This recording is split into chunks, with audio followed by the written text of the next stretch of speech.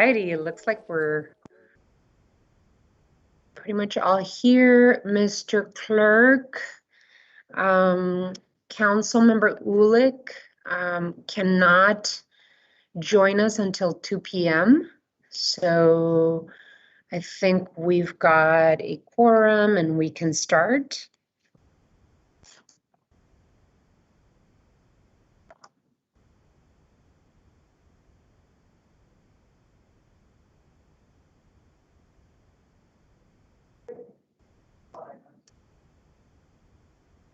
Yeah, I cannot hear.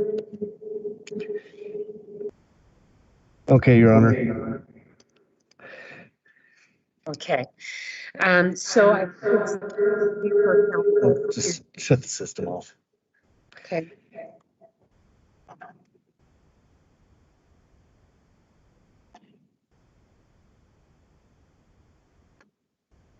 Are you okay? Of course, now I can't hear it because this turned on.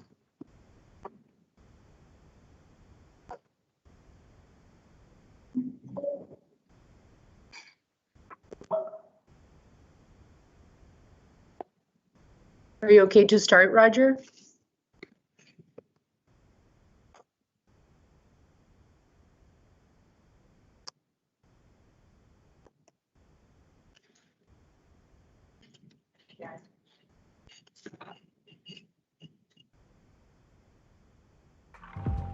Okay, Your Okay. Honor, we're having some technical difficulties when someone muted Jesus Acedo. They turned off the audio in the chambers.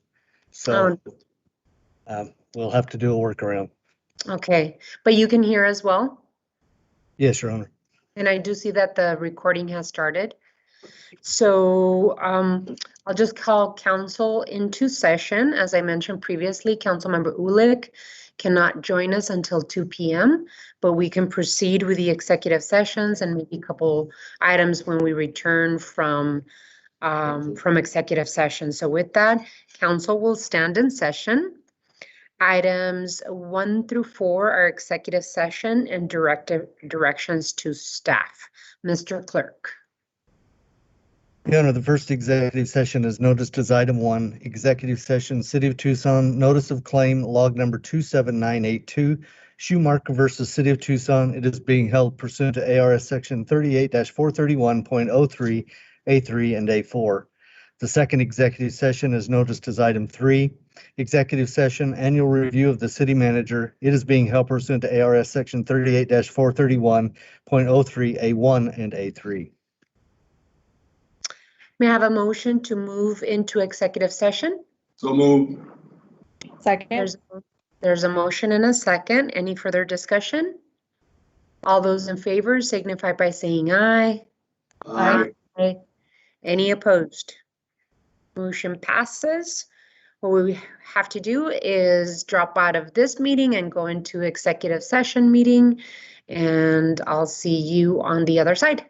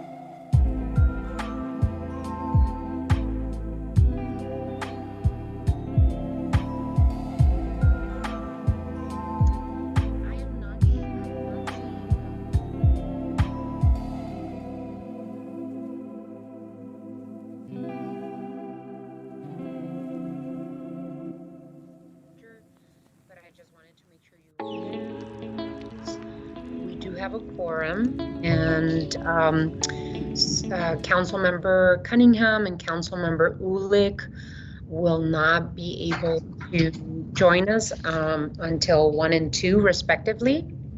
And so what a couple of my colleagues have requested that we do is that we skip a couple very important conversations. But let's come back into study session, and then we could run over the items that we'll do without Councilmember Ulick and Councilmember Cunningham. So with that, we need a motion to return to study session. So moved, Madam Mayor. Second. There's a motion and a second. Any further discussion? All those in favor indicate by saying aye. Aye. Aye. Any opposed? We're back into study session. What is the council's pleasure for item 2? Honorable Mayor, an appropriate motion on item 2, which relates to the Schumacher claim, is a motion that the Mayor and Council direct the city attorney to proceed as discussed in executive session and resolve this claim through settlement in the amount of $70,000. So moved. Second. There's a motion and a second. Any further discussion? Hearing none. All those in favor indicate by saying aye. Aye. Aye. Any opposed? Motion passes. What is the council's pleasure for item 4? And Honorable Mayor, members of the council, an appropriate motion would be that the Mayor and Council find that the manager's performance has met and exceeded expectations, and that there are no changes to his employment agreement that are directed at this time. So moved. Motion. Second. There's a motion and a second. Any further discussion? I would like to say something. I'd like to thank our city manager for helping mayor and council navigate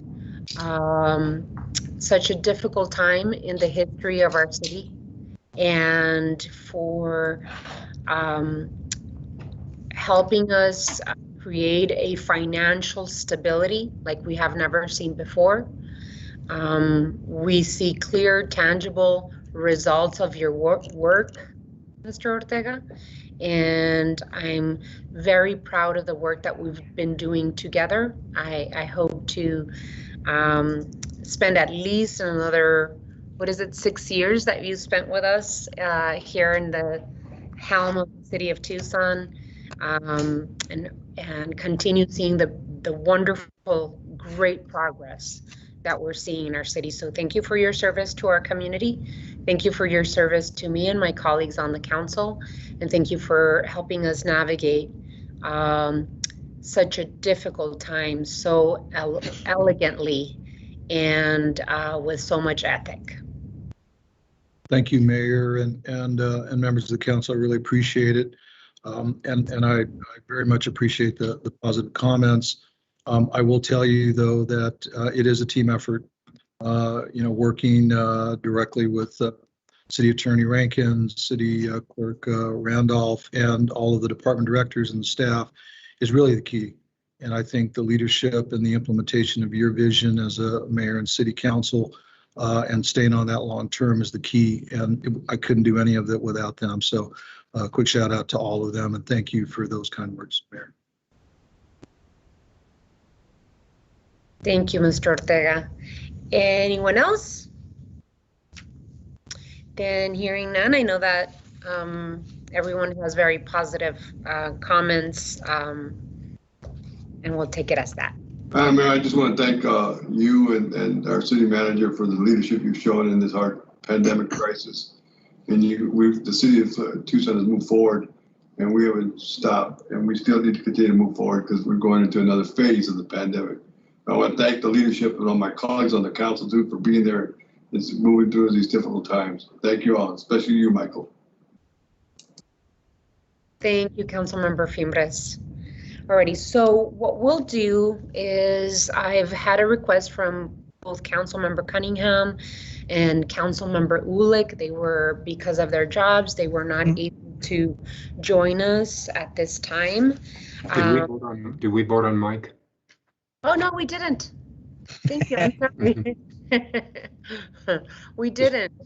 Alrighty, good. Thank you. Our new clerk is Steve Kozachek. So, okay, so all those in favor of extending the contract for Mr. Ortega signify by saying aye. Aye. Aye. Any opposed? Motion passes. So what we'll do to fit the conversations for our colleagues to join later on, we will have item 6, which is the discussion regarding COVID-19 and change in the U.S. Center for Disease Control Prevention policies in the City of Tucson, Pima County policies for employee requirements relating to vaccination, mask, and other mitigation measures conversation right now. What I wanted to do is start with some numbers, because as we all have seen in the news, there's lots of reasons to be concerned about COVID-19 and the new Delta variant. The pandemic is not over, and we still have to be very, very vigilant about what is happening here in Pima County, in Arizona, and throughout the country. Today, Arizona reported 2,191 new cases of COVID-19 statewide. These are comparable numbers that we saw here in Tucson during the surge last summer. Over the past 14 days, Arizona has had an 81% increase in cases. The Pima County Health Department said on Friday that schools have reported 212 COVID cases between July 20th and August 5th. The Delta variant is highly, highly contagious and is behind surges that we're seeing all over the country, including Florida, Texas, Alabama, and here in Arizona. We're seeing more and more cases of children and young adults, especially if they have not received their vaccination. In Arizona, the virus-related hospitalizations continue to climb to 1,380 as of Sunday. Here in Pima County, hospital bed capacity is at a red zone. I strongly advise anyone who is in indoor public setting, including in our schools, to wear a mask, especially when around children under the age of 12 who are not vaccinated or are not eligible to be vaccinated. These children are also likely to be carriers upon exposure. The best way to protect children is for all who are eligible to get vaccinated that they do so. The single greatest way to stay safe is to not get COVID. So let's make sure that we get our vaccinations, especially those City of Tucson employees, especially those frontline employees throughout our county that have to work with people, to get vaccinated immediately. Vaccines are free, they're available throughout Pima County, and are accessible for all those ages 12 and over. So it is very, very concerning to me that these numbers are surging and surging quickly, that the Delta variant, according to the CDC, is highly contagious. And we just heard that Pima County just elevated the COVID transmission level here in Pima County from substantial to high levels of transmission. So we have to do everything we possibly can, especially because Governor Ducey has tied the hands of school districts and cities and counties and towns throughout the state. So we need to act quickly. We need to do everything we possibly can with the mitigation measures and the tools that we have available to us. So with that, I will pass the microphone over to Mr. Ortega, because I know that his office and mine have been discussing ideas to bring up our vaccination levels, at least among City of Tucson employees. And there's been a lot of a lot of discussions as to how we go about it. So I want to give the space to Mr. Ortega to talk to us about that and anything else that you find relevant, Mr. Ortega. Thank you, Mayor and members of the council. I appreciate the opportunity. So I think it's extremely important to emphasize, Mayor, your comment about Pima County raising the spread level from substantial to high. I think that's a very telling point. Some of us may have even thought that was coming, it's just a matter of when. But it definitely speaks to the importance of really figuring this out. Unfortunately, we do have what I will estimate to be between 20 and 30%, if not higher, of our own staff that is not vaccinated. Various reasons for that, I'm sure. Ultimately, though, that causes me great concern. I've voiced that to the staff, to the directors, and I've had some conversations with the labor groups. So what do we do about that? Now, the simple thing would be to encourage everybody to get a vaccine. Everybody gets one, and then we're done, and at least doing our part, our share, if you will, of taking care of that aspect of the issue. Unfortunately, we don't have that. So what are the alternatives? So I have been exploring making vaccines mandatory. I have looked at the way to do that, the logistics of which are complex, to say the least. We have the authority to do that, at least until September 29th. But again, it's a heavy-handed approach, but one that I'm willing to take based on the importance of moving the needle on this. However, there are some other options as well. There is an opportunity to maybe provide incentives instead of discipline for someone not taking the vaccine.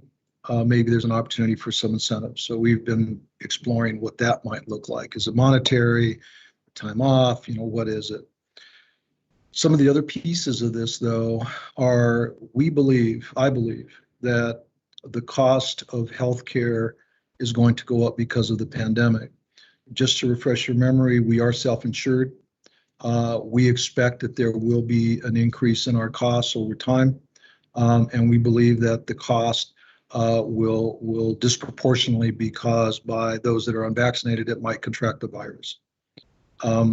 One way to deal with that is to say, okay, if you choose to not be vaccinated, your premiums are going to go up. You're going to have to pay more for your health insurance because we know there's a corresponding cost. So that's one option. I actually explored the opportunity to not cover those that might contract the virus if they aren't vaccinated, just to send the message, a strong message that this is important and that we're serious about it. So we're exploring all options at this point. It has been difficult to keep you in real time and to keep the Labor Council and the labor organizations in real time because it's fluid. I know that the military just this morning instituted mandatory vaccine for I'm going to use the term active members. I don't know what the specifics of their mandate is, but I know that it's for members of the military. I know that private sector firms have, we know other cities have, other counties have, in other areas. Unfortunately, we have a legislature and a law that will be taking effect in September, the latter part of September, that will preclude us from mandating it beyond that. So that changes the chemistry and the dialogue around that. Ultimately, my goal is to get people vaccinated. I'd love for everybody to just do it because it's the right thing to do. And obviously there's subjectivity around that, and that's why we're not seeing more. But we're also going to explore, if you don't, what is the consequence? There is a consequence for that choice. I'm A-okay with you as an individual having a choice, but then there's a corresponding consequence to that. And what does that look like? Clearly, we are concerned about our ability to provide service. And continuing, I'll call continuity of service. That's obviously weighing very heavily on me. I shared with you, Mayor, earlier, this is one of the more difficult decisions that we've been faced with making because there are so many pieces to it that that make it not only complex, but potentially long-term. Another piece that's extremely important that we're exploring is, what does the metric look like? Is our goal 100% vaccinations? Of course, but there are exceptions, right? We know that sincerely held religious beliefs, medical exemptions, those are pieces that are out there. So we will probably never get to 100%, but we get to the vast majority. So is the number, 95%, 98%, what is it? So that's one thought. The other thought, though, is the way you started the conversation, Mayor, with the spread of the disease from substantial to high. Do we continue down this path until, we'll say, the pandemic has subsided or the numbers have subsided? To me, that's a short-term view, because it could be cyclical. Today it's the Delta variant. Tomorrow it's going to be some other variant, right? And so we might see a drop, but then what happens when that goes back up? So those, Mayor, are the types of conversations we're having internally. I would ask that you be patient as we try to work not only internally amongst the CMO staff and the county, or excuse me, the city attorney staff, but also with the labor groups, to try to come up with something that will be meaningful and move the needle. Should I be able to come up with something fairly quickly? And by the way, it's my understanding that the county did not move forward just a few minutes ago, did not move forward with requiring vaccinations of employees at the county. So I haven't spoken with the county administrator as to what that means. But if I'm able to come up with something along the lines that the whole gamut is on the table today, but if I can zero in on something that may make sense for us as an organization, I would ask, Mayor, that you consider, and the members of the council consider, maybe a special meeting that can be called, given the appropriate notices, so that we can discuss it and maybe move with some specific direction. So I'm sorry to be so long-winded on this. I think it's important for you to know what's in my head and what's rattling around in there in terms of some of the discussions we're having.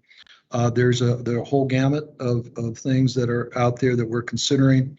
Some are very draconian and serious, and others are more the carrot, if you will, and trying to figure out, is there an incentive there? Is there a way that I can encourage and move the needle that way? So, Mayor, I'll stop there, and I'm happy to answer any questions from you or the City Council.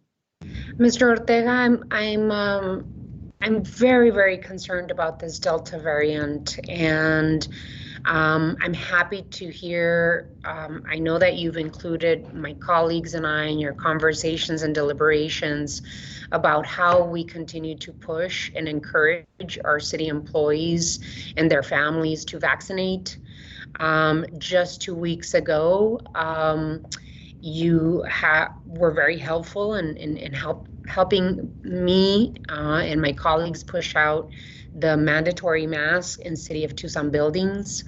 And I congratulate the TUSD governing board for taking a stance on mandating masks for our children. As a parent of an 11-year-old that is cannot get her vaccine, it's important for us, all of our community, and throughout the country and throughout Arizona, to keep children in school.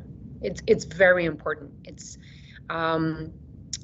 We've seen the consequences of having all online school, and many children thrived with it, but many children fell way behind. And we are seeing also the consequences of many of these children also being depressed. And so we don't want to go back to that. We don't want to go back to lockdown and closing down businesses. That is not what we should be doing. And so the help of our community in wearing their masks and getting their vaccination is, this is a plea to action for our Labor Council to encourage their members to get their vaccine and really try to avoid any of the consequences of not getting that vaccine. So open to my colleagues on the council if there's any more commentary, but I would suggest that if we need to come back for a special study session for us to act on whatever your executive leadership team and you and the Labor Council come up with in terms of asking our employees to participate in vaccination, I'm 100% for that. Councilmember Kozachik. Thank you, Mayor. So Mike, you mentioned there are consequences to not being vaccinated. The consequences are not just personal, the consequences are the impact on others. We looked at the infectivity rate that is prevalent in the county right now. It's almost 2 again. That means that for every infected person, 2 more people are getting infected. It's almost 1.9 around the U of A. It's 1.76 in Pima County. The mayor began with some data. Pima County, we've had over 2,500, almost 2,500 deaths. 242 new cases yesterday. I mean, COVID's going up in every state in the country right now. And as was true a year ago, God, who'd have believed back in March and April of last year, we'd even be having this conversation, but people are still dying alone. And our healthcare workers are pleading with people to get vaccinated. Mike, you mentioned that the military is going to make it mandatory for active members. Major employers are making it mandatory all over the country.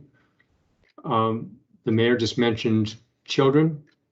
There are reports out in the last week, 2 weeks of children suffering long haul neurological effects that we don't even know the significance of at this point. I understand that TPOA is opposed to our making this mandatory. I would remind them that right now COVID is the #1 cop killer since this pandemic started. Over 300 police deaths. And they are out directly interacting with our community members.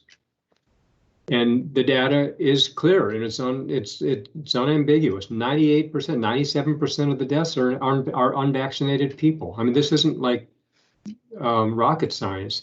It's not just a bad flu, and it's totally preventable. And that's why I am ready to move on this, Mike. And Delta has been the game changer, and now we're talking about Lambda, another variant. There are over 1,000 cases in the state of Texas right now from this, and so we can thank the Texas Governor Abbott for shutting the door on things like masks in the same way that Ducey did here. It's my belief that people owe it to their coworkers, and we owe it to the community to mandate our employees get a COVID vaccination. And we've got a meter running because of the governor. And if I were voting today, and I would be happy to do so, I would say get your first vaccination by August 20th and your second vaccination by September 27th, and then we're in under the deadline. And everyone in the city of Tucson, if gets a vaccination or you forfeit your job. And obviously with the medical and religious exemptions, but that's where I'm at on it. And if you're going to do this special meeting, do it quickly, or let's make the decision today. But I think we have an obligation, and we have led, and the mayor led a year and a half ago with executive orders. Every time we take a step, the state of Arizona slaps us back to square one. We have an opportunity to get ahead of them on this right now. And I totally believe we should be doing it. And that's where I'm at on it today. Councilmember Fimbres? I echo what Councilman Kozachik is saying. It's a state of emergency. The Delta strain, and then the Lambda strain is coming. And we have about 20% of our employees aren't vaccinated, Mike? Is that what you're saying? Mayor, Councilmember Fimbres, that's my estimate based on a survey. By the way, I didn't mention this. I will be sending out an attestation and requiring that employees fill that out and get back to us first thing next week, so that I will have real numbers, actual numbers. But I'm expecting we're going to be 25 to 30%, if not higher, unvaccinated. Okay, and we have to provide a service to our citizens and our constituents, so I agree. We need to have a special meeting. I'm curious why the labor groups are not supporting this initiative when they're the ones, the first line responders, the majority of them. And like Steve said, most of them are, some of them have passed. We got some good people because of the virus. If I may ask for a little bit of an explanation. I don't know if Mr. Ortega or Mr. Rankin want to answer that question for Councilmember Fimbres. If there has been any description as to why. I know that a few labor groups, CWA, TPOA, and TFFA sent a letter to Mayor and Council City Manager. But if you'd like to explain a little further, Michael? Sure, Mayor, and I certainly can't speak for the labor unions. What I can speak to is their letter. They've sent a couple letters. They've sent you one. They've sent me one. And what they're basically saying is they are requesting to bargain this. They believe this is a change in work condition. I have not responded to that yet, but I will tell you that I will be responding and believe this is a management right, and that we have the authority and you have the right to do that. I have the right to do this as a management right, explicitly called out in the agreements. But I have not responded to them formally, and I will do that, and I will copy you on that. I would refer you to their letter where they do suggest that they are supportive of keeping the community safe, et cetera, but they feel there are other options rather than just mandating the vaccine. Alrighty, I do see the hand for Councilmember Santa Cruz up, and then Rankin, if you want to close this up with some possible deadlines that we might be facing as a council. Go ahead, Councilmember Santa Cruz. Mayor, I just, wanted to echo my support for the city manager's recommendations. And I, all in an effort to keep ourselves, our younger folks in the city safe and healthy. And I just want to make sure that we also take into consideration issues or complications with the vaccine for pregnant folks that we just, or nursing or people that are breastfeeding, that be part of consideration as well. And Rankin, did you want to include maybe some timelines and dates for consideration? Oh, I'm sorry, Councilmember Cunningham. So I guess there's one piece to this that I should be mentioned, and I've been told, and I don't know if it's true, I'm under the impression that we have some things in place that we're already doing. For instance, I'm under the impression that is fire getting tested every week right now, Mike? Is that happening? Mayor, Councilmember Cunningham, it's my understanding there are certain firefighters that are undergoing a U of A study. They're participating, and they, they are getting tested, I believe, weekly. So some of them are. I don't know that all of them are. And then I think part of that study is quarterly antibodies, and a quarterly antibody study. And if you're carrying antibodies, if we're going to be talking about waivers down the line, if you're already carrying antibodies and you have the test to prove it, I don't know if making someone go get a vaccine is going to be an absolute necessary thing as long as they agree to continue getting tested for the antibodies. So I want to just put that out there. I don't know enough about the science yet to be advocating one way or the other, but I am open to hearing those type of things. That's what I wanted to kind of contribute. Mr. Rankin, go ahead, and then we have to close this item. Thank you, Mayor. I think the question that you really wanted me to address was about what time constraints are you facing and the manager facing in terms of implementing policies to try and combat this surge. And as the manager mentioned, the Arizona legislature adopted and the governor signed a bill at the very end of the session, which provides that no city or town or county can adopt an order or rule that requires any person to get vaccinated. That particular law was not adopted with an emergency clause or retroactivity provision, and it goes into effect on September 29.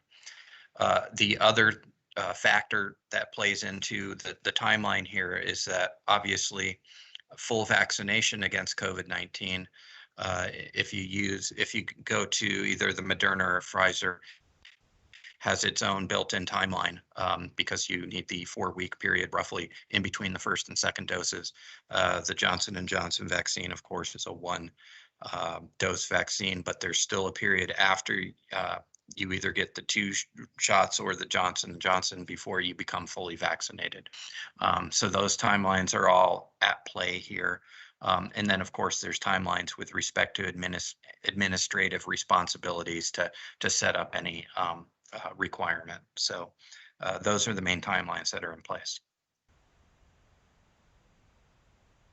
Thank you so much. I really appreciate it. Well, Mr. Ortega, we'll be hearing from you. I'm glad that you are discussing with the Labor Council and the labor groups here in the city of Tucson, but we need their help right now. And they need to understand that the science backs the approach that vaccinated individuals are less likely to get COVID.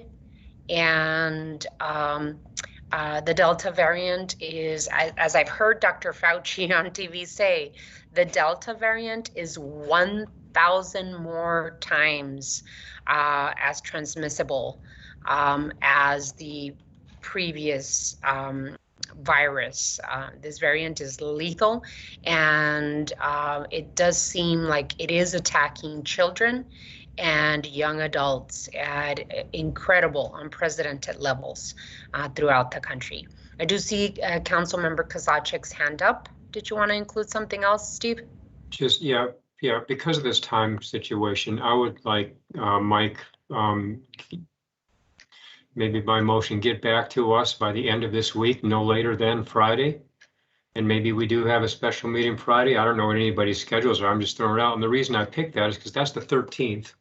That gives us, if we take an action, that gives us the employees 7 days, because August 20th is about when they're going to have to fish or cut bait on that first vaccination, if they're going to make the if we're going to get this done before the legislative deadline. And finally, I would just say this: a year and a half ago, when we started down the roads of masks and shutting down bars and curfews and all of that, we didn't have a solution at the table. Now we do. We've got a vaccination.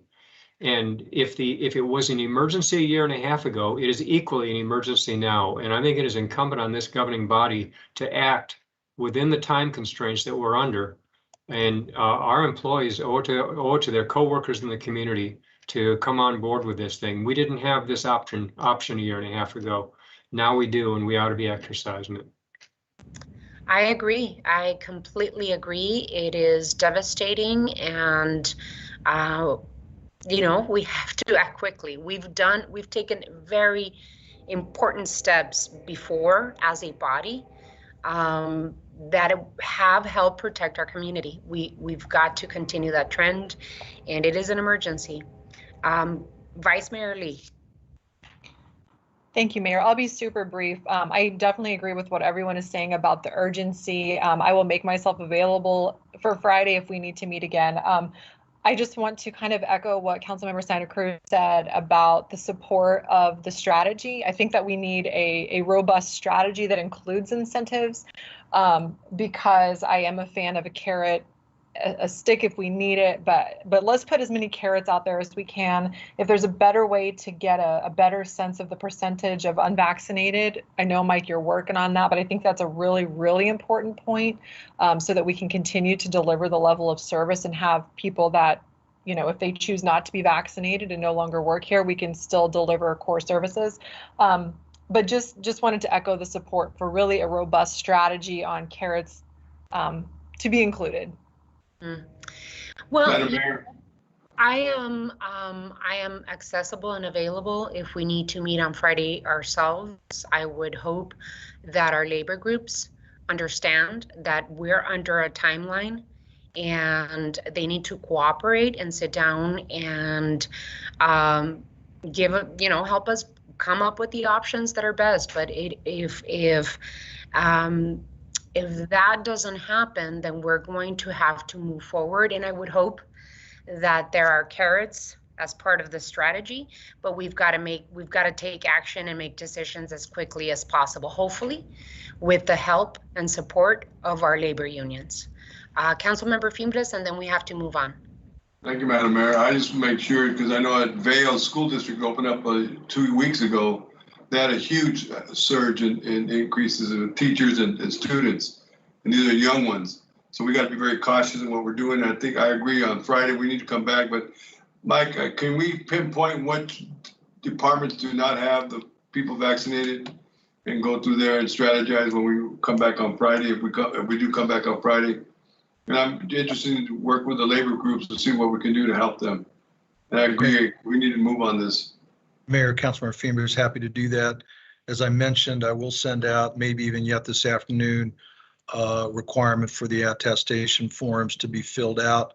That'll give me some real data for me to share with you, and then we can start going down that path. I do have some data now, but I'll use the term spotty. It is not complete, so I will keep working on that to try to give you some more information on it. Thank you, Mayor. Thank you, colleagues, and Mr. Ortega, just let us know if we need to regroup on Friday, and we can call an emergency meeting to make these decisions together. We will move on to the next item. I'd like to move on to the financial update.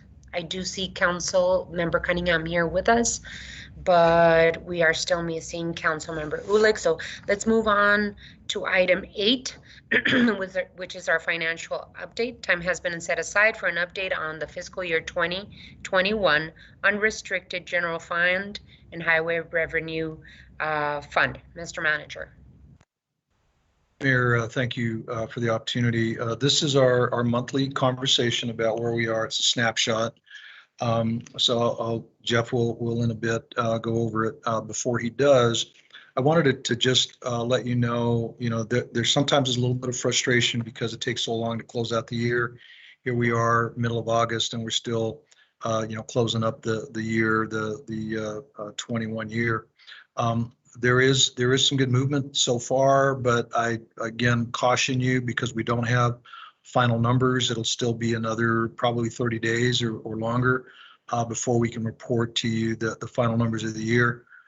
Again, very, very quick report from Jeff because, again, it follows the same format as what you've seen in the past, and it gives you keeps you in real time as we're going down the path. So go ahead, Jeff. Perfect, Mike. Thank you. Thank you, Mayor and council members. I appreciate you giving us some time today to talk about kind of where we are. As Mike mentioned, hold on 2 seconds. So I assume you guys can see my screen now. Perfect. So as Mike mentioned, we're in the process of closing the year. And part of that process is what we refer to as a run out period, where you're bringing expenditures back and forth between the fiscal years and you're recording revenues in accordance with generally accepted accounting principles. So what you're going to see today is kind of a snapshot in time, as Mike mentioned, and really kind of indicates a good movement and positive news. With all the other things going on, I'm excited that we do have something positive to talk about and to look at. And I think as we kind of talk through this, what I want you to think about as we go down the discussion is really how this then translates into flexibility and how in the coming months when we're making decisions, and you're making decisions and we're making recommendations around how we'll approach ARPA and how we'll approach all those other things, that our financial status kind of is the springboard into that. So we don't have an exact number today, but we're starting to see a benefit and starting to see that flexibility kind of appear in our forward-looking projections. So with that, I just want to talk a little bit about the general fund. So this is a comparison of budget to actual year to date. Again, this is during our run out period. So we have very good results. Our swing is about $100 million. So we started the year of 2021, again, back in the very beginning of COVID, when that budget process was going on. we thought we would end up using about 31 million, give or take, of fund balance. Well, in actuality, with all the different benefits and all the different things that have gone on, we've actually turned that corner and gone about 81 million to the good, which if we were going to go back and look at budget process, which is really kind of where we springboard off of, we're about 7.9 million net to the good from where we were during the budget process. So that's that flexibility I'm talking about. As we kind of go forward, we'll have some space to work with that. The working projections, we still think there's a little bit of room and we still have some accruals to make. So we're going to probably end up around 84 million to the good after it's all said and done. Again, that's give or take because, of course, we're finishing out the year. And the way that shakes out, we had about 10 million more than originally projected in revenue. And we spent about 2.1 million more than we originally anticipated, not above budget, but toward the end of the year. And I think that that's more of a manifestation of trying to get some of those last budget items that we didn't want to fit in the budget, but had capacity for in 2021. We wanted to go ahead and get those started. Okay, and that includes some reservation. For instance, we've made some assumptions that right now we don't have that FEMA funding reimbursement. That all would be dedicated. We do have in the calculations going forward, as we start to look at our 22 numbers, which we'll bring in our next time we're together, that 12.2 million, 12.3 million that is part of the ARPA discussion, which I'm sure we'll talk about a lot more in the next couple of items. So that's kind of where we are. The Highway Use Revenue Fund, HERF, is right about where we thought it would be. You can see the budget assumed some very little, but some usage of fund balance, and we're going to be at about break even. So we have about $400,000 of use projected, which is about half, little less than half of what was actually budgeted to be used. Okay, so that's very good results. So with that, the one thing that I want to suggest, or that as we look at this, and Mike and I have been talking about, is that as we kind of go toward the year end, where we're able to save and where we're able to find that extra revenue, that the first place we are able to funnel that kind of as a principle will be to offset that $12.3 million that we have coming out of ARPA, which would allow you then to program that ARPA for use. So that's kind of where I think we're headed. I can't give you an exact number yet, as we're still closing the year. We can look more robustly at the other funds later when we're closer to the end of the fiscal year, or closer to the end of the closing the books. Again, our books are still open. The audit is ongoing. We expect to be timely. So that's probably going to be complete with an audit letter and everything, probably around November-ish timeframe, if all goes well. So that's kind of the end of my update. I'll be happy to take any questions. I know Mike's got his hand raised, so I'm sure he has something to say. So I'll turn it over to Mike. Thank you, Jeff. Mayor, members of the council, I think one thing that's important, and Jeff kind of brought you into the inner circle there on how we talk through a variety of things. At this point, he did mention the revenue replacement number. I don't want to spend time bogging down on that because I think it's important to leave that. We'll bring you back some strategies for flexibility and all things go along with that. One of the pieces that becomes important there is making sure that you have flexibility. And the flexibility is not just with the ARPA conversation, but any cash carry forward. And so as we go down the path and when you start getting a lot more detail on ARPA and so forth, we keep that in our hip pocket so that we can then bring it out and say, okay, let's talk about how you can accomplish some of the goals and some of the things that you all are chatting about. So I just wanted to point that out, that you won't see a change in the recommendation for that revenue recovery for a bit yet. I mean, it'll be a while, probably several months before we have even more robust discussion on that. That's all, Mayor. Jeff and I are happy to answer any questions from you or the council. Any questions from our colleagues?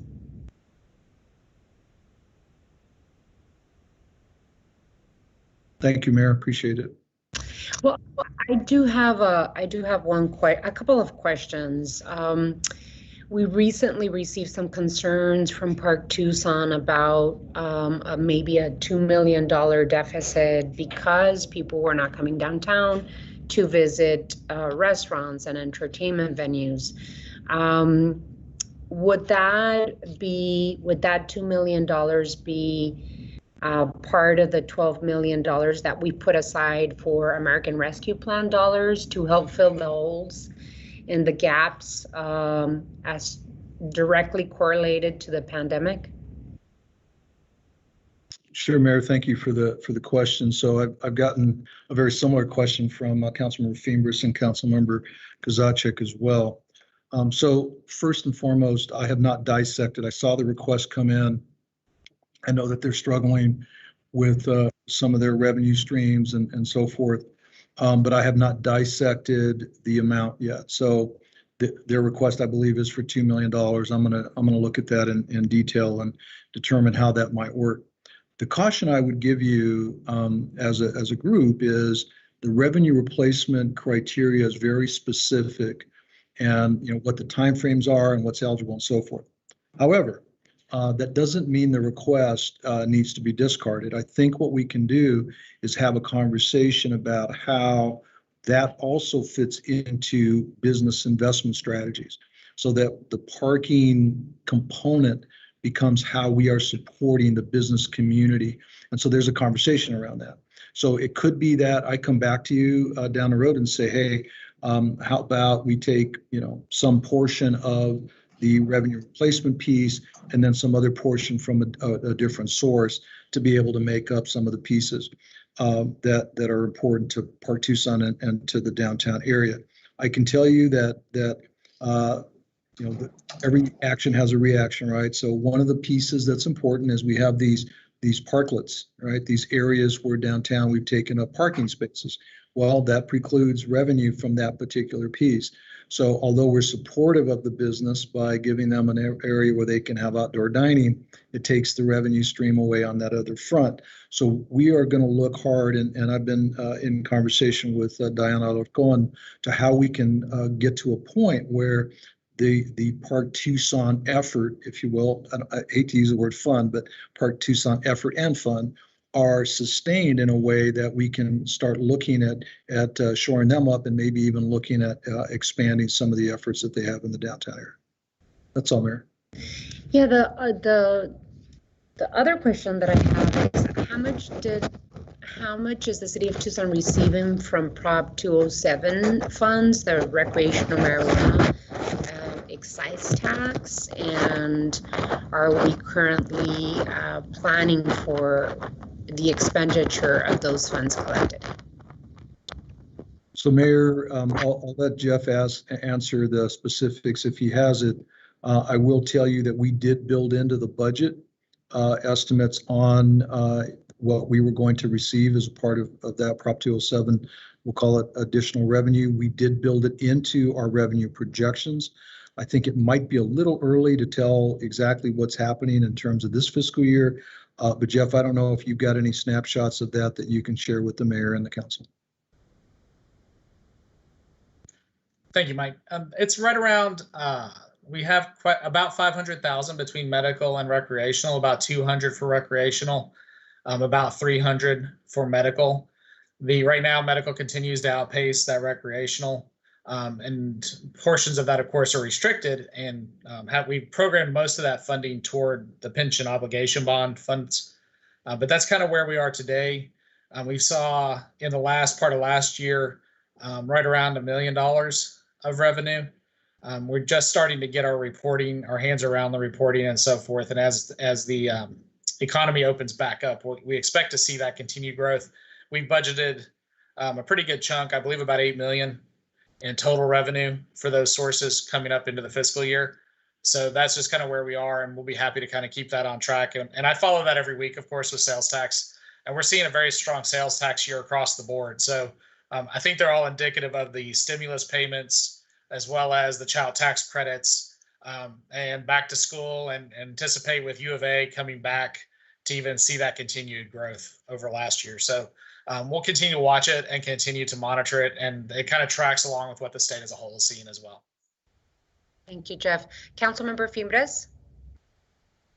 Thank you, Madam Mayor. I appreciate your discussion on this issue, because I've had this conversation with the city manager also, and So 7M is on the consent agenda item tonight. Should we pull that because it's talking about continuing the fee or increasing it? And I think that's counterproductive of what we're talking about. I'd like to see Mike bring us back a plan where we can find that money that transportation needs, Donovan's group needs to help this program.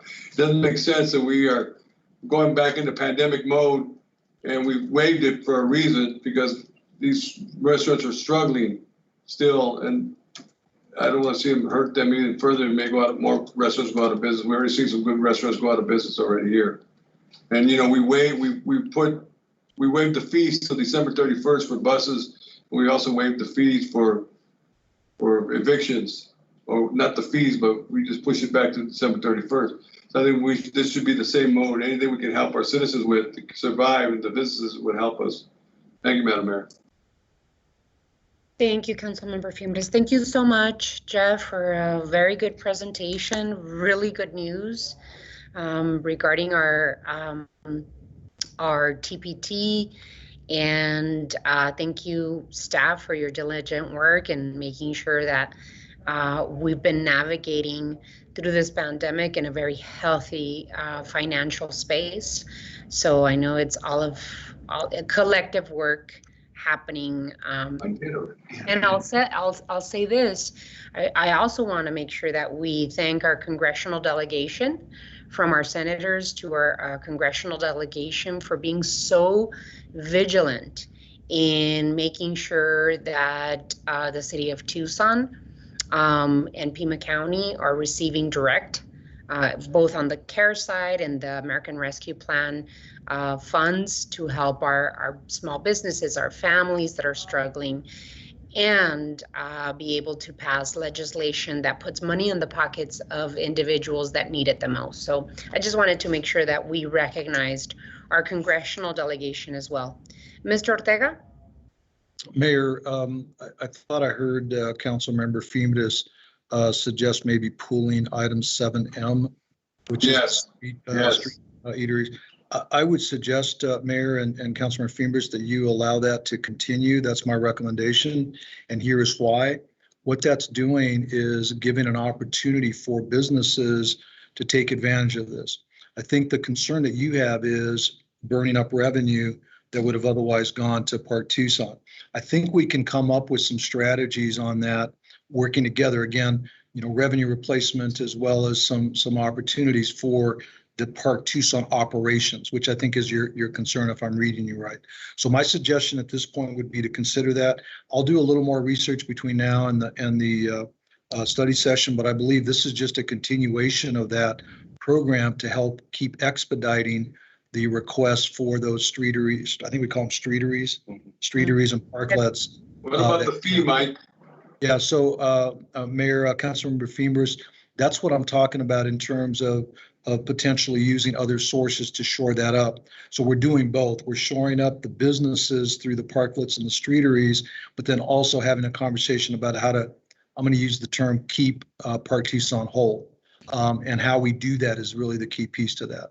So that I'll do a little more research before the regular meeting and give you some more data, but that's where I would recommend at this point. Thank you. You're welcome. Councilmember Kosacek? Yeah, on that same point, there are other pieces of that streetery item that relate to code, bringing some of them up to code. There's a lead time involved in it, so it's not just pulling the rug out from under people right now. So I would support keeping it on the agenda as well. Mm-hmm. Concur. I think that parklets and streeteries are healthy, especially right now that people want to eat outside because of COVID. And it really helps small businesses keep their doors open. So it's healthy. And I think we just have to come up with solutions for Park Tucson that make sense for them as well. But I don't think it's through removing our parklets and streeteries that we have on the consent agenda today. So with that, what I'll do, only because our Councilmember Ulick is not with us yet, let's move on to item 9, which is our water discussion. So if you could let staff know, there you go, they're ready. Item 9, time has been set aside for discussion of Tucson water related items to include tier 1 shortages, CAP 2022 order, water conservation, and PFAS. Mr. Manager. Members of the council, I think the title is pretty clear on that. Turn it over to John Kamek, our interim water department director, and ask him to update you and get the direction, particularly on the purchase of the CAP allocation. John? All right. Thank you, Mr. Manager. Thank you, Honorable Mayor and Council. I'm going to bring up a presentation here, so give me a moment.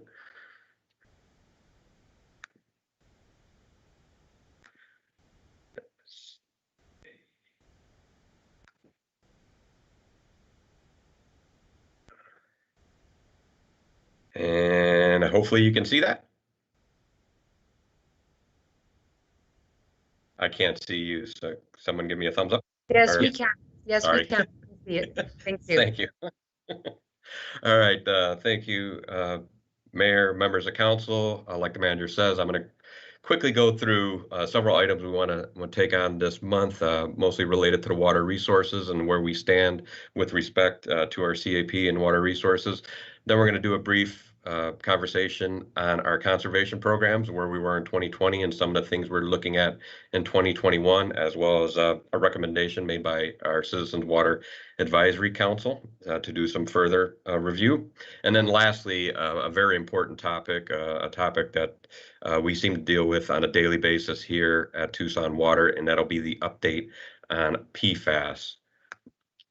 So going to the water resource update, I'm going to walk through the annual report for the year 2020, as well as what that looks like with our water checkbook.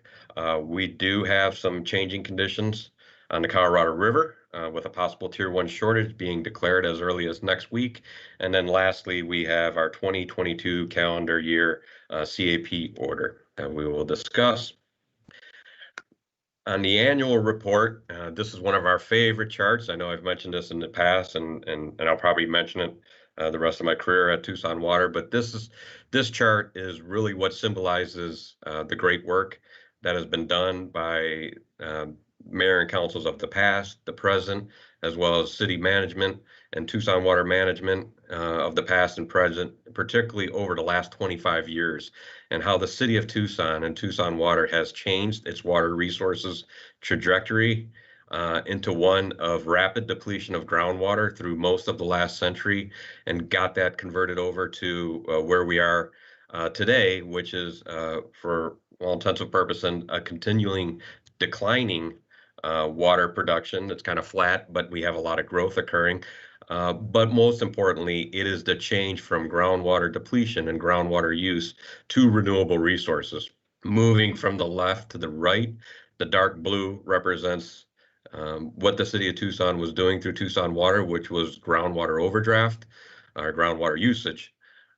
During those years, you see by the early 1990s, you have a light blue situation come in between 92 and 94. That was the first introduction of CAP water, when the city went on the path of using CAP as a surface water resource and bringing that into the community. It did not go well, so the plant was shut off back by 1994. Also, you see around that time frame, between the mid 80s, you see that purple come into play. The purple represents our reclaimed water program and the recycled water that started as in 1982, going from a treatment plant co-located next to the Roger Road wastewater treatment plant. City of Tucson built a tertiary filtration plant, as well as started doing recharge and recovery for a reclaimed water system, and started slowly branching out to golf courses, schools, parks, and some residential neighborhoods throughout the community. And that purple usage has been consistent throughout the last several years. Also above the purple is a kind of a turquoise color that represented TARP coming online. So around the same time, 1994, you have the TARP treatment plant originally started, and you have that volume that has been ongoing since that time up until this June, when we've done the temporary shutdown of the TARP treatment system. But the most important part is that light blue coming back into play by the year 2000. That light blue representing the city's commitment in bringing in its Colorado River allocation and bringing in a full manner to do recharge and recovery in our Avon Valley properties, and thus displacing over a short number of years our dependence on local groundwater to meet our community's needs. So you can see today, as we get to 2020, we are essentially all renewables predominantly using CAP water, and then our remediated groundwater through TARP, as well as our total potable demand, our total water production demand is also augmented by the reclaimed water system to meet the needs of irrigation throughout the community. A little line, in the last 15 years or so, we start accounting for rainwater and stormwater harvesting.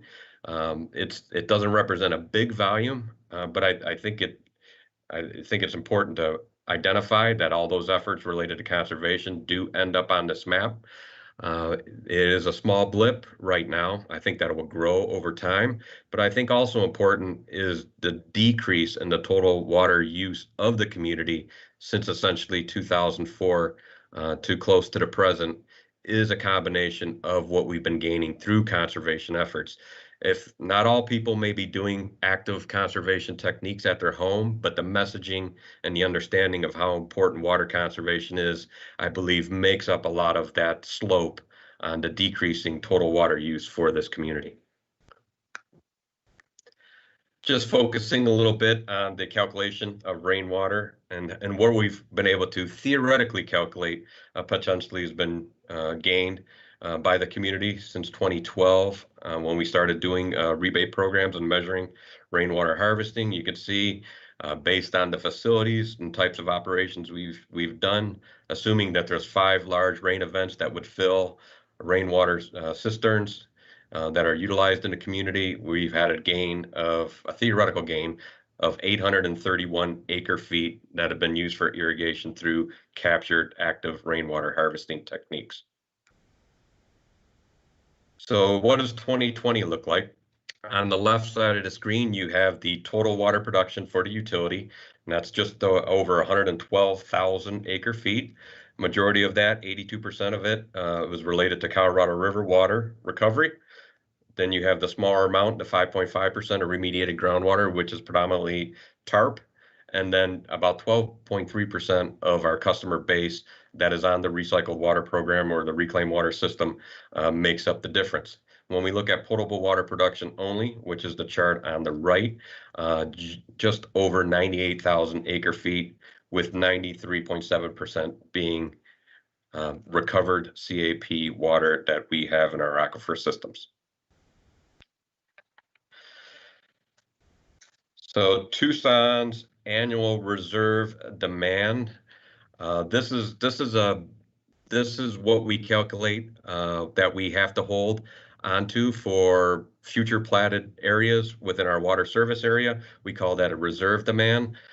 So when we have our active demand, which was represented by charts before, but we have what our reserve demand is, which is what we've guaranteed water service to once they end up being a customer. So this usually comes in at the final plat scenario and what that reserve demand is. So last year we have a reserve demand of just over 5,400 acre feet of known incoming potential water customers that we have to make sure have an assured water supply designation.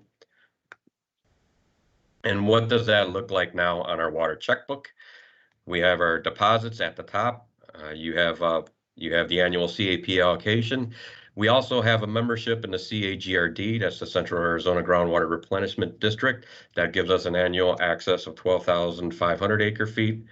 We also get incidental recharge through the Arizona Department of Water Resources. This might be for lost water from our system that ends up back in the aquifer at 487,468 acre feet.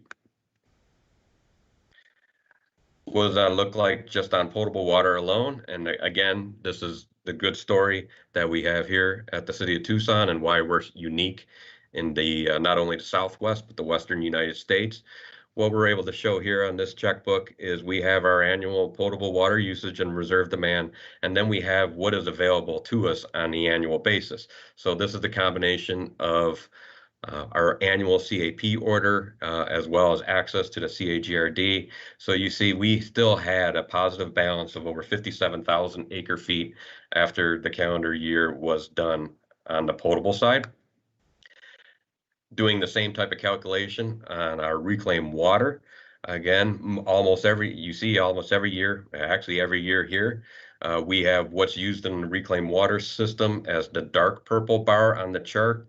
But you also have excess amount of effluent credits that ends up in our savings account for the reclaimed water system. So we are still in a banking scenario.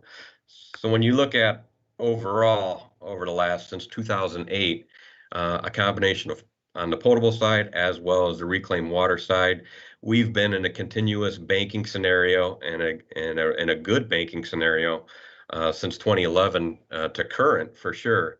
That now we have over 508,298 acre feet of stored water credits located within our aquifer system in the Tucson Basin, as well as a majority of it in the Avra Valley Basin that we have access to. Majority of that is with excess CAP water that we purchased and stored, and then the other remaining part is the effluent credits that are on top of that.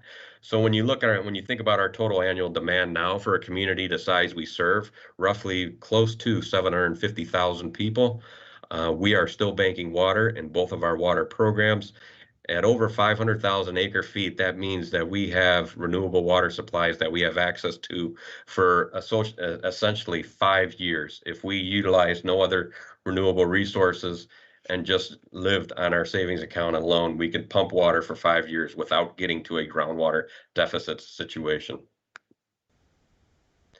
And that takes us to our next conversation, which is the tier 1 potential possible tier 1 shortage on the Colorado River. We've talked about this in the past, and let me get into some details here. So what we're expecting a possible tier 1 shortage declared, most likely as soon as next week, and I'll describe what a tier 1 shortage is in the next couple slides. But what's important to remember for Tucson and the community here is based on our contract with CAP, we anticipate no cuts to our total CAP contract. Our total contract is 144,191 acre feet that we have access to per year. We expect no cuts to that. We also, as part of the Arizona Drought Contingency Agreements of 2019, we have the ability, if requested, to do some mitigation for Pinal County agriculture, who will be cut substantially under a tier 1 shortage. That was all part of a package of agreements that took place at the time, and I'll explain that in detail as well. Another thing I just want to Hold on, Councilmember. Councilmember Cunningham, can you wait with your questions so that we can have John finish the presentation, and then we'll open it up for questions on all aspects of this item. Is that okay? Sure. Okay, thank you. The same thing to you, Councilmember Fimbres. Go ahead, John. All right, thank you. Another item on this under a tier 1 shortage that I just want to bring up, because we'll talk about it later in the fall, is when a tier 1 shortage is declared, that'll also trigger some responses in our drought contingency plan that we updated last year as well. Some of those contingencies being that we're going to do more community outreach about conservation throughout the community, as well as coming back to mayor and council to have a discussion on the water service area policy. So I just wanted to throw that in there as well. So what is a tier 1 shortage and what can we expect? So we've been living in a tier 0 shortage the last couple of years. That means the elevation of Lake Mead has been between 1075 and 1090 feet above sea level for the last several years. Under a tier 1, we did not have any triggers or anything that affected Tucson water or the city of Tucson per se. Under tier 1, the same thing. What we expect the Bureau to project as early as next week is they make a 24-month projection, and the projection is where the lake will be on January 1st. So that would be at the official time that a tier 1 shortage goes into effect. So a declaration could happen next week, go into effect January 1. The lake level, the last I look, I believe is around 1062. So we are well below the 1075 on Lake Mead. So a tier 1 shortage declaration is all but a certainty at this point. So this is how it affects the CAP users on the Colorado River in the state of Arizona. So we have lower priorities at the top and higher priorities. There's different levels of contracts that are throughout the CAP purchase areas. Those with the lowest levels is predominantly the agricultural pool. The water is mostly used by Maricopa and Pinal County agriculture, some of it in the Tucson area. And then you have what's called an NIA, that is non-Indian agriculture. Those are other rights. Some of those are a mixture of municipalities do own some NIA allocations, as well as others in agricultural use have those as well. But then you get to the highest priorities, the highest priorities being Indian rights that several of the tribes have on the CAP, and the M&I rights, which is cities and industries. All of the city of Tucson's rights are considered M&I rights. That's our contract. So we are one of the highest priorities in this scheme. So under a tier 1 shortage, 512,000 acre feet will be sacrificed off the CAP utilization. And you can see by the shaded bar chart here, the majority of that comes through the ag pool and into the NIA pool as well. M&I contracts will not be touched under the tier 1 declaration. So going back to my foreshadowing on the Pinal County agriculture and some of the agreements we made in 2019 in the Arizona Drought Contingency Plan, under a tier 1 shortage, the city of Tucson said that they would supply up to 5,000 acre feet of its water to 2 irrigation districts in Pinal County if requested. What happens is those agricultural districts have what we call groundwater savings facilities. So they would go to those facilities and then they would be turned into credits. But then the Arizona Water Bank, which also banks in our city of Tucson facilities, would swap those credits from Pinal County to Pima County and replenish the city of Tucson. So from a water standpoint, the city of Tucson will be able to help agriculture for 1 year in 2022 in Pinal County while they transition and change their agriculture and their water resource supply. But the city of Tucson will be made whole. So that's important to remember. We'll be helping Pinal County Ag just for 1 more calendar year in this agreement, but we will be made whole. So the city of Tucson is not out of any water under this scenario. We are actually helping our agricultural neighbors in Pinal County. And let's see, and at this point, I'll talk about our CAP order and what we're proposing for 2022. Just getting to my notes here, sorry. So discussing our CAP order, if a tier 1 is declared on the left side of the screen, what I just mentioned can happen. If requested, we will deliver up to 5,000 acre feet to those 2 agricultural districts in Pinal County. Credits get accrued and credits are swapped. The city of Tucson is made whole. If no tier 1 shortage is declared, our recommendation is to continue like we have done the last several years, which is to purchase our full allocation of 144,191 acre feet and have it delivered to the Tucson facilities like we have been doing for most of the last several years. And our CAP order is very complex. We have to turn it in October of every year because CAP does operate on a calendar year as opposed to a fiscal year.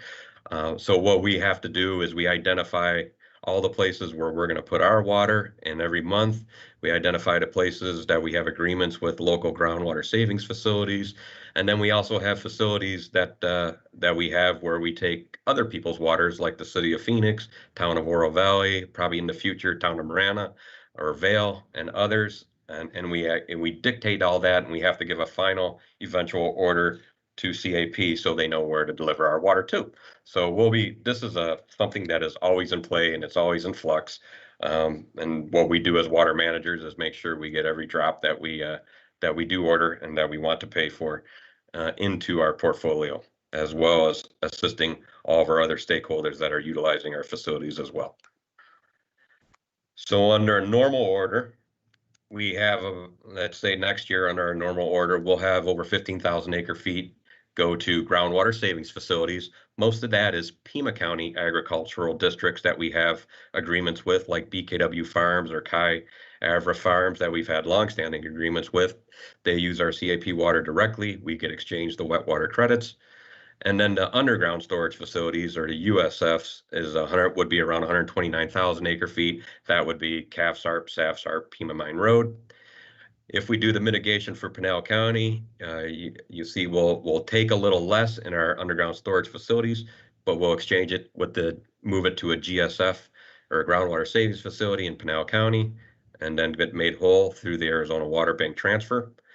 And then the last thing that we're looking at that we might perfect in 2022 is we might do an agreement to perfect our agreement with the city of Phoenix, where the city of Phoenix, we might deliver to one of their active surface water treatment plants 1,000 acre feet of city of Tucson water to meet the needs of Phoenix, and Phoenix would exchange some of the water, 1,000 acre feet of the water that they have stored here in the city of Tucson. And this is how the city of Tucson has been a regional player in central Arizona and making all these flexibilities possible, not only in the Tucson area, but also now in the Phoenix active management area.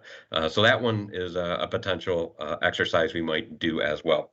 So at this point, we can open up discussion on the CAP and any questions on Tier 1 shortage. But just before we get there, I just want to say that the Tucson Water staff is recommending we do what we have been doing for the last several years, and that is ordering our full allocation of 144,191 acre feet of Central Arizona Project water for us to move into our region and continue our successful water resource management. Alrighty, thank you, John. Really appreciate your presentation. Ready for comments or questions, and I do want to cede the floor to Councilmember Cunningham and then Councilmember Fimbres.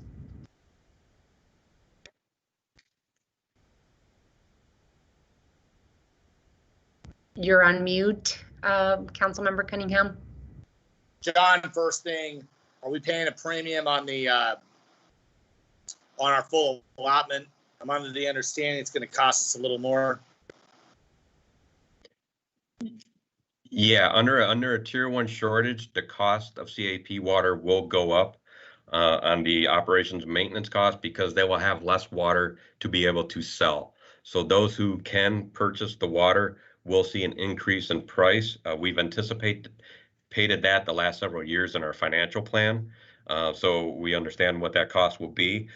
Just for some reference, our 2020 actual numbers were around $28 million. Or actually, sorry, let me go to 2020. Yeah, 2021 was around close to $31 million.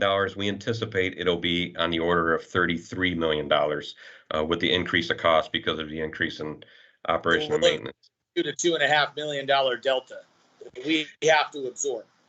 Yeah.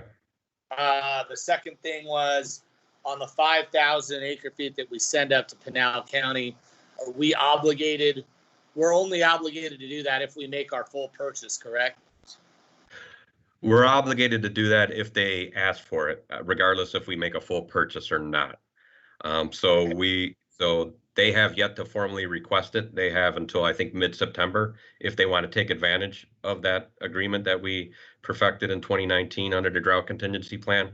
So it could be 5,000, it could be 1,000. Is there a price per acre foot that we're legislated to charge them? Is it pass through, or do we get to charge a premium? My understanding, it's a pass through. So it'll be like we're ordering it to CAFSARP, except we would just say that delivery ends up at Maricopa Stanfield Irrigation District. So we still pay the normal price. So it looks normal from a financial perspective. And then we get the credits transferred from the Arizona Water Bank from their Pima County credits, which most of them are stored at our facilities anyways. We'll get the wet water credits associated with that. So it's all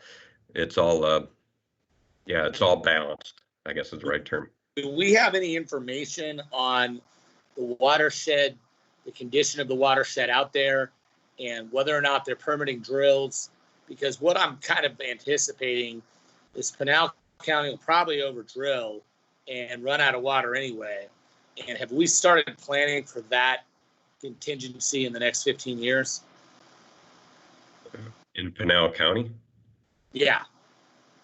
Okay, and for Pinal County, that is an active discussion with the state of Arizona through the Department of Water Resources on what is the future of Pinal County and how the management of their AMA will move forward.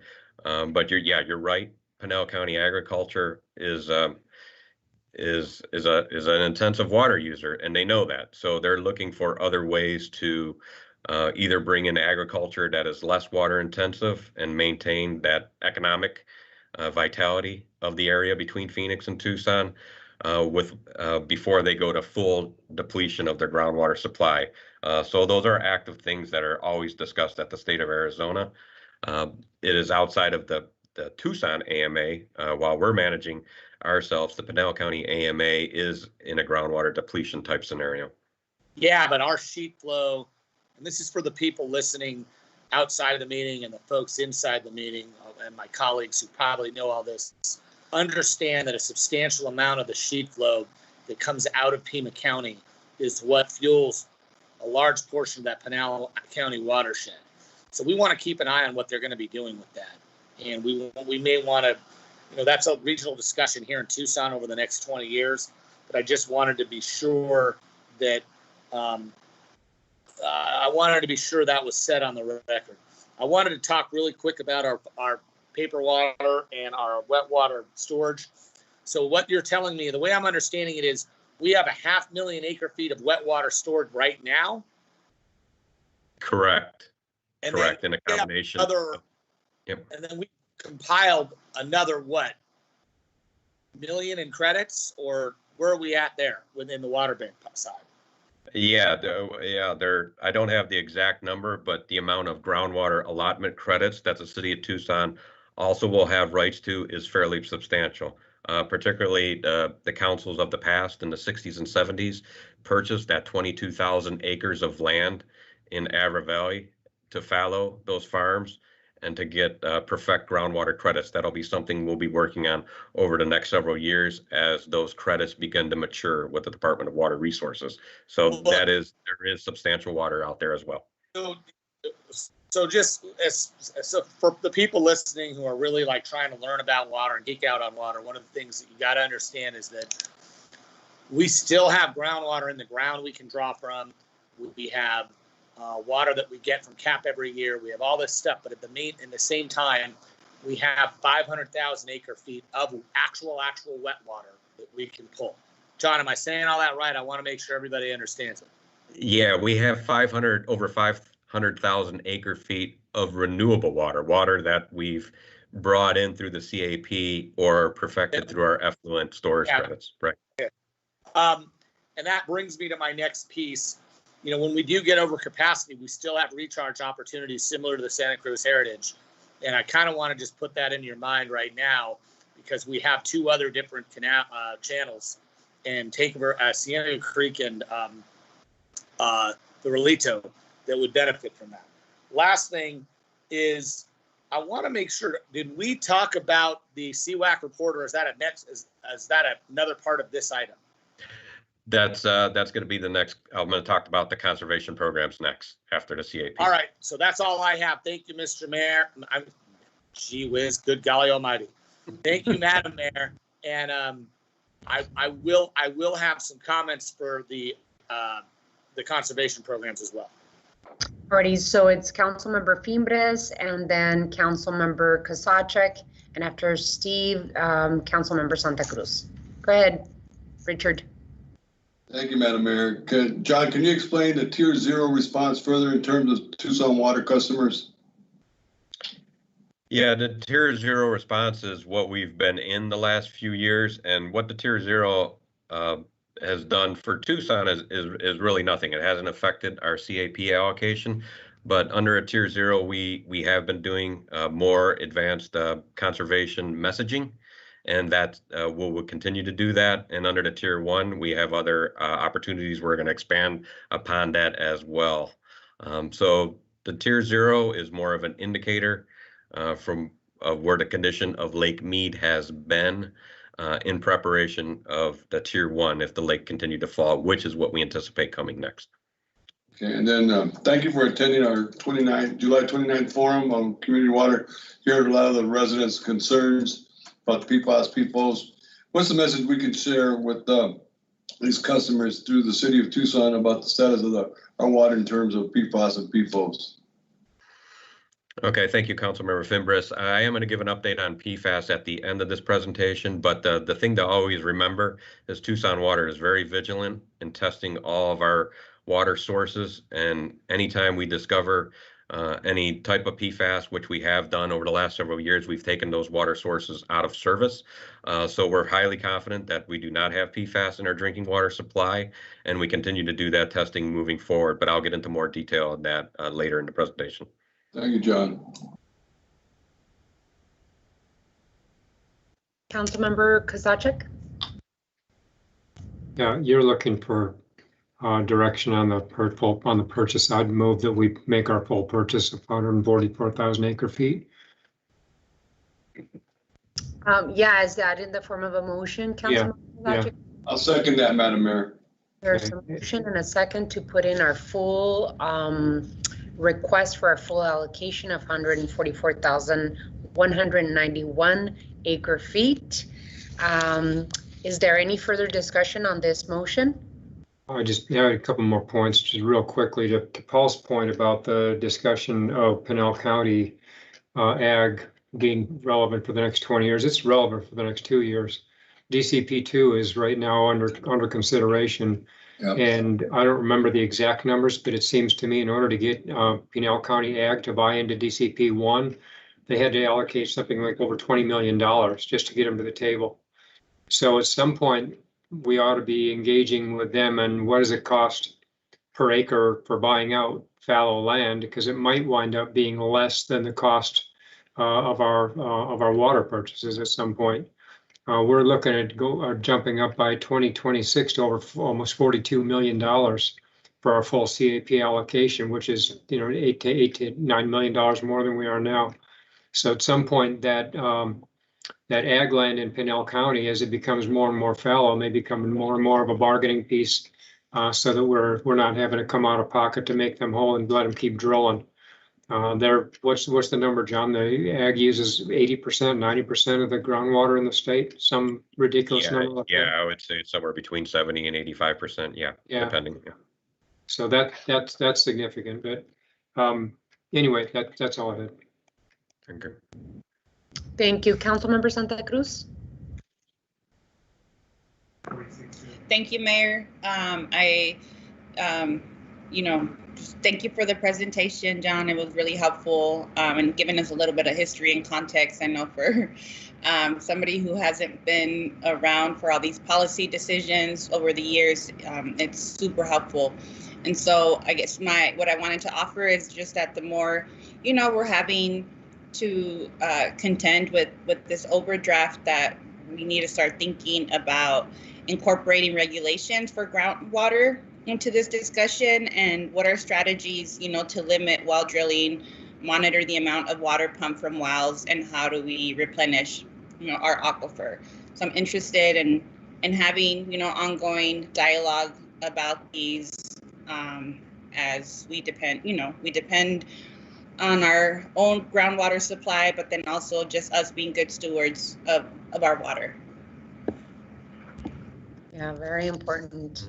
So why don't we do this? Let's vote on the motion that we have on the floor and then continue with the presentation. So all those in favor of the motion signify by saying aye. Aye. Any opposed? Motion carries. So you've got your marching orders on purchasing our full allocation. What I wanted to, before you go on to the rest of the presentation, John, I wanted to talk to you about a possible timeline for our, once the Tier 1 shortage is called. Our drought contingency plan for the city of Tucson is very clear about prompting mayor and council when a Tier 1 shortage is called to initiate an automatic review of the water service area policy, as well as considering, and this is the language that Mayor and Council approved, considering suspending new requests for PADAS and assess whether other adjustments need to happen to the water service area. So when did you say, John, that a tier 1 could possibly be called? The tier 1, Madam Mayor, could possibly be called, we're anticipating, as early as next week.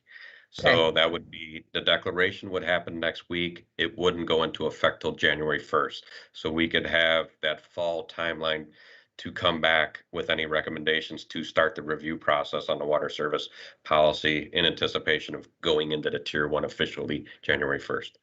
So I don't want to have to put a motion on the floor to start the process. I think that just giving you direction, John, to use September to December to put into action our drought contingency plan in tier 1 so that we can really have some answers by the end of December to know and be fully transparent and clear with the community, and especially those that are thinking that they could receive water service through a planned area development agreement. We've got to be clear as to where we're going with that. So ideally, I'd like to make sure that this planning process happens up until the end of December, and that starting in January, we have very clear direction to the community of what our plan is. Councilmember Ulick. I think you're on mute.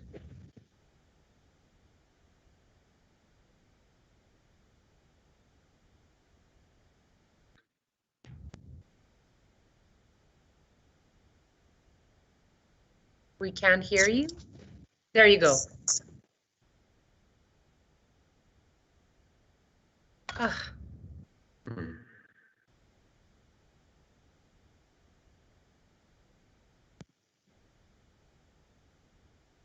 It's like you go in and out. There you go.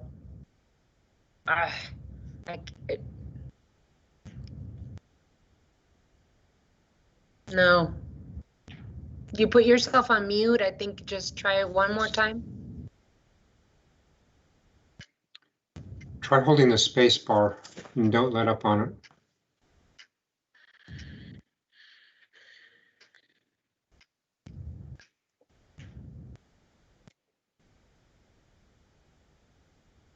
No.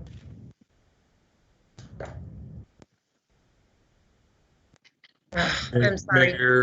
Mayor, Councilmember Ulick, you might want to try F8. If that doesn't work, then I'd encourage you to log off and rejoin. You may just have a connection issue, or it could be a setting. No, it still shows you as muted.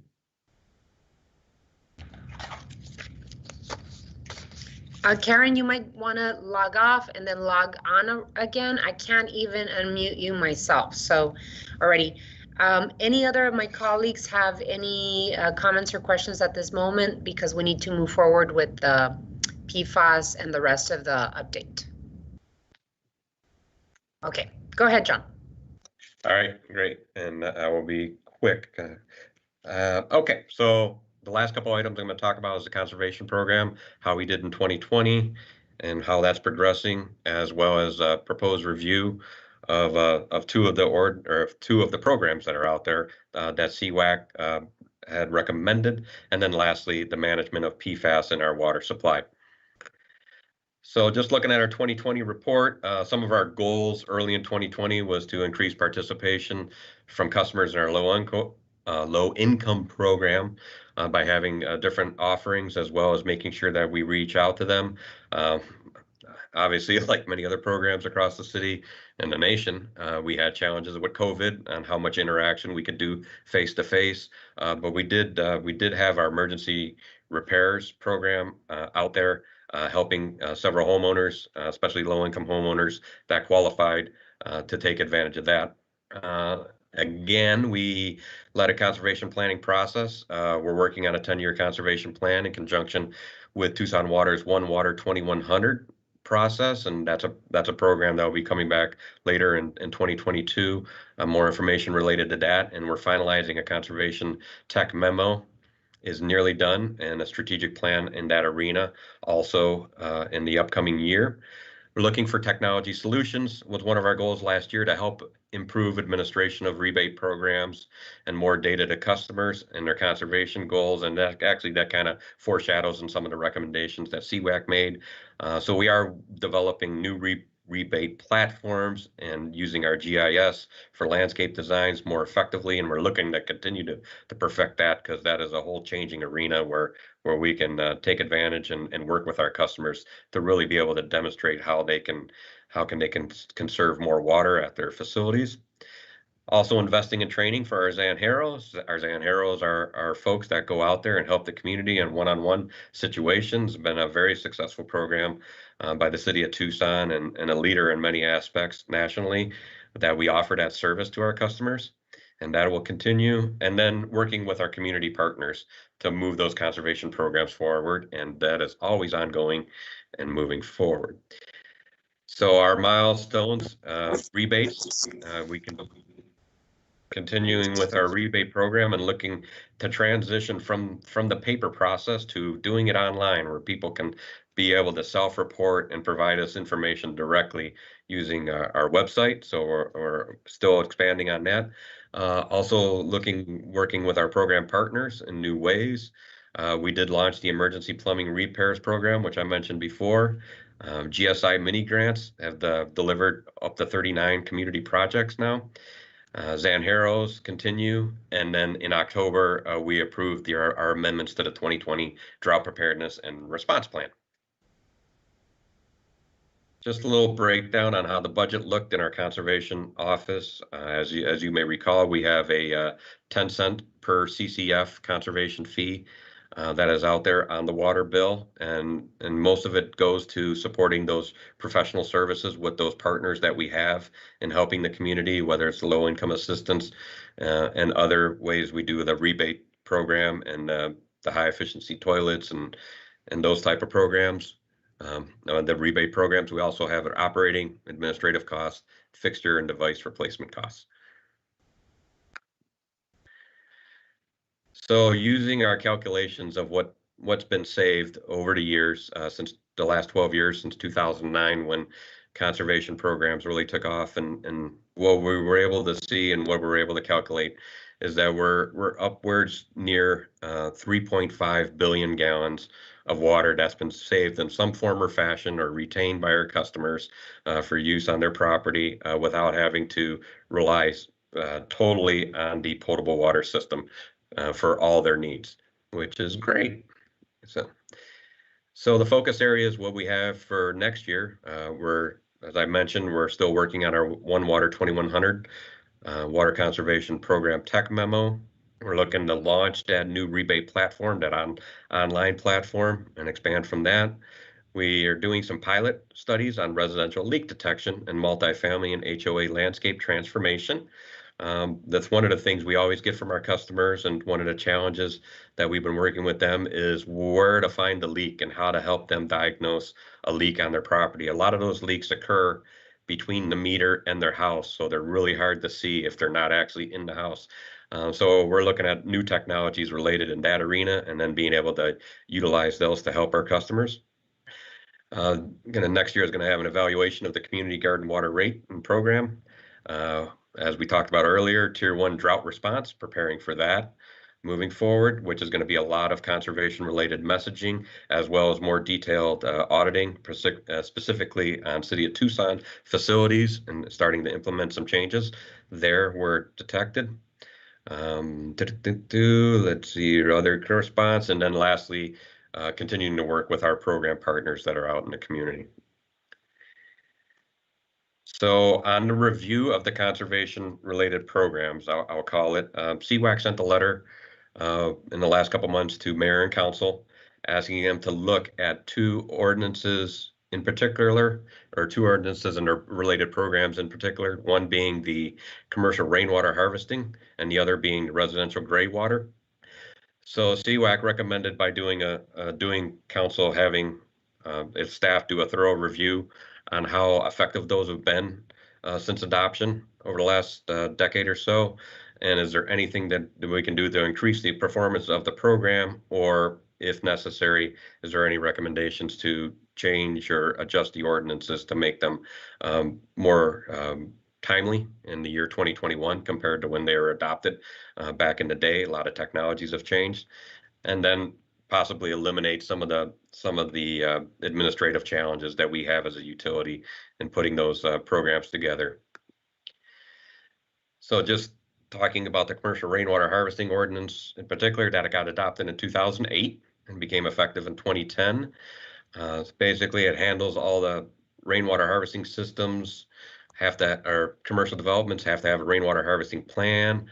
They need to show some 50% landscape water budget reductions compared to what they would historically have been, reporting features to the utility, and then potential penalties if they did not meet those intended goals for their facilities.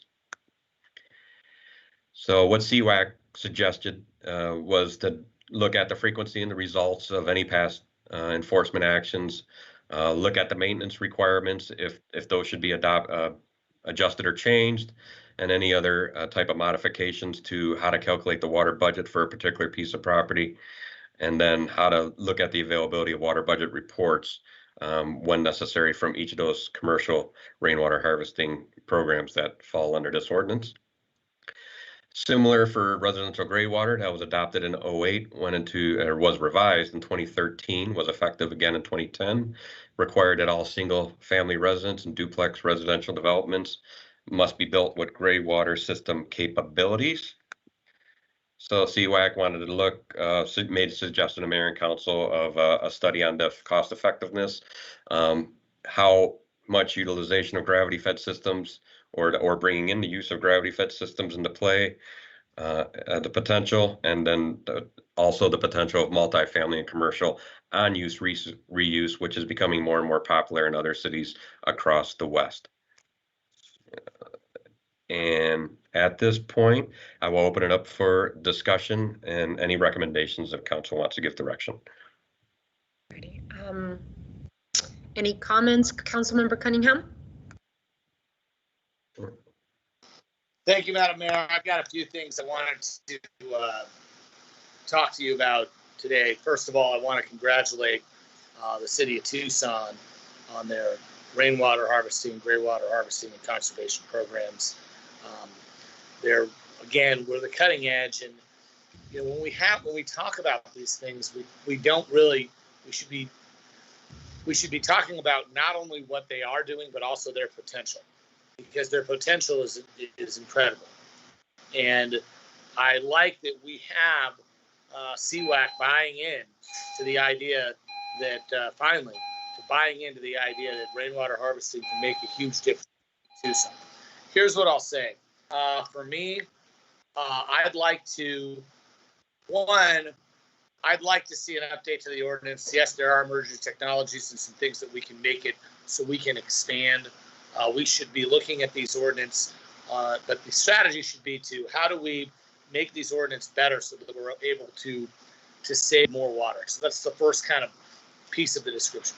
The second piece is, I'm pretty sure we did a comprehensive report on rainwater harvesting that was published like 2 years ago. Is that correct, John?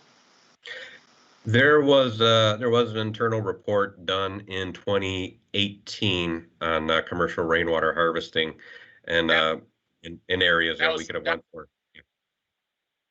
Pardon me? That was Brad, Dr. Lancaster, I believe. Yeah, it was Brad Lancaster. Correct. Yeah, so there is some information that staff has that we can leapfrog from and see if it's still relevant, or jump from and look at more areas. The thing with us is that, when it comes to Brad Lancaster, that guy is the LeBron James of rainwater harvesting. So I really want to make sure he's able to give his input on what it's all about and how we can make our ordinance better. I actually have a motion for that kind of goes in line with CWAC's recommendation, but also takes into account what I believe my colleague in the city's ultimate goal is for this, and that is to move to direct staff to prepare evaluations and suggested changes to the commercial rainwater harvesting and graywater ordinances, focusing on how to improve their efficacy in promoting potable water conservation and to return to mayor and council within 90 days for the commercial rainwater evaluation and within 180 days for the graywater ordinance. So that's the motion I'm going to put. And I think that will kind of cover all of our bases on what the next steps are. I'll second that. There's a motion and a second. Any further discussion? I do see the hands for Councilmember Kozachik and Councilmember Fimbres. Okay, first of all, let me talk about just incentives generally, really quickly. Other jurisdictions have incentivized things such as the removal of lawns, removal of swimming pools, that kind of thing. I don't know that we've really done a deep dive into that. Do you know that we have or have not, John? And could that be a part of what we look into as well? I don't know if we've done a deep dive into that, Councilmember Kozachik, so we can definitely put it on the list to see if what kind of absorption we might be able to capture with people with those types of. And it might be tiny. It might not be worth the effort, but I just don't know intuitively. Secondly, Brad Lancaster's study was done in December of 2018, and he identified 15 various findings and added recommendations. And there were things such as having inconsistent development plans that were submitted. The construction follow-up didn't seem to meet the grading elevations that were included in the original plans. A lot of that kind of stuff that, you know, that would require city involvement in making sure that, first of all, you put a plan together, then we follow through making sure that they're building according to what was presented. The basins not being designed according to the elevations in the plan. Different issues with respect to the location of inlet basins and for ingress and egress of water, kinds of things that we ought to be looking at anyway in the the GSI programs that we're doing, so that we can get the most effective infiltration in those cases off of streets. So what we've done, what have we done to evaluate and implement the recommendations that he's already made? Do you know? Yeah, I don't know any, not necessarily any specific ones related to the engineering aspects of it. I don't have that on the top of my head. I know some of the administrative challenges that we have is going to be into our new intergov system with planning and system development, the more transparency when we see these new facilities start to get designed from the get-go. Tucson Water will have a heads up and we'll be able to have input into the process earlier than what's traditionally been there. So there are some administrative things that are changing that'll help us in returning to a lot of these sites as well, and making sure that our initial improvements are maintained moving forward. So, but those are all the things that I think need a thorough review if we do have the recommendation to do the review and come up with a 2021 analysis of that. Okay, well, I think that in as much as he's already set the table for us with this study, and it's not archaic, it's, you know, a year before the pandemic started. So I mean, those are relevant considerations, and there were 15 very specific ones. Paul, I don't know where that fits into your motion, but I don't think that we ought to just table what he's already done. I wanted Brad's study incorporated into whatever we did. That's okay. Part of the motion. Then, all right, then I will forward that study to Roger so he can forward it to each of the members of the council and the mayor, and you can use that as the baseline, John, for going forward. There's no sense in reinventing the wheel. I mean, he's already done the work and we paid him for it. Yeah, I agree. And just time check with my colleagues. This item was scheduled for 45 minutes. We're all over an hour on this item. So let's Madam continue. Mayor, I will take my questions off because Steve kind of asked the same questions I was going to ask about the Lancaster study. Okay, Thank you, so Cecil. I'm good. I appreciate it because we still need John to finish with the PFAS item. And so there is a motion. Did we vote on the motion? I don't think so, Madam Mayor. Okay, so there's a motion on the floor, a second on the motion. All those in favor signify by saying aye. Aye. Aye. Any opposed? Motion passes. John, go ahead and finish. And I know this is an important issue, but if you could move fast and if you need direction, let us know. Okay, Madam Mayor, this is an informational presentation, so I will move fast on this item because I'm sure everyone has most of the background on this, but just wanted to make sure that what we're looking at from a utility and a city standpoint with regards to PFAS. So in the July 7th meeting on the quarterly update, it was discussed about understanding PFAS as a region. We were more recently focused on the shutdown of TARP in June, so we know about that area and the challenges we have at the Tucson Airport Air National Guard. We've also been discussing in the past the activities that are now starting to take place at Davis-Monthan. But just from a regional standpoint, just wanted to make sure Mayor and Council and the community is aware that this PFAS issue is a regional issue, and we're looking at it from a regional lens, even though some things are taking more priority in the near term than others. So looking at the map that we put together on the regional, we have kind of a red dotted line going around the region, one emanating in the Davis-Monthan area and moving from the east to the west towards the Santa Cruz. And then you have it from the Tucson Airport Air National Guard area. Again, PFAS, and these are all based on PFAS detections that the utility or other utility partners have detected PFAS throughout the community. Most of it is from the city of Tucson and the town of Marana. So the important thing to see on this map, and I'll hit the four major areas because these are the four major areas that we continually talk to our legislative members at the state and the federal level of why PFAS is such an issue in the Tucson Basin. So these four areas should always be brought up in conversation with our congressional delegations. So the one area, which many of us know well, is what's happening now at TARP. Here's a map ADEQ put together on the severity of the groundwater contamination moving from the Air National Guard area and starting to impact our wells at the TARP treatment facility, which is why it was taken offline in June. And now we're coming up with another scenario on moving that water, but a significant contamination there. The Air Force Civil Engineering Center is now involved in this, as well as ADEQ. Moving over to the area of concern number 2, and these are in no particular order. Actually, this one is of higher concern for us at the department right now. This is ADEQ's recent plume map of their PFAS detections based on the study that they've been working on now for close to 2 years on PFAS and groundwater entering our central well field. The lighter shade, the leading edge, is the 70 part per trillion for PFOA and PSOS, which is the current EPA health guideline.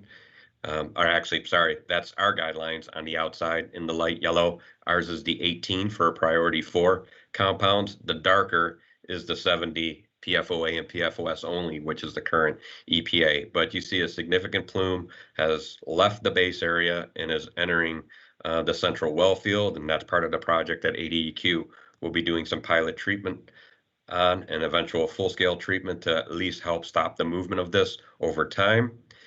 So those two, TARP and Davis-Monthan, are our sources for all intents and purposes, where we think the majority of the PFAS is coming from. But the two other areas I want to make sure that Council understands and are aware of, and we continue to bring up with our congressional delegation.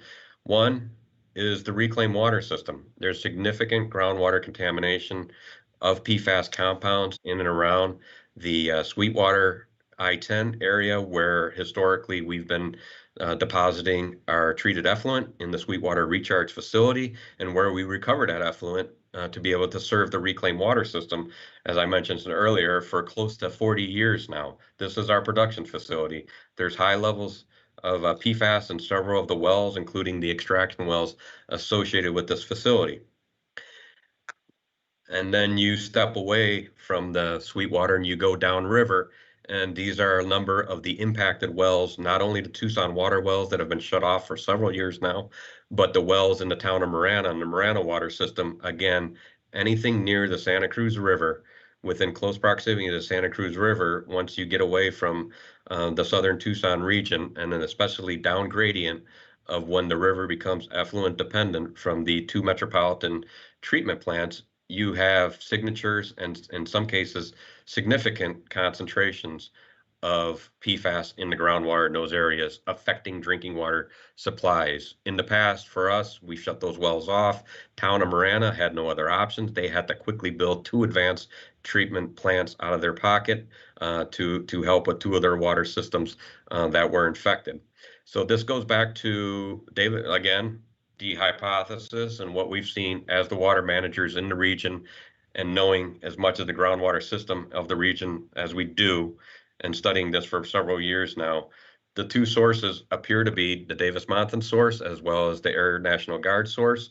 But the conveyance for a lot of the PFAS from the region still occurs or has occurred in the past through stormwater, and then also most likely through the discharge of PFAS directly into the sewer system, which short-circuited across the city and ended up popping out near the old Roger Road treatment plant, which is the source for our reclaimed water system. And then it ends up in the Santa Cruz River, where the river actually runs all year because of effluent all the way to Pinal County, and anything along the river has signatures of PFAS. So as much as the Department of Defense is looking at Davis-Monthan's groundwater, and now looking at the Air National Guard's groundwater, these 2 concerns downriver in the northwest side of Tucson into the town of Marana are still uninvestigated, but still very much a problem uninvestigated by the Department of Defense or really anybody. So when we talk to our congressional delegations, I'm going to continue to remind them that PFAS is a significant concern in multiple areas of the Tucson Basin. We are a closed watershed, and this is a demonstration of that. It moves from one place to another, and it still remains within our basin. So the sooner that we're able to get relief as a community, as a joint community with the town of Marana, for someone to start to mitigate these effects of PFAS in the groundwater supply, the better, or they're going to continue to move if unmitigated. So just wanted to give that update to council just to make sure that you remember the 4 key locations in the region when talking to any of our delegations federally. John, thank you so much. I just have a small update. I want to especially thank Senator Kelly, who was key in including $10 billion for remediation of PFAS in the bipartisan infrastructure bill, which was just voted on this morning in Washington, D.C. Senator Kelly understands the issues that we have with PFAS here in Tucson. In my communications with him, he's assured me that this is just the beginning. Because $10 billion, even though it sounds huge, this is nationwide, and ADEQ is projected to receive about anywhere from $50 to $70 million. It's a rough estimate, and even though ADEQ has been a wonderful partner to the city of Tucson, this is for the entire state, and I'm pretty sure that there is PFAS in other areas of the state, even though ADEQ acknowledges that the biggest issue, the biggest problem, PFAS problem, is here in the city of Tucson. So I just wanted to give you all an update on this possible funding that is in the bipartisan bill. The problem is that the bipartisan infrastructure bill is not scheduled to be approved by the House of Representatives until September. So we're still in a standstill. And the way I see it, the Department of Defense is responsible for this contamination of our groundwater, and the residents of the city of Tucson and Tucson water customers should not be left holding the bag. And so we will continue to add pressure to the Department of Defense to make sure that the city of Tucson is in line to receive additional funds for the full remediation of PFAS in our system. So with that, I did see Councilmember Kozachik's hand up, but I don't know if you wanted to include anything, Steve. Yeah, it was just left up from before, but I would say that you're right. Tucson Water has spent or committed $50 million north of that already. So we can use all that. And I'm sure they've got an issue up at Luke Air Force Base. And John is right. We know that the source of the contamination in the sewer system is that they admitted out on DM that one of the two ways they got rid of the AFFF, the foam, was they diluted it and dumped it in the sewer system. We're told not even to dump meds down the sewer system. So, you know, good job, guys, out at DM, and now they're finding it up in Moran in the wastewater treatment plants. Madam Mayor, I think we should thank Senator Kelly also for the letter. He's been very proactive for us, advocating for the city of Tucson. And again, a lot of that money needs to come to the city of Tucson and deal with the 162nd and DM issues. The good thing is that the ADQ absolutely 100% understands the problem and PFAS in here in Tucson, and they've been a very good partner to us. So we will continue working with them. I believe that the next step that we can take, that I can take in representation of the council, is to formally continue pushing and send a letter to the Department of Defense so that we can just continue the push on how important this particular issue is for Tucson. So, John, did you want to add anything else on this issue? No, Madam Mayor, I'm good. Okay, so just because we're running a little tight on time, we went over a bit on this particular item. What I'll do is I'll give you a 5-10 minute, I don't know if you all want a 10-minute, just to take a break, stretch your legs, use the restroom, and come back refreshed for our next conversation, which would be the comprehensive affordable housing strategy discussion. So 5 or 10, what do you say? 5? 7. 10. Okay, Vice Mayor. 10, Councilmember Santa Cruz. We'll hit at 8. I'll give you 8. Alrighty, see you in 8 minutes.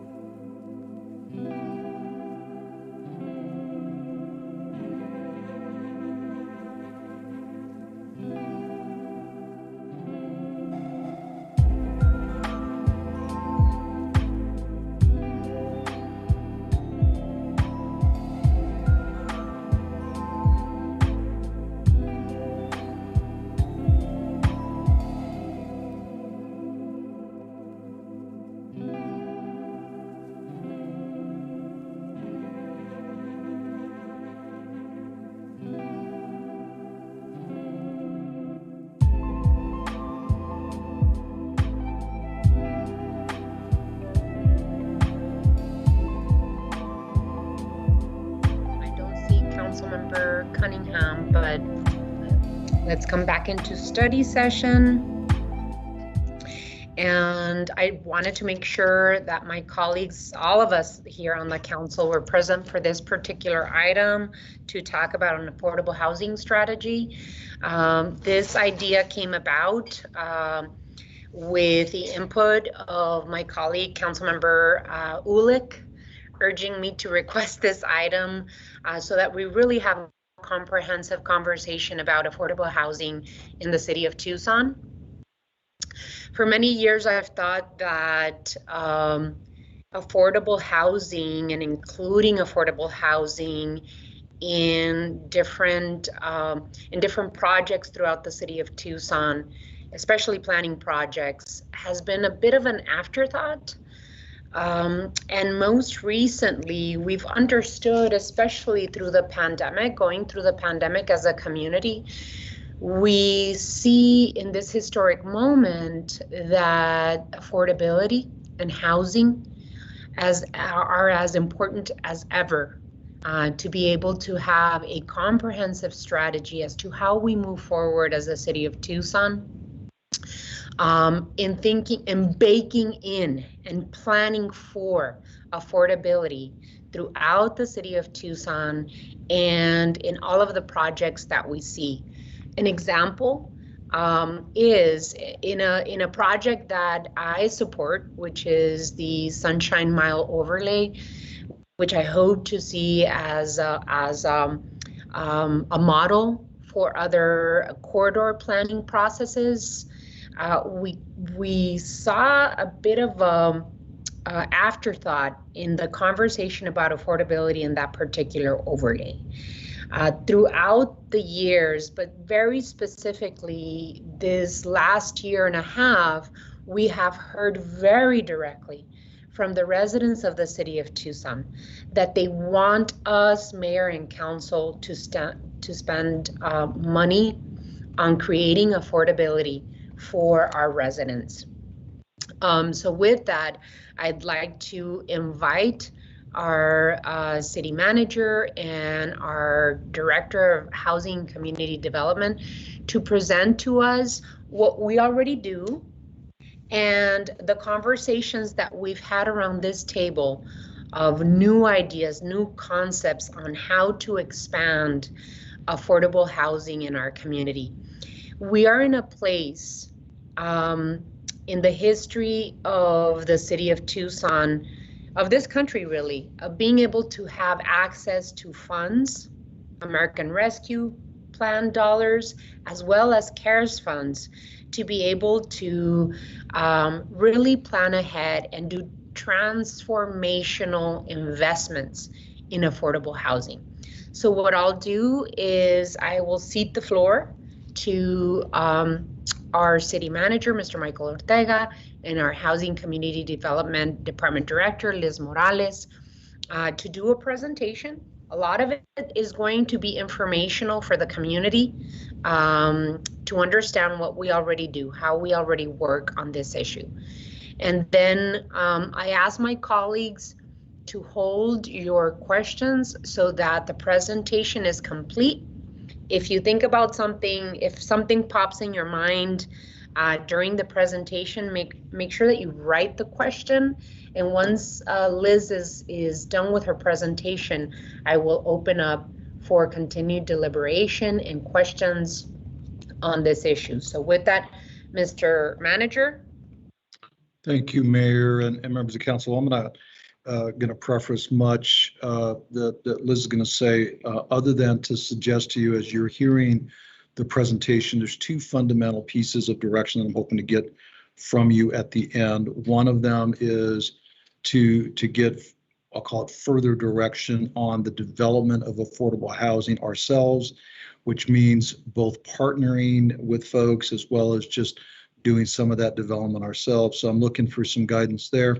And then in addition, I'd like to suggest that we continue down the path of an affordable housing strategic plan. So those are the two pieces that I'm hoping to get some direction from you, Mayor and City Council members. So with that, I'll turn it over to Liz Morales, our our Housing Community Development Director, who does a phenomenal job for us on a variety of fronts, but this is but one hat. So Liz, if you don't mind.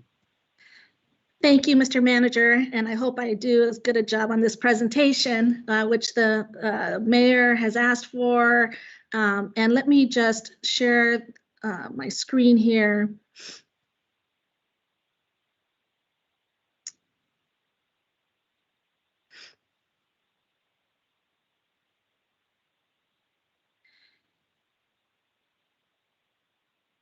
It should be coming.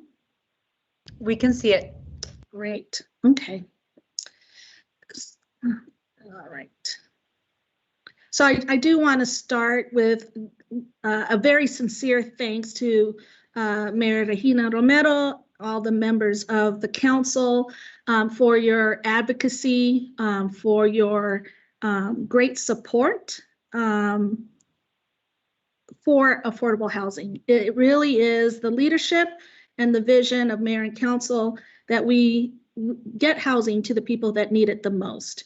And so I hope I capture everything that you're looking for today. Please ask me questions. There's a lot to this, but what I want to also acknowledge is in the many recent public meetings with Budget Town Hall, the Central Business District public meetings, the one thing I heard very loud and clear is that our residents want more affordable housing, and that is a great need. And that makes our job even easier to know that we have the support of our community members. I can't downplay enough that we are in a housing crisis. We know through this moratorium on evictions, the great concern we have for our residents that have lost significant income because of the pandemic. But even prior to the pandemic, we had an enormous amount of evictions. It's been growing over the last couple decades, and we have seen terrible impact on households with evictions on their record. We've also seen in the last 2 to 3 years significant increases in housing costs for both renters and for homeowners. And we've also seen limited inventory of units for those who have subsidies like Section 8. And our federal funds just aren't sufficient to meet the demand. Today is about setting a strategy to increase affordable housing, and this will help set the roadmap so that we know where we're going. Very briefly, this is the main talking points about what is affordable housing, what's the need, what are our efforts that we have done as a city, as a housing community development department. I also want to talk about the priority and strategies that are outlined in the PCHIP plan, which I will explain what PCHIP stands for, and then talk about what tools are available to expand affordable housing, and end with a couple recommendations and ask for your direction. So laying the foundation about what is affordable housing, I want to share with you this housing continuum graphic, this visual. This demonstrates the various stages of housing or lack thereof. And this tool is really for understanding housing delivery and need in our community. So at the very far left, you have the homelessness. At the very far right, you have market home ownership. Both rental and home ownership that's on the market is driven by demand and what the market demands. We also have naturally occurring affordable housing. Tucson for many years was a very affordable city, but that is quickly diminishing. We have less naturally occurring affordable housing. That is owners who put their units out for rent at rents that people at the lower incomes structure or spectrum can afford. And then we have affordable home ownership, which is about providing a subsidy or a down payment assistance. And also about affordable home ownership is to ensure that people can afford their mortgage along with other needs. Affordable rental housing, again, that is not naturally occurring, is usually subsidized in some form, which we'll talk about that. And permanent supportive housing, here it says supportive housing. I want to make sure for defining that that permanent supportive housing is for vulnerable populations, often for those who are homeless. And it provides not just affordability, but it also provides wraparound services, often on site, for those who are living in those properties. And of course, emergency shelter is the base need for those who are left with no housing options. And we are working on that as well as a city to develop some more beds to address the issues of those who are experiencing homelessness. So what is affordable housing? Very simply, it's housing that a household can pay for while still having money left over for other necessities, like food, transportation, healthcare. But when we talk about affordable housing, it typically is for those who tend to have are on the lower income scale, and we're going to talk about that. It's also defined in the housing industry as households that are not paying more than 30% of their income for gross housing costs, which include utilities. So anyone that is, regardless of income levels, most everyone should not be exceeding 30%, because then it's no longer, it's now eating into other necessities and other things that people need. So when we're talking about affordable housing, it's about not exceeding 30%, but it's also ensuring that families have what they need to address other needs. In government, we also refer to affordable housing for those that are for HUD programs that have subsidies for low-income families. So that sometimes is a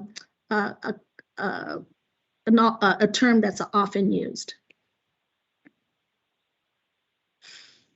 So talking about measurements of income, there are different measures. You may hear of the area median income, but then there's also the federal poverty levels. There's also something that we don't talk about as often, which is self-sufficiency standard. The area median income is based on the percentage of where the median income is for any community, any jurisdiction.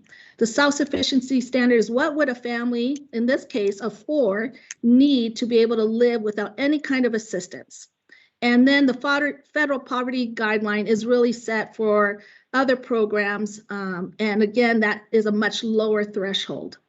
When we talk about low-income housing tax credits and other projects like that, they often look at the different area median income. So whether it's at 30%, 50%, or 80%.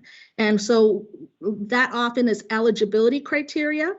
As you can see on this graphic, even the TEP Lifeline Bill Assistance and the Tucson Water Low-Income Assistance Programs, those have thresholds for people to be eligible. So these are various ways of determining eligibility, but in the case of housing, we often will refer to the area median income. I will say that in Tucson, the area median income is $68,400. So, and that's for a family of 4. And there's another graphic that will go into other family sizes. This one here will show from a family size of 1 up to 8, what that number looks like. We have a lot of single households, or we think about seniors who might be 2 to a household. When we're talking 50%, that's 27,000. Many of them are making below 50% of area median income because of their fixed incomes. So these numbers really help put into perspective what the incomes are at these different levels. In addition to talking about older adult households, 26% of our older adult households, or 31,000 of our older adults, are at or below 50%. And so most of these households just aren't able to secure housing assistance, which makes it very challenging.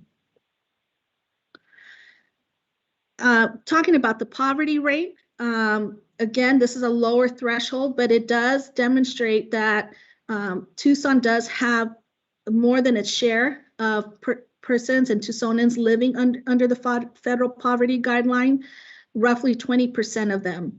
And we continue to be higher than the Pima County region and the state of Arizona. But as you can see, there is a 5-year and it did decrease, but we're still more than we need to be. Housing cost burden, when we're talking again about affordability, is really about Tucsonans who are paying more than 30% of their income on housing. Sadly, more than 51% of our renters are paying more than 30%, and 22% of homeowners are paying more than 30%. It is estimated that this comes out to about 45,000 low-income households that are living in units that are not affordable to them.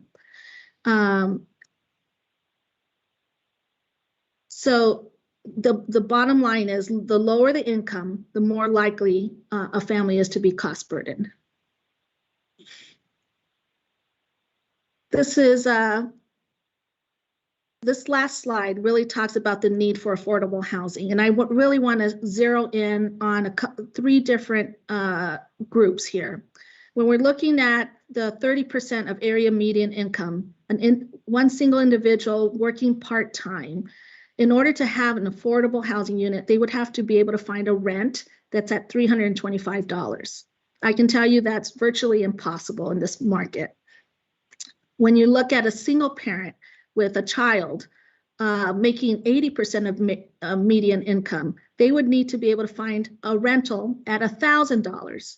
Some would say that that is possible and not too bad to be able to afford $1,000. However, many may not realize how much rents have increased. The average rent for an apartment in Tucson as of this year is $1,059, which was a 14% increase compared to the previous year. And finally, we often talk about workforce housing. When you look at a family of 4, 2 income earners at 120% of area median income, they may want to purchase a home and they could qualify for $232,000. However, the median income, the median price for a home right now is $250,000, and the single family home prices went up 10% compared to last year. This makes homeownership considerably difficult, even for a family making a livable wage. So next, I'd like to talk about HCD efforts, the funding we've received, how we've used our funding, and a little picture into the number of families and households that we've been able to help. First, I want to talk about the recent allocations of American Rescue Plan that is direct to HCD. This is not the city allocation that we'll be talking about in the next agenda item. So first is the home program. This funding, we get typically $3.7 million a year. And this allocation is 12.7, almost 12.8 million. And this is to both City of Tucson and the county. The county has indicated they'd like for the city to utilize these funds for the purchase of hotels and other projects for homelessness. There is a caveat with this funding. It has to be used for homelessness. We are working on an IGA with the county to make that formal. But I do want to share that the home program, we do plan to purchase 2 hotels, to develop a permanent supportive housing for persons experiencing homelessness, and to develop housing for survivors of domestic violence. We also received emergency housing vouchers, which I recently came to Mayor and Council to get direction. We did receive 202 vouchers. The program's underway to serve those who are homeless and persons fleeing domestic violence. This program is non-traditional to Section 8 in the sense that it provides additional services and funding for the families and individuals served. Finally, the third American Rescue Plan funding we received is for emergency rental assistance. We are currently spending the first round of funding, and we have not touched the second round of almost $21 million. I do want to give you an update on the first round. We have expended nearly 70% of the first round, which is over $21 million, to over 3,200 households. We have another 2,800 currently waiting to be processed. We do expect to spend our first allocation by September. This is actually really good for our community because the U.S. Department of Treasury has a 65% deadline of spending the funds, we will be at 100% by September. We've also been determined to be one of the highest performing programs in the country, not just in the state of Arizona. But we are managing this, and we still know that we need to continue to get these funds out as soon as possible, because we have lots of tenants and landlords who are in desperate need of these funds. So our regular funding that we receive from the U.S. Department of Housing and Urban Development is a summary that, and I want to make sure I say this is related to affordable housing. We get other funding in addition to this, but this is very specific. The home program, which I mentioned already, this is very specific to developing housing. We again share the 3.7 million with the county. It's given to us as a consortium. The city share is 2.6 million. And the activities that we can use for that is acquisition, rehabilitation, and construction of affordable housing. We can use it for home buyer assistance and acquisition, rehab, and resale of affordable home ownership for families. We also have the Housing Choice Voucher Program, the 47 million, which almost all goes right into our rental investment of our rental units in the community. It does not stay with the city. And the 10 million is to be used to support our public housing, the housing that we own, which I will go a little more in depth.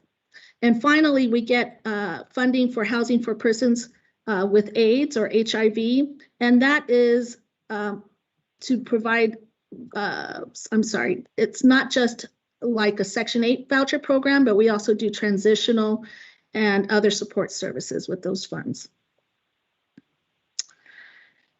Here's a summary of how we've used a lot of the funding we received.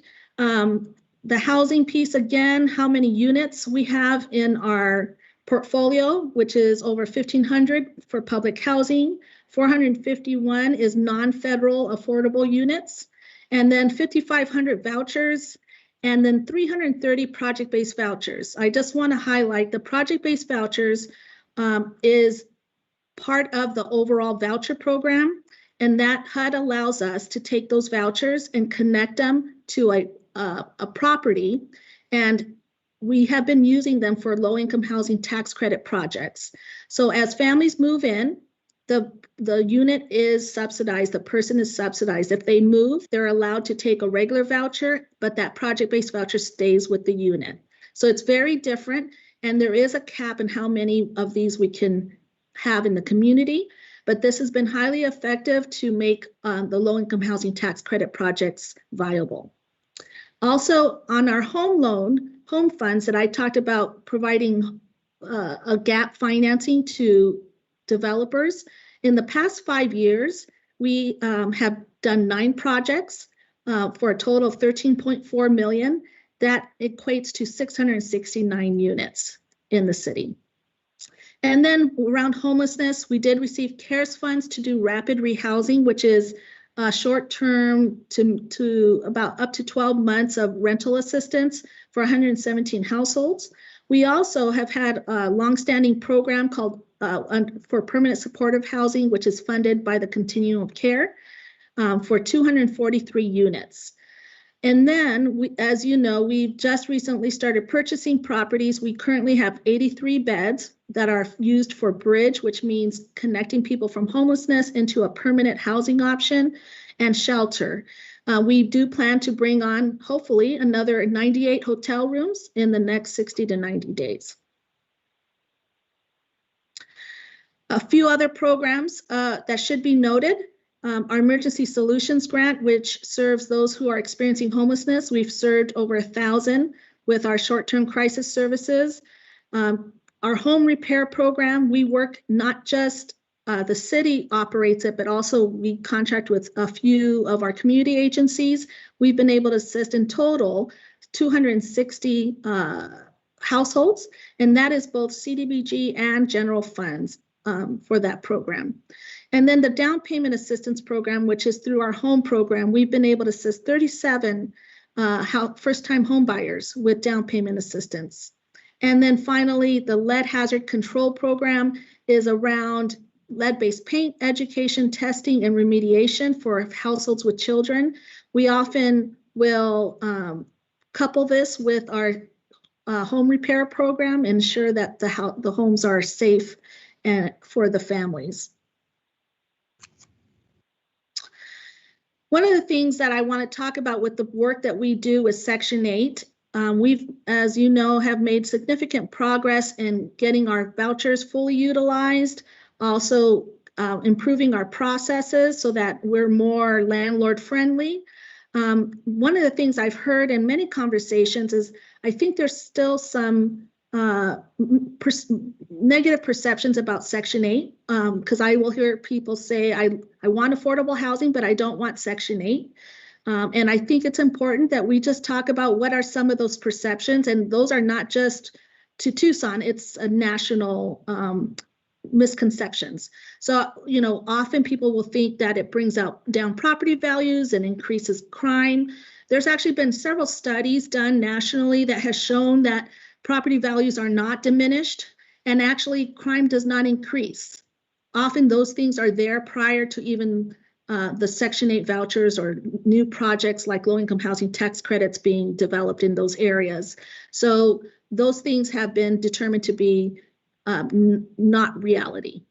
Then around rent payments, I continue to try to bring our landlords back to our program that we've lost over the years, to say we've decreased our wait time for the first payments, which was typically averaging 39 days. We have that down to about 15 days. And so we know, and with our landlords that we've worked with, that things have improved significantly. And so I welcome landlords to return. I also welcome any new landlords. We'd be happy to share what the program is about. Also, some think that Section 8 is just for people who don't have any responsibilities or accountability for rent. And I will tell you that all our households, their rent is based on their income. We have some who pay a considerable amount of rent because they have various sources of income, and some that are in fixed incomes. Their rent could be anywhere between $100 to $300 on some of those fixed incomes. So the final misconception I hear a lot is that's a Section 8 property. You're going to find very few Section 8 properties, mainly because those are contracts between an owner and directly with HUD. But what we're talking about is the Housing Choice Voucher Program, where people take their vouchers where they choose to live and where a landlord chooses to accept. And often those can be anywhere from 1 to on up. And a landlord gets to decide how many voucher recipients they want to utilize. And I can tell you there's very few properties that have 100% Section 8 participants. Some other efforts that HCD has been working on the last 6 months is bringing on experts to help us with the development and financing to do affordable housing. One of the priorities has been around our choice grant to bring on a co-developer for the Tucson House. Tucson House is over 400 units, and in order to do the renovation, we need someone who has that level of expertise to work with the various financing and efforts that need to be done. We are very close to announcing who that co-developer is, so I will be excited to share that once that is finalized. And second, we've worked on bringing on a pool of affordable housing and finance consultants that now is in place, that we can start utilizing them to help us look at the various parcels, 4 to be exact. 3 are in Ward 1. 1 is in Ward 3, that we believe we can do some exciting projects that the neighborhood residents will love, and they will be part of the process to make sure those are projects that they can all be happy with and proud of. Mayor and Council, you've asked that HCD lead the work on developing a vision to meet the needs of housing. And we started this effort in 2020 around the development of the People, Communities, and Homes Investment Plan. We call it the PCHIP. And it was adopted by Mayor and Council on January 20th. And this plan creates a framework for investing in Tucson's most vulnerable populations. It will direct funding for homeless services, housing stability, neighborhood enhancements, and much more. As we develop a comprehensive strategy around affordable housing, the PCHIP already has a framework to build upon, and I'd like to share just some of those priorities. Each priority that I will share includes goals and strategies. I'm only highlighting the goals today, but I just want to make you aware there are no less than 2 strategies per goal that are based on best practices and are achievable for our community. The goal to increase affordable rental housing, as shown here, is centered around both preservation and expansion. Rental housing can be a range of housing types, from single family to multifamily. My recommendation is that we focus our efforts to develop more dense housing along high transit and high opportunity areas to get the most bang for our buck. Home ownership has been the most effective way that Americans build wealth, which can be passed down from generation to generation. It also stabilizes communities. It provides access to education and access to employment opportunities. However, not all Americans have had an equal opportunity to build wealth through home ownership. Historical discrimination through exclusionary housing policies and practices, plus a dwindling supply of housing and a variety of other factors have limited Black families and other persons of color from purchasing homes at the same rate as their white counterparts. The goal of expanding affordable housing needs to be implemented through an equity lens to ensure equal access for all. So this next priority is around safe, stable, and affordable housing. And it's associated with better health, decreased health care utilization, improved educational outcomes for children, and higher financial security and well-being. We also are now seeing an increase of older persons unable to maintain their housing due to the rising costs and fixed incomes. So that's why we have these 2 goals here.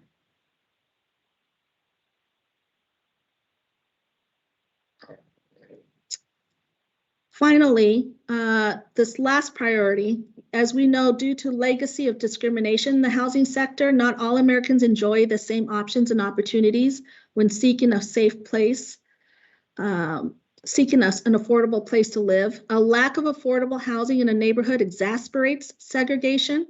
And because of the historic policies and practices, white families typically have a much higher net wealth and incomes than families of color, which creates large differences in purchasing power. Developing strategies to reserve the impact of segregation is needed, again, to increase equity. So, as you all have been very intimately involved in establishing and selecting the commissioners of the Commission on Equitable Housing and Development, I want to share some exciting updates. The commission has refined its mission and created both short and long-term goals, which I would love to share just to show the great work they've done.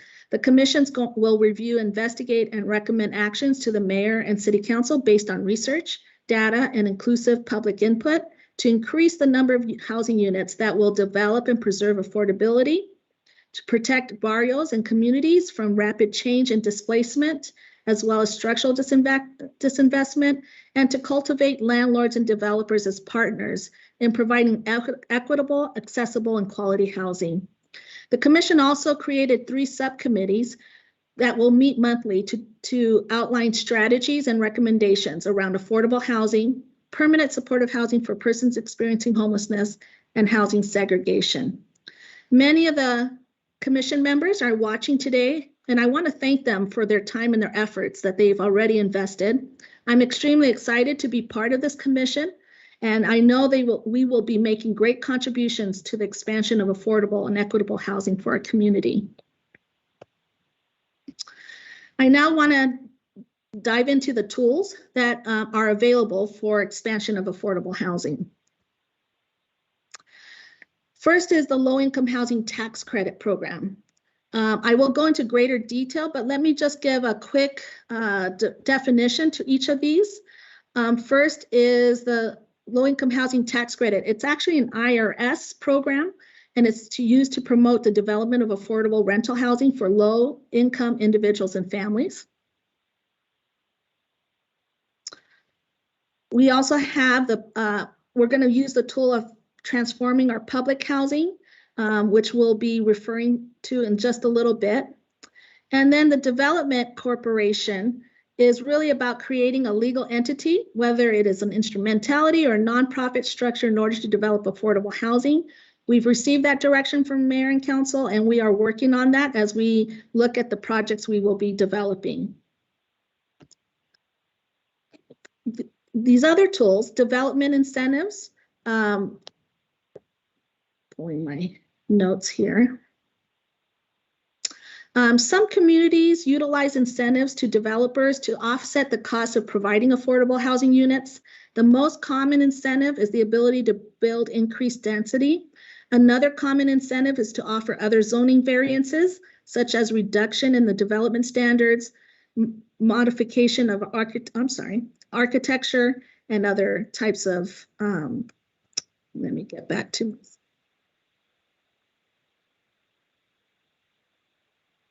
got a little too excited there. Okay. The Housing Trust Fund is often developed by government entities to create a source of funding for affordable housing construction and other related purposes. It really began in the late 70s as a way to develop a funding stream and then be able to issue out funding to for this type of development. The revolving loan fund is also very much like a part of a housing trust fund, in which as those loans are made and paid back, the fund continues to grow and able to support more projects. We have the tool of partnerships. We have a partner already in the Tucson IDA. There's tremendous potential to partner on expanding affordable housing. Through the IDA's mission and legal authority, they're able to finance activities designed to provide housing, such as financing of a single-family mortgage loans, and also the acquisition, construction, and renovation of residential real property. And finally, the land trust model. It's increasingly a commonly used strategy to ensure availability of permanently affordable housing for residents who might otherwise be priced out of their neighborhoods. We have 2 nonprofits in Tucson and Pima County who do this work, and the city can also utilize this model with the land owned by the city. In talking about development incentives that I just touched on, as you know, very recently, Mayor and Council adopted the first affordable housing density bonus for Tucson, but there's still a lot of work that needs to be done to work through some questions that came up. One is, what is the right size of the incentives? The initial recommendation is 15% of units to serve at least 80%, to serve those who are at 80% of area median income. It's also, the question also was, what gap financing can be utilized to make these projects viable? And then how do we address persons who are impacted by new developments who could potentially be displaced? So these are things that we're currently working on. We will be utilizing our pool of consultants to help us develop some recommendations. We will use a consultant to help us to provide a detailed financial analysis based on the density bonus, and to evaluate the feasibility of affordable housing on 2 potential locations that are currently city-owned. And finally, we want the consultant to evaluate acquisition potential for housing on select transit corridors. So we will, this is a to be continued conversation, but I did not want to miss bringing this to the table about the various projects we're working on. Getting a little deeper on low-income housing tax credits, it's important to acknowledge the impact of, and I'm going to use the term LIHTC, which stands for low-income housing tax credits. LIHTC has been around since 1986. It was passed by Congress to promote the development of affordable housing. To date, it has been the single most successful rental housing production program in the country and in Arizona, creating thousands of residences with very affordable rents. The low-income housing tax credit, rather than being a direct subsidy, encourages investment of private capital in the development of rental housing by providing a credit to offset an investor's federal tax liability. LIHTC also utilizes the tax credits to acquire, construct, or rehabilitate affordable rental housing. But this comes at a great cost. It's very expensive. And as we know, when you're trying to serve households at a lower income range, that creates a gap. And so this graphic here demonstrates two different types of projects. The first one is a project that would be 50 apartments serving people at the 50% area median income and no tax credits. There's a gap of over $10 million. In applying tax credits, and this is assuming and there's two types of tax credits, and I won't get too much in the weeds, but with 100 apartments serving 50% of area median income, there's still a gap of about 5.9 million. So how do developers do it? Well, the ones who are doing it, this is all they do. They know how to do it, but it takes what we call layered financing. And they will go to different sources. There's developer fees they may defer. They could go for other types of loans. And there's often other kind of grants, land donations, project-based vouchers. There's various ways that developers have used it. And this just shows that it really is a puzzle. And it takes time and it takes a lot of effort to make an affordable housing project come to light. I want to share some of those projects that have happened in the recent past. And these slides show you kind of who they serve, what sources that they've had to use. And it may not encompass all the various sources, but kind of the primary ones. This one is West Point Apartments. It's an adaptive reuse project that converted the old Westerner building in downtown Tucson into 50 one-bedroom, one-bath units for older adults. The units are serving those between 40 to 60% of area median income. They did receive home funds as well. The Rally Point Apartments is the acquisition and rehabilitation of the historic Old Pueblo Club in downtown Tucson, which was originally constructed in 1908. The project features 30 permanent supportive housing, single room occupancy units that serve adult single veterans who are chronically homeless. The design follows the Housing First model and includes a large community room, fitness room, computer room, and supportive services. Esperanza and Escalante is a permanent supportive housing project as well. It provides 44 one-bedroom units, and the first phase was opened in March of 2017, and they also have project-based housing choice vouchers. The residents have to be 55 or older, and preferably they give a preference for veterans. The second phase, which was just opened in December of 2020, is also permanent supportive housing with 50 units, various bedroom sizes. 44 of the units are supported also with project-based vouchers for families and have a preference for veteran families. Finally, the West End Station is an affordable community that's great. The location is right next to Tucson Sunlink, and it's in the Mercado neighborhood. The project includes 70 total units, fully accessible housing with 1, 2, and 3 bedroom units. 21 units are set aside for households with children and 14 for persons with developmental disabilities. And this property also includes a community room, tenant services, playground, a barbecue and picnic area, and underground parking. I'd like to speak now about the City of Tucson's public housing units that Housing Community Development we oversee, and we act as the landlords. We're not just your average landlord. We ensure that the tenant, the family, is paying an affordable rent based on their income. We also offer a variety of support and services. And I do want to show that we have, of the 1,500 units, over 1,500 units, 504 are single family, and over 1,001 are multifamily units.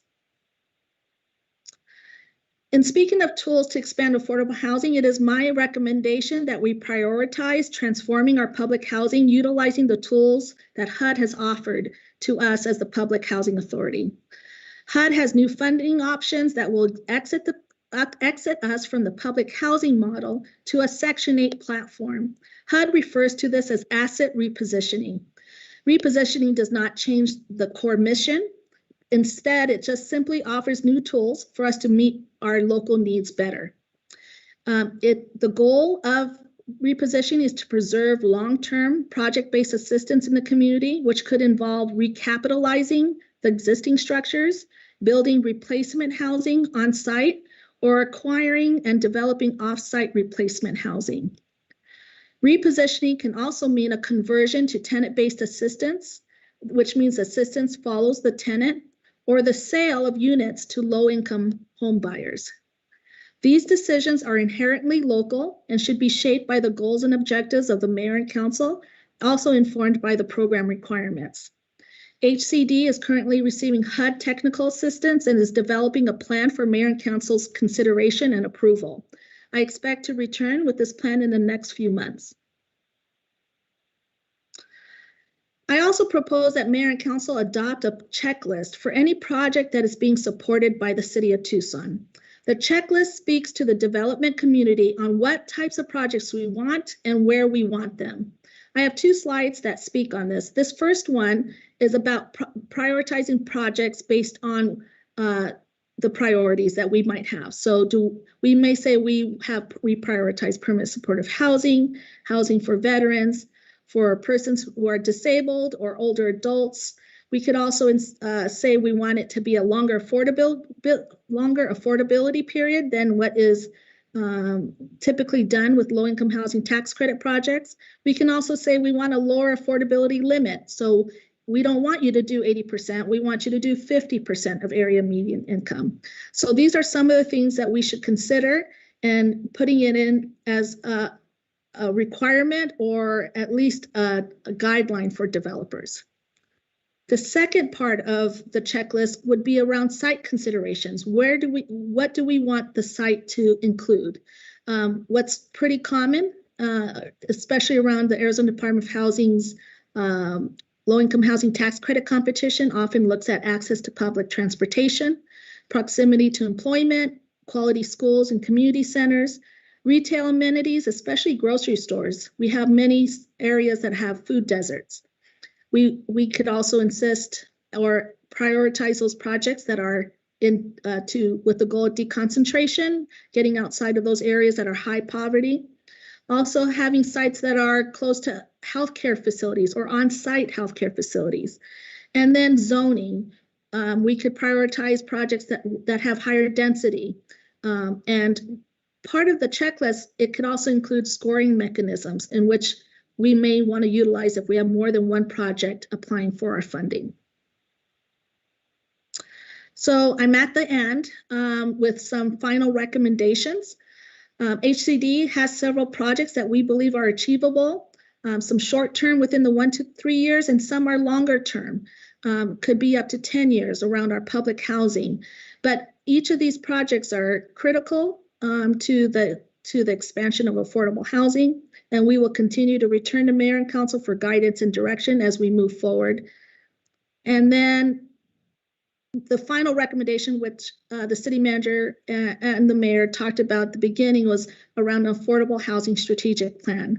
I recommend we move forward with the development of this plan, which will outline quantitative goals and policies for the next 1 to 10 years, whatever you provide us direction on that.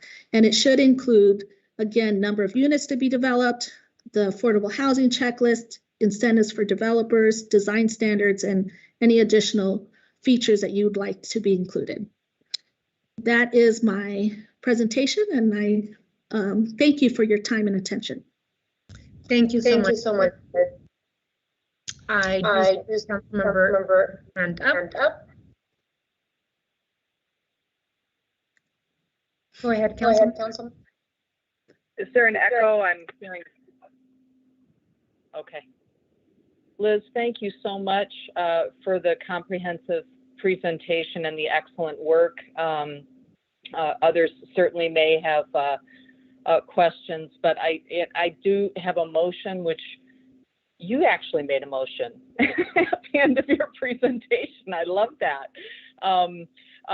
So let me share the motion that I have in mind, and then obviously we'll hear from others. But the motion would be to move to direct you and the staff to develop a comprehensive affordable housing strategic plan, working with the Commission on Equitable Housing and Development, and to include in that plan revenue sources, short and medium and long-term goals, and ask that you come back with the draft of that in 90 days, really with an emphasis on developing specifics for those short-term goals so that we as a governing body can take immediate action.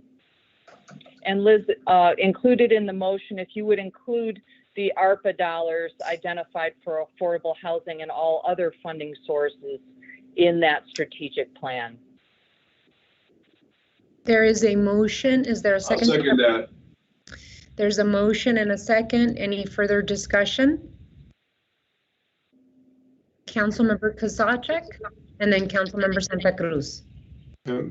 Liz, could you go back to slide 6, way back at the beginning? I have a question.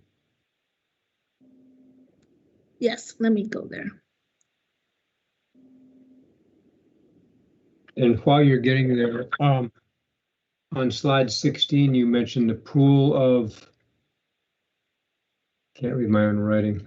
Yeah, consultants. Pool of consultants. And you mentioned wards 1 and 3 had some possible parcels. There are 2 that I can think of on the Sunshine Mile. One is in Ward 6 and one is in Ward 5 that we should also be considering for this. I will definitely add that to the list, Mayor, Councilmember Kozachik, and you said there, so we'll take a look at those and explore that with you and make sure they're the right ones that you're thinking of. Yeah, while you're getting, it was 6, not 16. Oh, I'm sorry. There we go.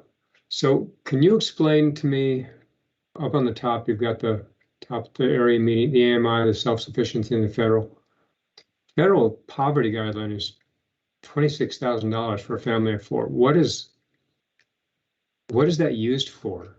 Because that's like nothing. Yeah, off the top of my head, Councilmember Kozachik, I couldn't point you to what programs. I do know that that's often used at the federal level when they're determining need and identifying communities at that level. But I could always return with that answer. I offhand don't know who uses the federal poverty levels. I'm just saying, so a family of 4 with a household income of $29,000 would not qualify for programs under that guideline? That's crazy. Yes, Mayor and Councilmember Kozachik, it really is much too low. I do believe that's why most programs don't utilize that guideline. And again, what comes to my mind is the nutrition programs at the schools around the federal poverty. But again, because I don't use it in my programs, I'm not really sure who's using that.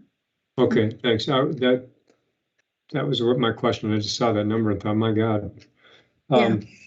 In the so anyway, back to the pool of consultants.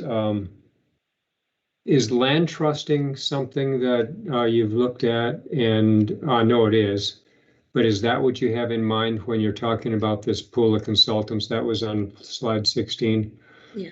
And the reason I ask that is because I'm watching your screen go and I'm losing my thought. I should stop watching your screen. Land trusting. So for affordable housing, there are income qualifiers.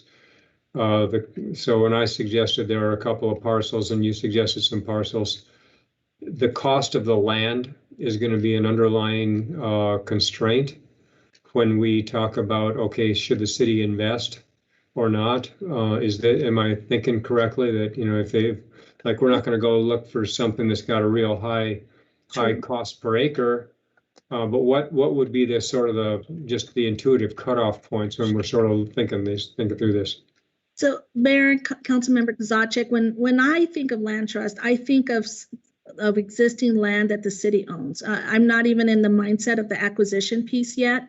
But for instance, let's say we do, the way most land trusts utilize land trust is to retain ownership of the land and then sell the home to the family. And then should the family decide to sell down, the land is still under the city's ownership. And so there's an ability to keep that property affordable in perpetuity. In addition to land trust that's been done, I'll use City of Phoenix as an example. They had a multifamily site for seniors. They decided they wanted to demolish and rebuild and use a developer, but they kept the land in the ownership of the City of Phoenix. And so that way, should the owner of that low-income housing tax credit project go away, the land stays under the city's ownership. And so I do believe there's some opportunities for us to maintain that and not give that asset away, and allow us to ensure that that project or property continues affordable. So when you're using the phrase, you're thinking of land that we already own, but these consultants, I'm looking at that slide thinking these are possible parcels that we could buy. Mm-hmm. But land trusting may not be an option because of the cost of purchase might kick them out of some affordability metrics. Yes, and the consultants will be helpful to tell us what is on the financial side. They'll develop pro formas, which will tell us what projects are viable and how we might utilize the different assets we have. So if we go to acquire a property, what kind of project would make that project the best use of that project? So the consultants will present them with various options and things that we want to do, and they'll tell us what will financially work and be the most advantageous to ensure, again, dense housing and other goals that we want to achieve. Okay, because I know when we were looking at various parcels around campus with the Rackman Institute, Marilyn Robinson, and some others, we found that the purchase price immediately made building something, even using architecture students to do a lot of the low-end construction work, wouldn't qualify anymore just because the cost of the land was so tough. So that a tough hurdle. And final point is, I would hope that the state is watching your rental assistance performance for the purposes of kicking loose more of the dollars that Ducey's sitting on up there, because what you're doing is excellent, and that's he's got dollars that they can funnel through, and may or may know more. I'm sure knows more about that than I do. But my last I heard is that there are tens of millions of dollars sitting up there unallocated. And the performance from your department ought to really put you up to the top of their pecking order for more allocations. Thanks. Thank you. Correct. That's one of the goals, to pry loose from the governor additional funds for affordable housing and eviction prevention. And that's going to take all of us, all of our community.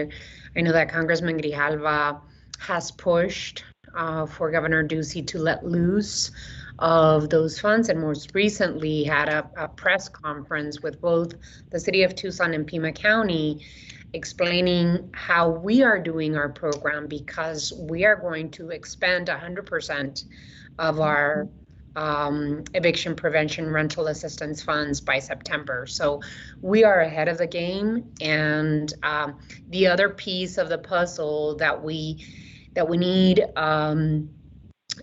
Phoenix or the governor's office to let loose as well is the low-income housing tax credit. The city of Tucson does not receive appropriate low-income housing tax credit projects to the amount of people per population based that we should. So with that, Councilmember Santa Cruz and then Councilmember Fimbres. Let me just toss in real quickly based on your last comment. Tom Simplot is now running the State Department of Housing, and he has a good sense as to the kinds of policy changes that could be made that would really help with what you just talked about. Yep, absolutely. And I am actually in conversations with Tom Simplot to bring him to Tucson and show him around and have an affordable housing roundtable. So keep your eyes open for that. Councilmember Santa Cruz and then Councilmember Fimbres. Thank you, Mayor and Liz Morales. First of all, I just want to thank you both, for your leadership, for your initiative, and starting to put together a comprehensive framework for how we're going to address the existing and future needs around affordable housing development here in the city of Tucson.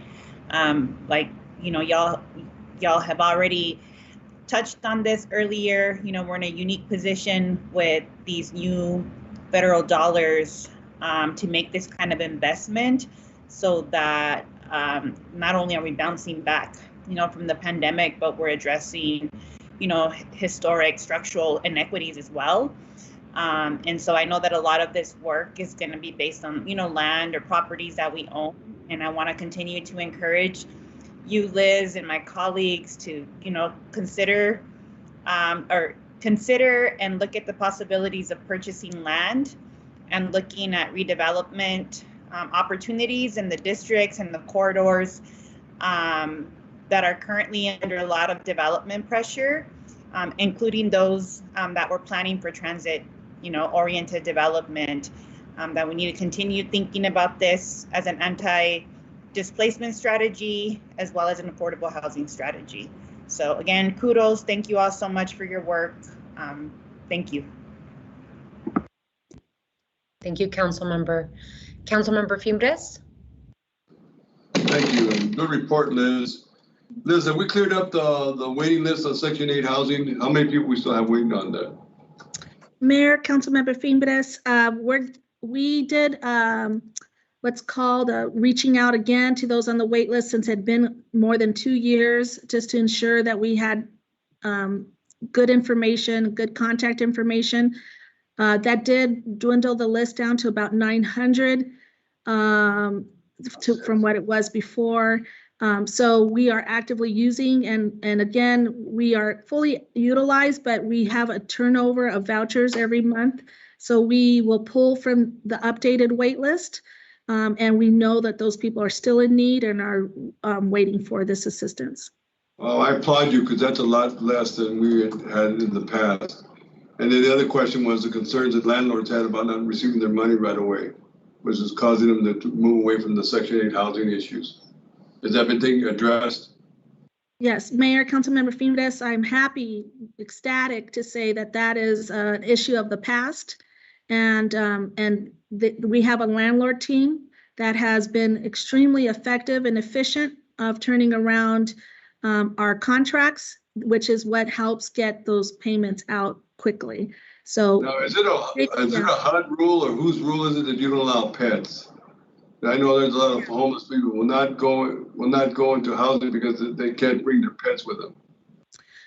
Councilmember Fimbres, so that if we're talking about Section 8, that is a landlord policy that we don't have a say in. We do know that on homelessness, that's an issue for our shelters.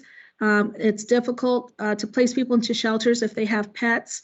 But I will say that it's not unusual for landlords to allow pets. So the question is, what is their policy? And we try to, and the one thing I didn't mention is that we've brought on several navigators for the specific task of helping people find housing.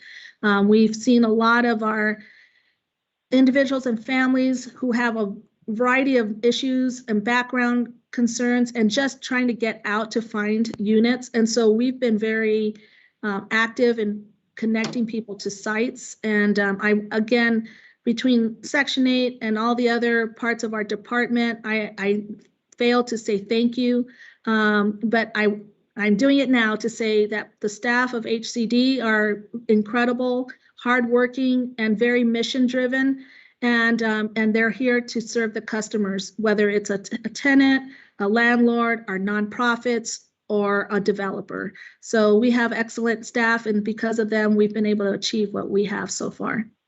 Thank you, Liz. And then, in Ward 5, we have Albert Court, Sunnyside Point, Rio Viejo, and the Rio Mercado project is being built as it is now, as we've taken a tour of that. And we also have another project in Olo Gales Highway that's happening. So there's lots of projects in Ward 5 that are working on this with making affordable housing.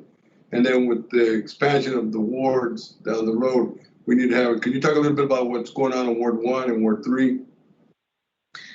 Mayor, Councilmember Fimbres, these parcels that are in Ward 1, and I'll just talk about the Ward 1 parcel, that has been on the table for quite a long time with the neighboring residents. They've been waiting and been told that there would be development of these parcels. And so our goal is to prioritize those 3 sites, to follow through on what we promised to those neighborhood leaders. The 4th site is a site that we have had a property on in Ward 3. It's a very large parcel. It actually has a vacant parcel next to the project, but the building itself is no longer habitable. So I would like to get rid of that eyesore and develop a permanent supportive housing project there. And that's why those 4 are kind of at the top of the list for those reasons.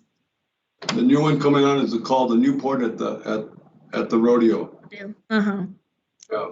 So we got a lot of movement. I appreciate it because there's a lot of needs out there, and I agree with Councilwoman Lane Santa Cruz about the affordability and making it easy. And that's an eye-opening about what's affordable. And that's crucial that we identify that, because I know people come in here and say $1,500 is affordable. It's not.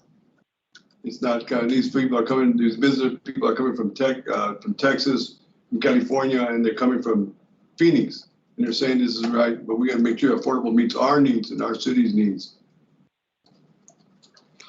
Great. Thank you. Thank you. Thank you, Councilmember Fimbres. Mr. Ortega? Thank you, Mayor. I just wanted to point out, as we're going through this exercise of developing not only the strategic plan, but then projects associated with low income or affordable housing throughout the community. Where we can impact this is in the land cost, because if you think about the construction cost, those costs are going to be finite. I mean, those are dictated by our ability to physically construct units. But the land cost is really the other piece where the mayor and city council can truly impact the overall cost of the units. The other piece to it is in the financing, and that's where our nonprofit partners come into play. There's questions about, well, how do those partnerships work? And I think the models that we've seen successful elsewhere are different for different projects. In some instances, if we can identify a partner to own the land at no cost, great. In other instances, we'll want to hold on to the land because we want to make sure that we control it and keep it within the spirit of what it was originally purchased. But then there's also the financing end, where we can then start to partner with other financing arms, nonprofits that may be able to help us to make sure that the barriers to entry into some of those housing pieces and components are really reduced, if not eliminated. So I throw that out to you as Liz and our team go down this path. We're going to explore all of those, and that's why it's important we have this toolbox of different approaches, whether we're actually going to acquire land, we own the land, maybe they're buildings that we renovate and remodel. I mean, those are all pieces to this, but the configuration is not a one-size-fits-all. It may be different as we come back to you. So I just wanted to point that out as to our approach is actually pretty comprehensive in trying to identify what's best for us as a community. That's all, Mayor. I just wanted to throw that out. Thank you, Mr. Ortega. Well, one of the reasons why I wanted to make sure that we had this conversation and we had a comprehensive conversation about this is Liz stated it very eloquently when she started her presentation that throughout the years, and I would say the last 3 years much more louder and louder, the community is demanding that we create this opportunity of affordable housing, whether it's affordable home ownership or affordable rental housing, affordable senior housing, etc. And so we've got to be able to have this comprehensive strategy and think about where we want to develop in the city of Tucson. Just like we're planning for the Sunshine Mile, we have other opportunities to create density and investment in other corridors of our community, right? I'm thinking transit corridors that we have an incredible opportunity with the infrastructure package to create bus rapid transit, etc. We've got to plan ahead. And so I'm very, very happy with your presentation, Liz. I am absolutely in agreement with the direction that has been given, and I think we still need to vote on it. But I do also want to talk about mixed uses, right? Especially if we're creating density in corridors, right? We can have mixed uses where people can live and work in the same space. We have to make sure that we have mixed income. You had a wonderful, I think it was page 5 or slide 10, where you talked about area median income and the certain percentages of area median income, because there shouldn't be a concentration of low income, right? It should be anywhere from 50% area median income all the way to 150%, and it could happen in one development. And so I just wanted to make sure that we pay attention to that we acquire properties. I know that we have a few properties that we already have ownership to. I love the idea of keeping the land in trust for the city of Tucson, even if there's a private developer that has LIHTC or other types of funding to create affordability, because that land is ours, and that creates affordability for the next 30, 40, 60, 90 years, right? And then another important issue, especially for the community, is being able to have design standards where we are providing a beautiful design for low-income communities. Because a lot of what I've heard before, not as much anymore, but of what I've heard before, is that the quality of design in affordable housing is not up to par with private development. And that should not be the case. We should have pride of development and pride of home ownership with those design standards that we should have. So with that, I'm really happy with this conversation, and let's vote. Let's vote on the motion on the floor. Madam Member, before we vote, I just want to mention Allen Hall, the 6251st U.S. Army home. We have that straight. The neighbors have voted to make senior housing in there also, which would be another affordable once we do the renovations. To make sure that's on your calendar too. And I vote yes. So all those in favor signify by saying aye. Aye. Aye. Any against? Motion passes. Thank you, Liz. And can you please make sure that your presentation is shared with mayor and council and shared with the public? Yes, thank you. Alrighty, so we move on to item 7. Time has been set aside for discussion on the strategic plan for the American Rescue Plan funding and the approval of grant applications submitted to the Small Business Administration. Mr. Manager. Thank you, Mayor, members of the council. So this is really the ongoing conversation about the American Rescue Plan, American Recovery Plan Act that we've been talking about now for several months. I'm going to go ahead and share the PowerPoint that was included in materials. I will go over the first few slides, talk through it just high level, turn it over to Liana Perez to go over some of the detail, and then we'll open it up to questions, Mayor. So, Liana? Nope, not yet. So Liana's getting ready to share the screen. I'm basically going to go through the first 3 slides that are in your materials. So Mayor, the bottom line here and members of council is that we've started off with receiving $67 million. And so the difficulty we had early on was not having enough guidance. And so we were ready and raring to go, but the guidance from the Department of Treasury was pretty slow. But that didn't stop us from having a lot of conversations with you, with the team, to really start to formulate how we could make truly transformational long-term change in our community. You know, that the underlying focus that I keep hearing from pretty much all of you in making meaningful change to this effort and using these dollars instead of one-time fixes to really go into the long term and make sure we're focusing on that. So as we go through this, I'm really looking for some guidance on a few things. So the first item is really it has 2 components. It is guidance on some of the framework that I'm presenting to you on the affordable housing.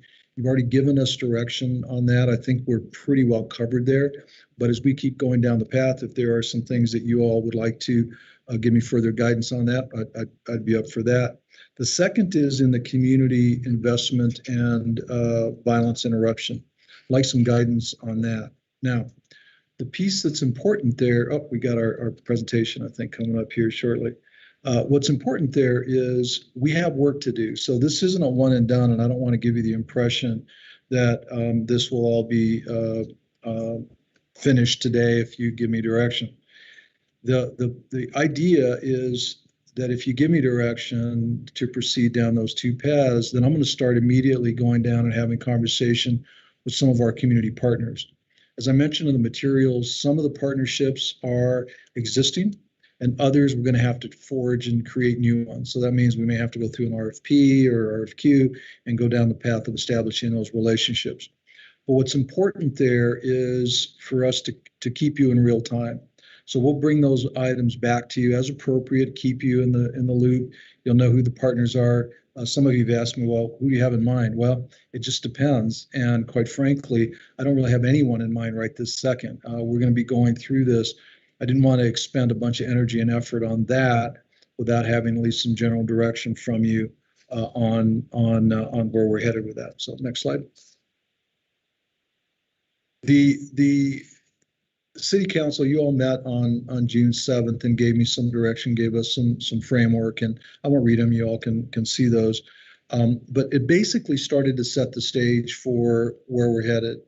And so as we have gone down the path and really developed the strategic plan, developed the ideas that are presented to you, we took this information that you provided, Mayor. I think you and some of the council members have given us some other thoughts as well, which we've incorporated, many conversations with some of you, and then obviously the staff. Staff had an opportunity to weigh in. You may remember when we went through the budget discussions, I mentioned to you that we were going to look for opportunities to incorporate some of the needs that we have into the ARPA funding. Now, I was very clear at the last meeting. I believe that some of you had said, you know, that's all great, except we don't want to be replacing HVAC units using ARPA money. We want to get it out there and make some transformational change. So we've stripped that out, and those types of expenditures are no longer in here. But for example, expansion of KidCo, that's a piece that has been important. You all have talked about that quite a bit. That is augmenting our existing internal program as a way of really making some change. Next slide. So what's before you, and kind of where's the discussion going? First and foremost, the alignment is extremely important to check with you and double check with you that our interpretation of what we've heard from you and some of the pieces that we've been discussing is consistent in this process and in this document. Some of you have asked for more detail. I believe that more detail was shared with you yesterday morning. And I think those were in some spreadsheets to just delve down into some of the detail. But again, those detail pieces are yet to truly be worked out. I also think that it's important, and I think that the conversation around how we invest these funds, the equity lens and having that conversation, those are all pieces of this, to make sure that our vulnerable communities are included and taken care of there. You keep hearing me talk about the long-term transformational piece of this. One of the things that we did was we sat down and looked at a 4-year spending strategy. Now, some of you might ask, why would you pick 4 years when the dollars are over 2 years? Well, it's actually very simple. In order for us to make meaningful and sustained change, we're going to need to do it over a longer period of time. Now, we could flood the community with all the dollars that we get over 1 year or 2 years.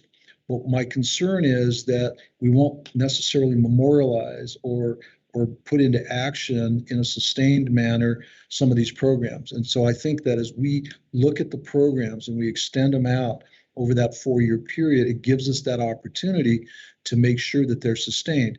And all of a sudden, the conversation changes a little bit in the 5th year. So for example, if we're going to invest $1 million in a program over 4 years, it's a lot easier conversation for the council to have about continuing that program in the 5th year at $1 million versus in the 3rd year at $2 million. And so all of a sudden there's a whole chemistry and dynamic about the sustainability that I think becomes really important. I've mentioned it, you'll probably hear us all say it many, many times. I know that you were really, really clear about the transformative long-term, change and impacts to the community. But it's also looking at how we can leverage dollars that are either available now, not just ARPA, but others, maybe even general fund, but also other dollars that become available. We hear a lot of chatter, a lot of conversation at the Fed level about additional dollars. We want to make sure that the framework for this can be expanded. So as we get dollars coming down the pike, we're able to expand and span the conversation. And clearly that flexibility across the entirety, and we use the term spectrum, that flexibility is extremely important. How do we develop this plan in a way that gives you the flexibility to be reactive if needed? Now, obviously, we're talking about, future and charting that future, but how do we become even more flexible? Because that flexibility, in my opinion, is the success of this program. Being able to, if we think right now we want to invest X dollars in a certain program, but we find that we're not getting the biggest bang for the buck, how do we pivot and go on to something different that might have a bigger opportunity for us? The last thing I'll leave you with before I turn it over to Liana is there's 2 other areas that we're going to bring back to you with more discussion. One of them is the reinvestment in the community, neighborhoods, and businesses. That's a conversation for another day. We can talk about it today, by the way. We're ready to get into it. But my hope is that we really stay focused on the affordable housing and the violence interruption today. The other one is our operation, our internal operations to investment in our organization. So that's the conversation that I'm hoping for. I'll turn it over to Liana for more comments, and then we'll open it up to questions, Mayor and Council.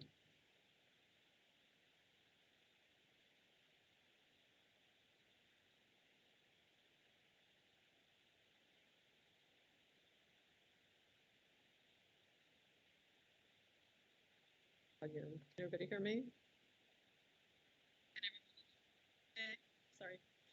Good afternoon, Mayor and Council. I'm actually, before I get started into kind of the funding strategy, I see Councilmember Fimbress, your hand up. Is there a question I need to answer before we go further? Or Liana, I'd like for you to present first, and then we can get into questions. No, Liana, it was, you guys froze up. I was just going to tell you that.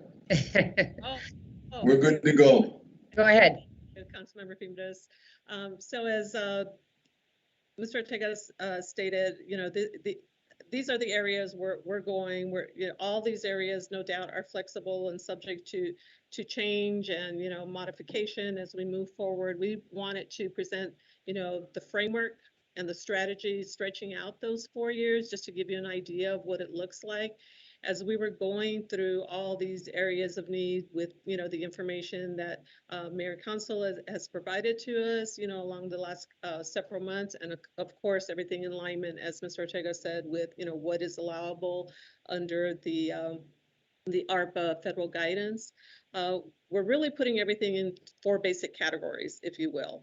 And it's really the affordable and sustainable housing piece, the community investment and violence interruption pieces, and investments in community and neighborhoods, as well as investments in the organization, and that's just a very minor piece. But the bulk of, you know, what we feel will be, you know, taking into account all of your input and, you know, the transformative changes are really in those top 3 areas, and the ones, as Mr. Ortega says, we wanted to focus on today are those top 2. For purposes, and I'm so glad that Director Morales went before us, because I think this kind of segues nicely into this conversation with respect to having a full concept of all the dollars that are available under ARPA for these areas that we really want to affect. So as you see in this slide, you know, there's that ARPA funding, the $67.8 million per year, so 2022 and 2023, but we've also included in FY22 the HUD money, the monies that Liz actually just went over in her presentation, and we'll get into it a little deeper in a couple of the slides to follow. But we wanted to include that here so that you get a full impact of the total dollars we're actually also have available and are spending in these particular areas. So in the ones that we want to focus on with respect to the investment and stable housing, you'll see that that is for 2022, because of that additional HUD infusion of dollars, that's, you know, that $45.2 million is there. I don't want to necessarily go into every line item dollar amount, but just to give you the magnitude of the dollars and how they kind of break out over the next 4 years, all the way into FY 2025. Also, just kind of to preface my comments as well, you know, as we were looking at in the particular category of community health and safety, we realized that it's not just, there's many things that touch on community health and safety, right? I mean, it's not just you know, violence interruption programs, it's also youth and workforce development programs, it's housing. I mean, there's a lot of community needs that touch on this particular category as well. But we've actually broken that down a little bit for you to, and you'll see that on subsequent slides of how we break it down a little bit further.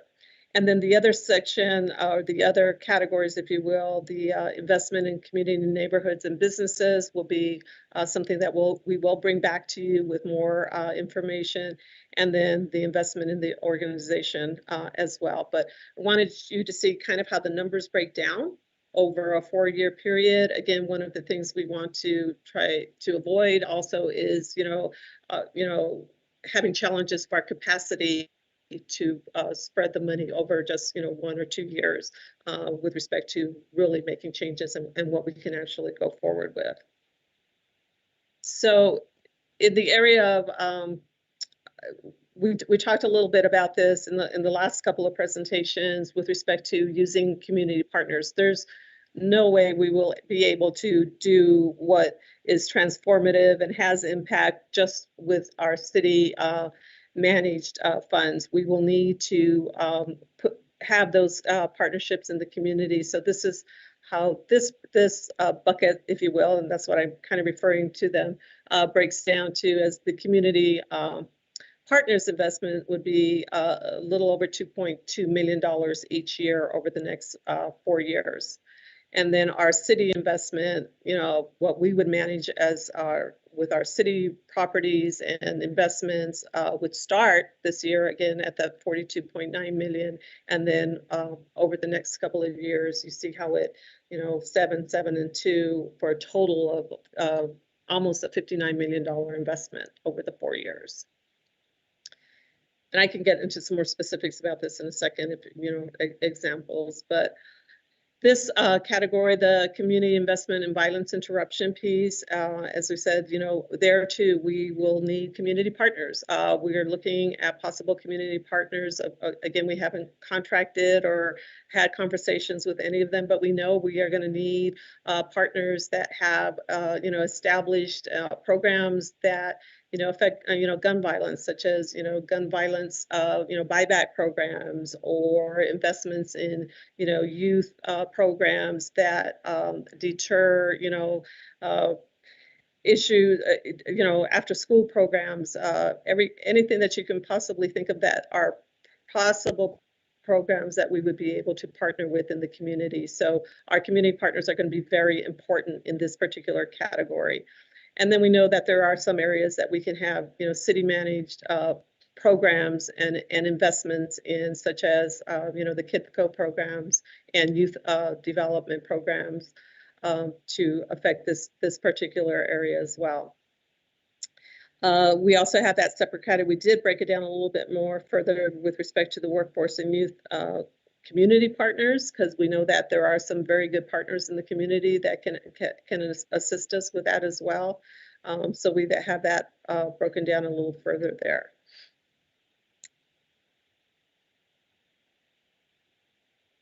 The investment in the community and neighborhoods and businesses. I know that this is an area that we're going to, work on a little bit more and bring back to you with some more specific programs. I know of interest to Mayor and Council has been, the relief for small businesses, and coming back after this pandemic, hopefully we're not running into another cycle here where we go down a little bit further here, but the relief for small businesses, investment, and, community, that community recovery piece is also very important. I will give you a couple of examples of that in some additional slides here, but those are the areas that we actually need to come back with you to get you some more specifics on. And then the investments in the organization, this, again, like Mr. Ortega says, we, honed that way back down. We heard you loud and clear as far as, that particular category. It is kind of a category that aligns a little bit with the federal guidance, but we recognize that the need is to really push the money out to the needs of the community. So really the bulk of that line item there is the 12.2 million, which was the revenue recovery that we've already built into this year's budget anyway. And the $900,000 going forward is the support for allowing, our employees to continue to work in a hybrid work environment as needed, for pandemic reasons and moving forward.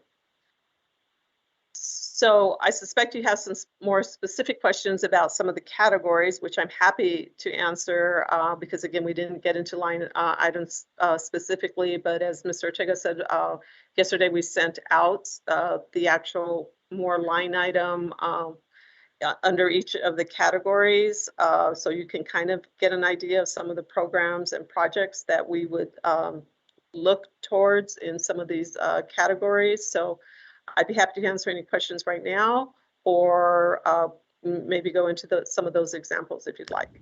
No, I think it would be good right now, Liana, to comment on the presentation as you've had it.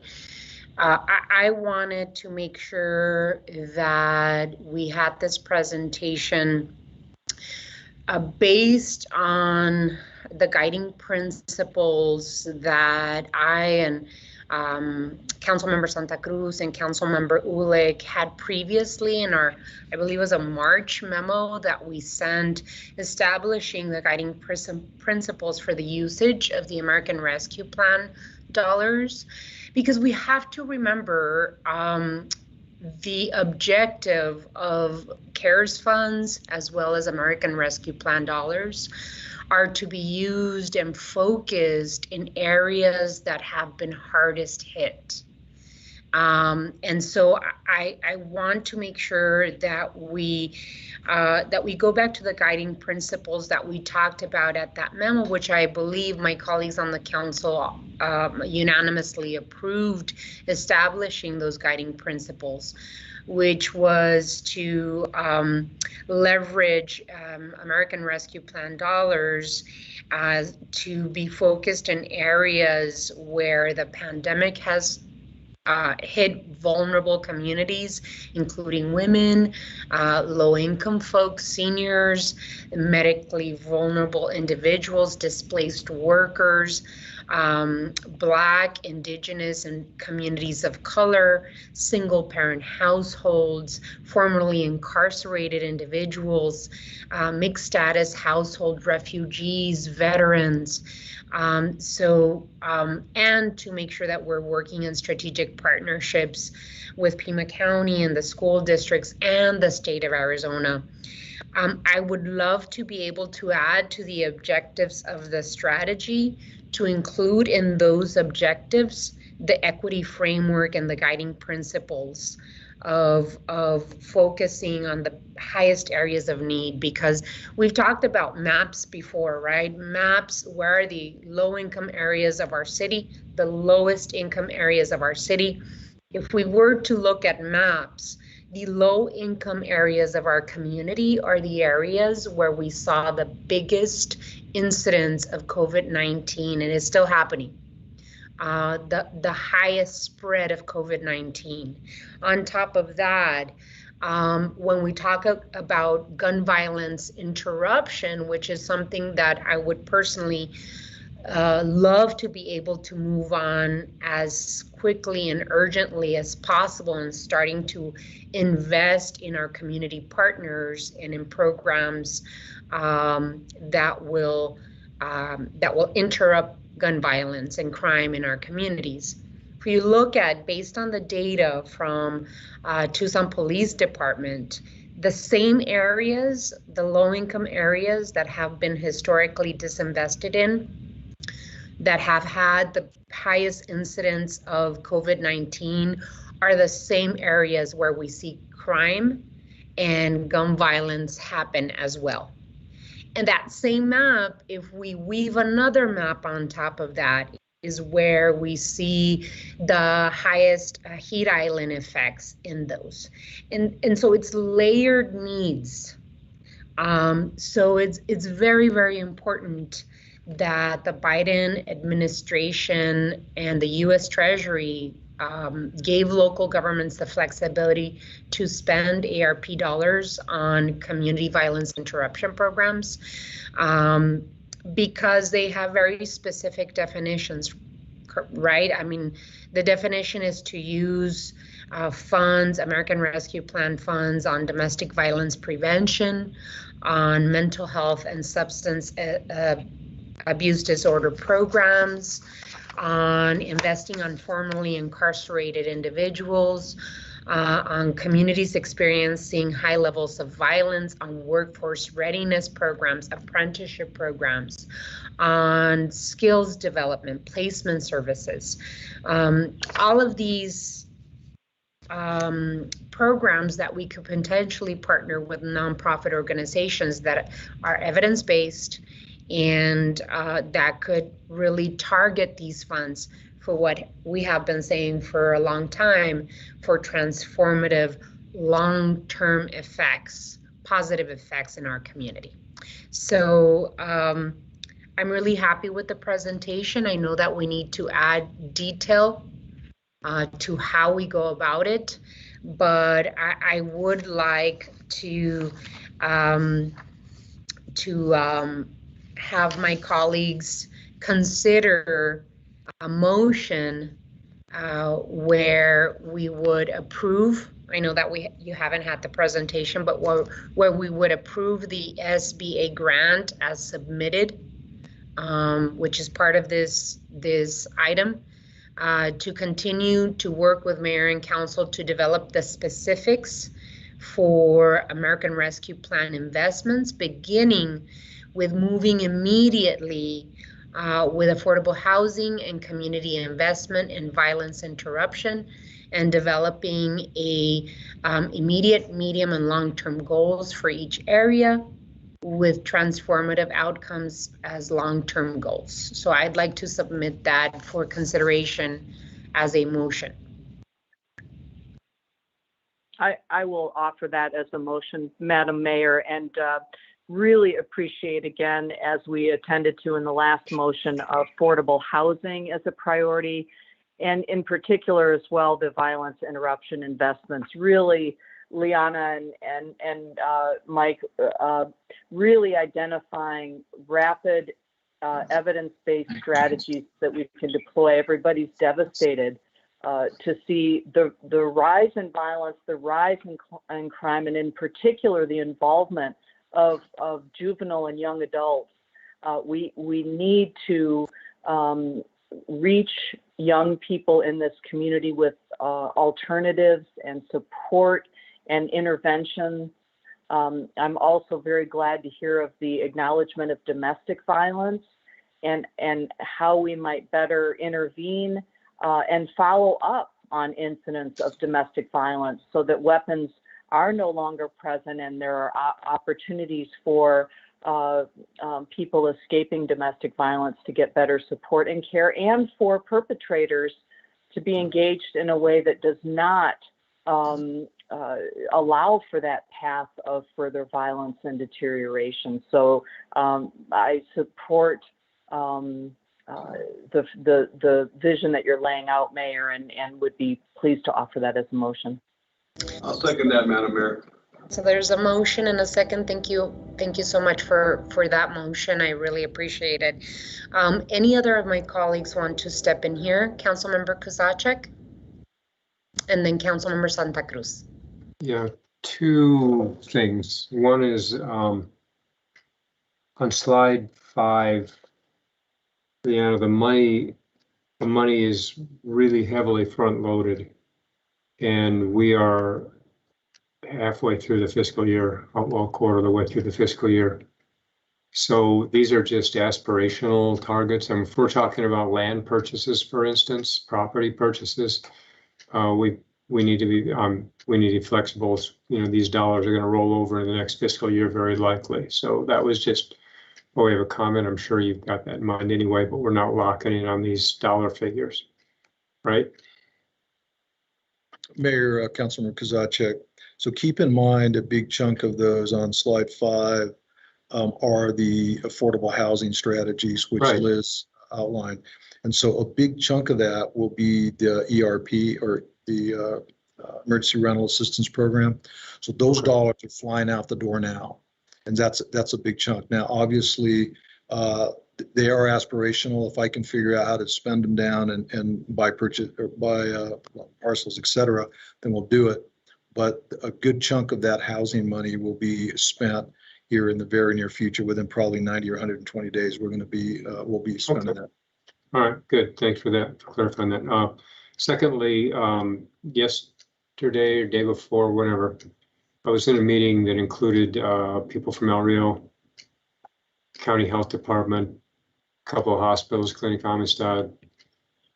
The general conversation was the need for providing emergency care, actual treatment for either undocumented or people who simply don't have health insurance.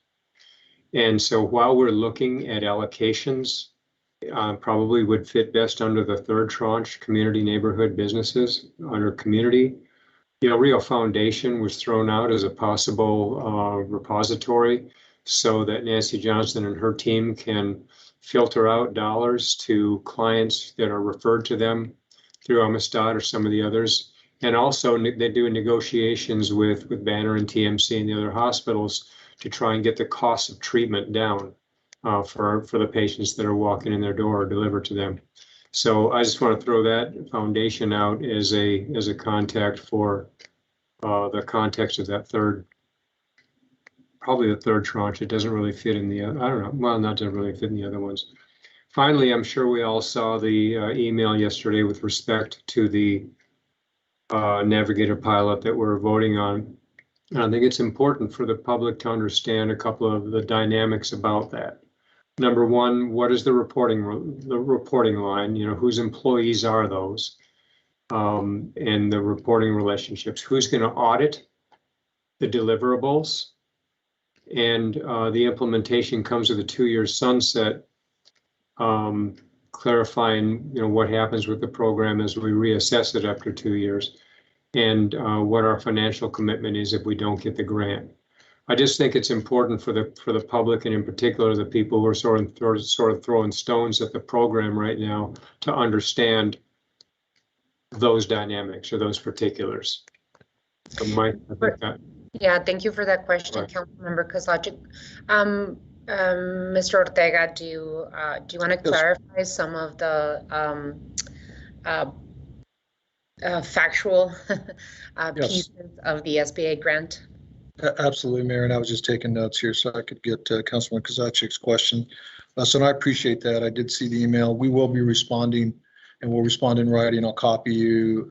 I prefer to do that from my office than to have several responses from you all. So first and foremost, I think it's important. This grant is the City of Tucson grant, and that, you know, if you remember the hub and spoke, the hub is the City of Tucson.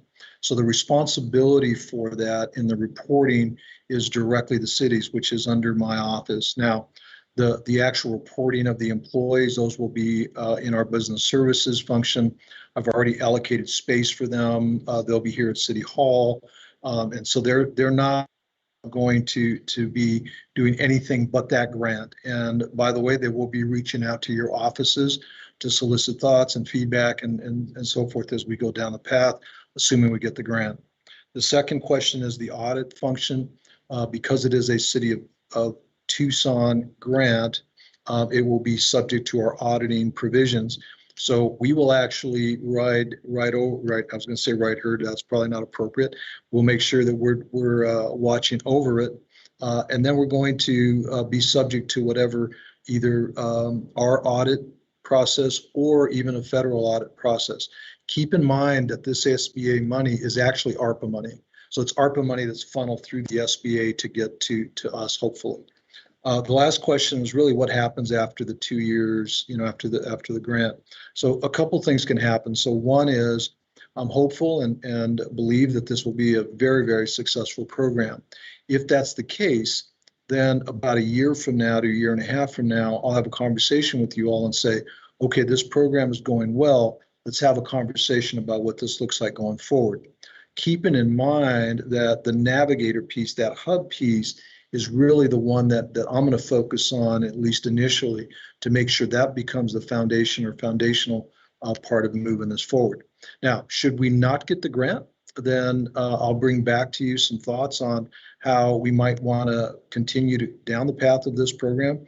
I think it's a very worthy program of consideration. I've got some ideas and some strategies on potentially using some ARPA money for that under the business and community investment piece. I can also tell you that the deadline, they're supposed to get back to us on August 15th. And so I'll know within the next week if we were successful. So by the time we get together again, if I need to come back to you with a different recommendation, then I will do that. So Mayor, hopefully that answers the questions that were asked. Well, and I think that it's also important to clarify that the SBA funds will be used citywide in every ward. So just wanted to make sure that that was clear as well, with an emphasis because it was in fact Councilmember Santa Cruz, which is Ward 1, that brought the concept and idea to the table for the City of Tucson to consider. That's why I think it's important for all of us to have it here in front of us, and that the work that is going to be done is going to benefit the entire all of the wards in the City of Tucson and the businesses throughout the City of Tucson. So I just wanted to make sure that that was also part of the conversation. And it's a regional It's a regional reach. Regional, yeah, it's regional. Yeah. And the partners, the partner agencies included in this grant application is the U of A Center for Innovation, Southside Business Coalition, Pima Community College, City of South Tucson, Nogales Community Development, International Sonora Desert Alliance, Lead Local, SCORE, and I believe Startup Tucson. So it really is an amazing opportunity. Hopefully we do get this SBA grant with just continuing to bring in funds for the benefit of our small businesses in the city of Tucson and in the region, really. Councilmember Santa Cruz and then Councilmember Fimbres.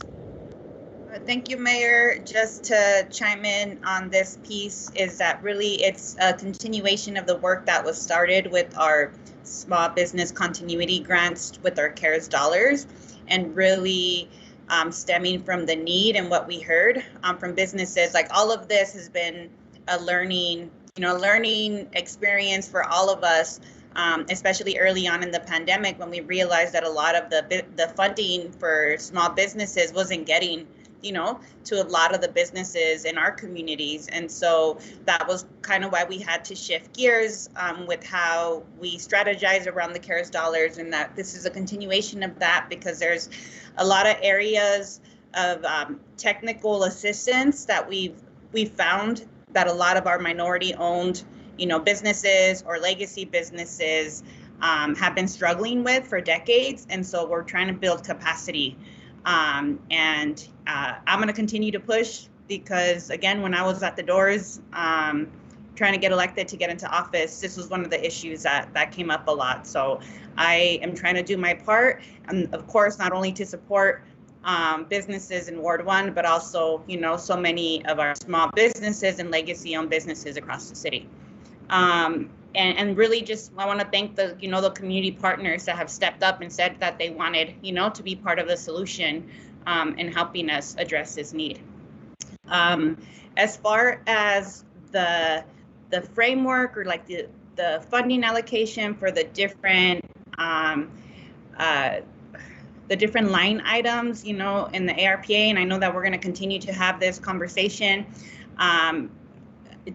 Again, to just kind of piggyback off of what the mayor said, I want to make sure that we land on like the equity metric or framework or tool that we're going to use for this work, so that we're not then trying to figure it out on the back end, but that we're being very intentional when it comes to the areas of the city, when it comes to like the groups that we're partnering, when it comes to like the investment on the ground that we see. So I just want to make sure that we land, that we have staff come back, with the tool, with the framework that we're going to be using from the beginning.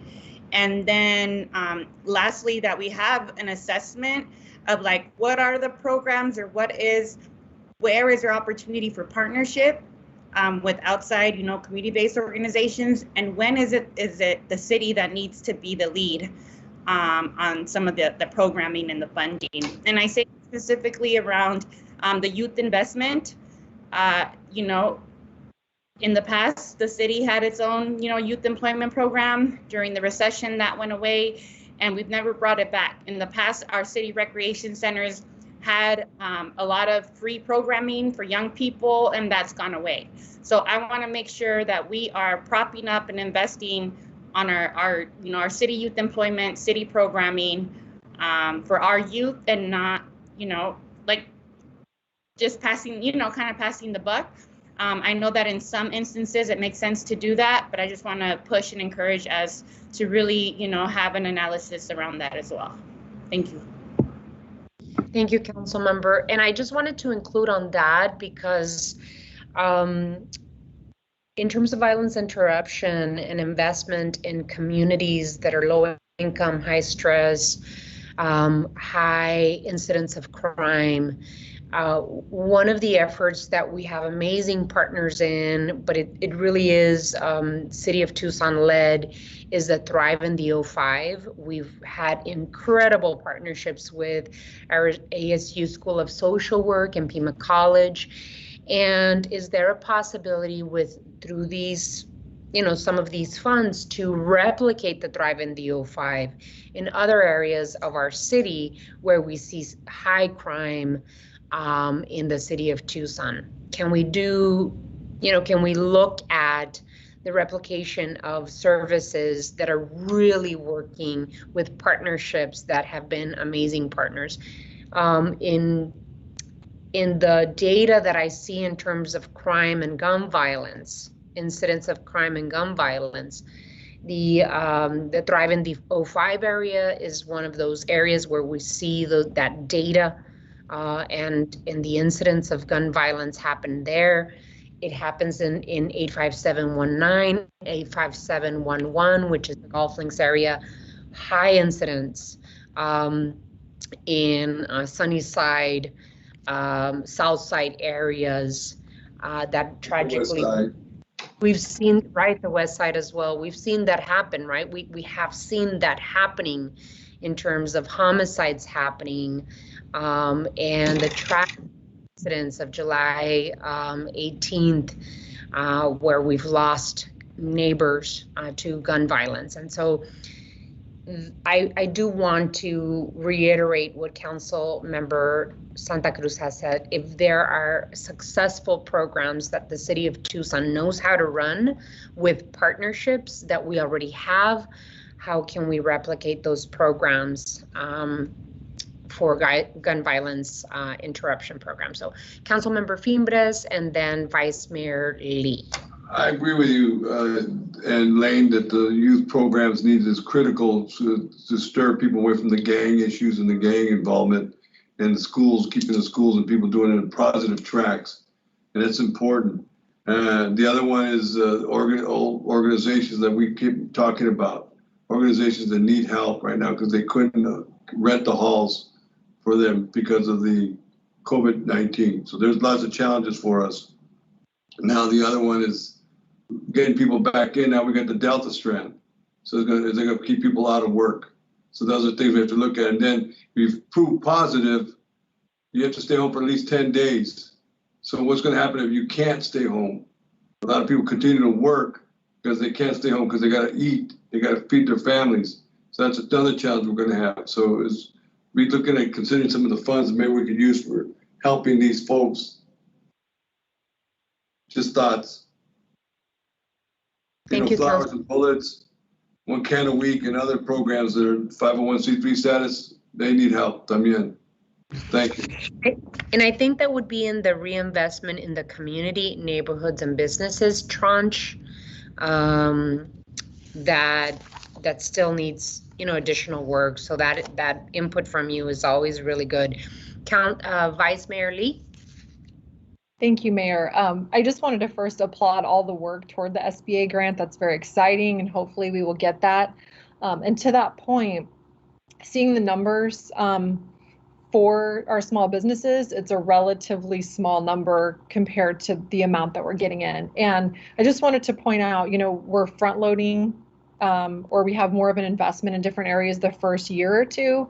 And with the Delta variant, our businesses could very well be going through another phase of being heavily impacted by COVID. So just want to kind of reinforce my desire to maintain that flexibility and possibly have to pivot, especially to support our businesses, our small businesses, because they are such a huge part of our economy and families depend on them. So it's just really important to consider, if we need to shift things around. There seems to be more allocated for digital literacy than even for our small businesses. So it's just an observation and want to maintain some flexibility to possibly pivot if needed.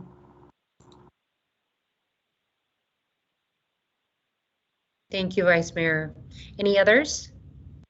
Mayor, just a quick comment. And so I really appreciated your thoughts regarding the, we'll call it the expansion of successful programs. Thrive in the 05 has definitely been one.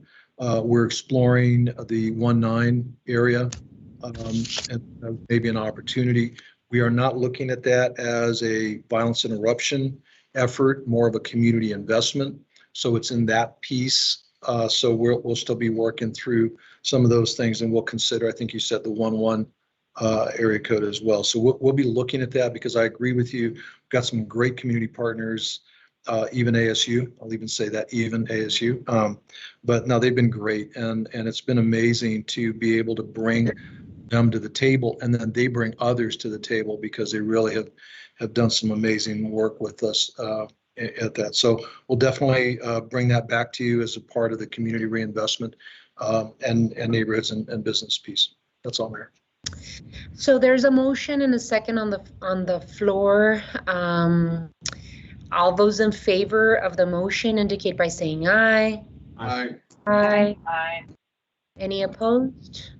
Motion passes. Thank you all so much. Great conversation, and let's continue working on this. It looks great. Thank you, Liana and Mr. Ortega. Mayor, just a quick point of clarification on that. I just wanted to make sure there was clarity that that's for both the direction to proceed on those two pieces of the plan as well as the SBA grant. I just wanted to clarify that that was included. Yeah, that was part of the motion. Now, Mike, when are you going to hear back on the SBA grant? Mayor, Councilmember Fimbres, I'm expecting to hear August 15th. That's the date we've been told, so probably by the 16th we'll know. So next week sometime. Thank you, sir. Okay. Alrighty, so we move on to the next item. Thank you all so much for this. The next item is item 10. Councilmember Ulick has requested a discussion of options to protect the University of Arizona Campus Agricultural Center. Ms. Ulick? Thank you, Mayor Romero, and I know we have staff ready to speak very briefly, and I see Peter, and perhaps there will be others from the U of A as well as from our own SHPO and Historic Preservation Office. I brought this item forward as and I believe an important augmentation to the existing SHPO process. The intent is to really recognize that historic preservation is an important goal, and it is something that the university is subject to under state statute and its own lands, and has done a great job in many respects, and even designating other properties as historic landmarks. It's intended to ensure that should the property change hands over time, that historic preservation remains and carries with the land. And so I just want to say I believe we had a productive meeting, my staff, with the U of A, and really wanted to emphasize those points, that historic preservation is not counter to the value of the land or potentials for it to evolve, but simply to ensure that preservation as appropriate is safeguarded for the long term. I also want to note that my motion today would initiate a process, and our staff would prepare the application, and there would be opportunities for robust engagement from the university and community stakeholders in order to do our best to align with the SHPO process and parameters, work with the university and the community, and even to complement this effort with other planning efforts, including the planning for the Tucson Natural Resources Park at the end of Tucson Boulevard, which is adjacent to these properties. So I know we don't have much time. So Scott, I think I'll turn it over to you to make sure that our partners at the table here get a few minutes to speak, and then I'll give a motion. Thanks. Okay. Good afternoon, Honorable Mayor and Council. Thank you for having us today. With me is Chris Cody, Deputy Director from the State Historic Preservation Office, and also Jody Brown, the city's Historic Preservation Officer. We're before you today seeking guidance regarding the potential initiation of rezoning of the University of Arizona's Campus Farms property. I'm going to briefly cover the location, its present use, and the rezoning and listing process very quickly. So the U of A Campus Agricultural Farms is located east and west of Campbell Road, north of River, south of Limberlost. It's 160 acres. It's presently being used as a research and teaching facility. It's owned by the Arizona Board of Regents. The parcels west of Campbell are zoned residential. The parcels to the east are suburban ranch, also very low density residential. The property has been proposed for a historic listing by the Tucson Pima County Historical Plans Review Committee. And a historic listing indicates as a site of the highest historic, cultural, architectural, and archaeological importance to Tucson that if demolished or significantly altered would be an irreplaceable loss to the quality and character of Tucson. So we take it very seriously when we do an HL. The last one that was a major HL, as you may recall, was the monastery. That went over. The monastery exists. There's apartments going up. This is a two-step process. The first process is a nomination for listing. That has been done by the Plans Review Subcommittee. It can be initiated by mayor and council. It can be initiated by the owner. In this case, Plans Review Subcommittee has initiated this. The second step is the rezoning process. The rezoning process may be initiated by mayor and council or the property owner. In this case, the University of Arizona has informed us that they are not interested in doing a historic listing. So it's the mayor and council that would need to initiate the rezoning. So the University of Arizona has suggested that they're not interested in doing the listing. They cite a serious negative impact on the university's ability to achieve its land grants and academic missions. They state that the land owned by the Arizona Board of Regents is not subject to municipal code and county zoning.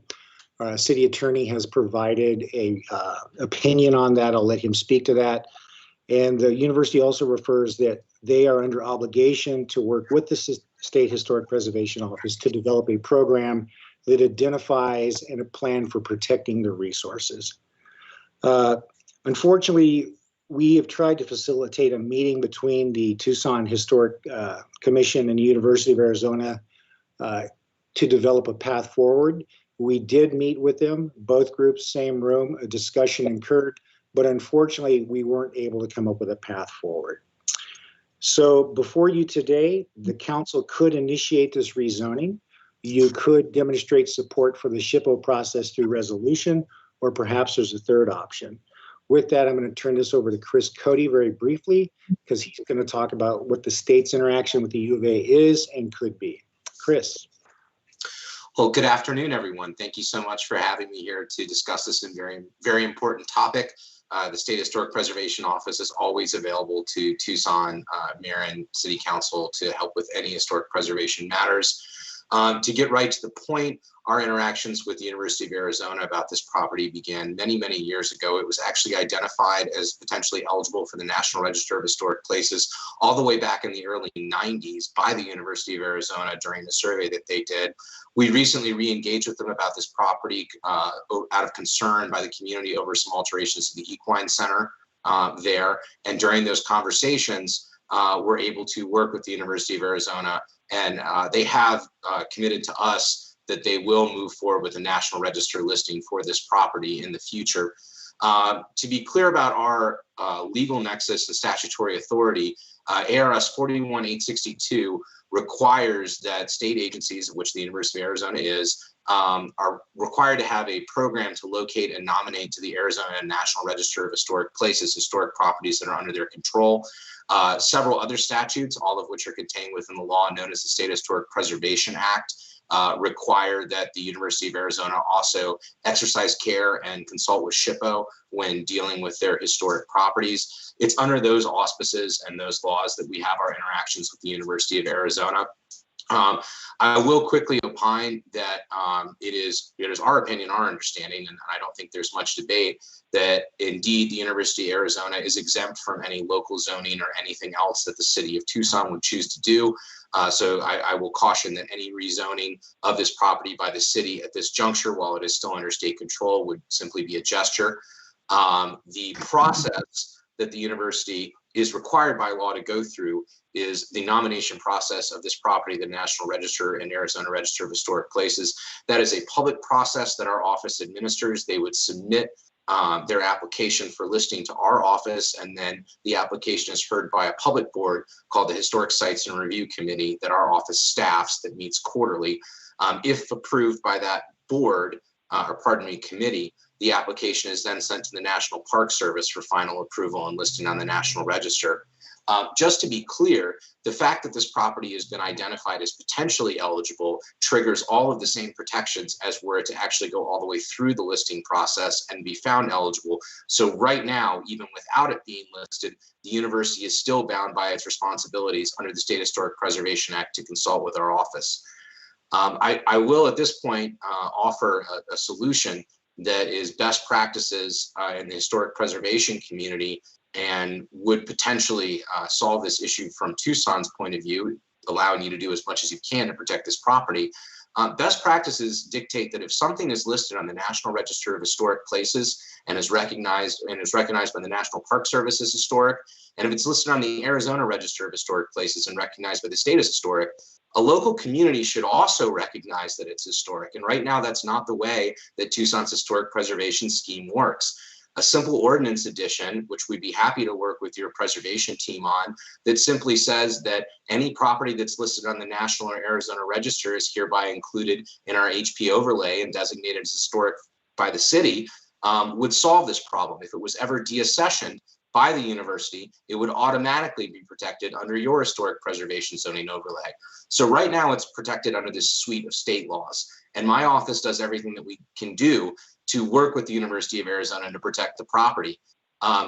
If you would like there to be a seamless transition, if it were ever delisted, triggering an ordinance that simply has everything on the National Register counted as historic by Tucson would accomplish that very elegantly. So I offer that solution because that is also just general best practices in historic preservation. If the feds and if the state think that it's historic, we think the communities should acknowledge that it's historic too.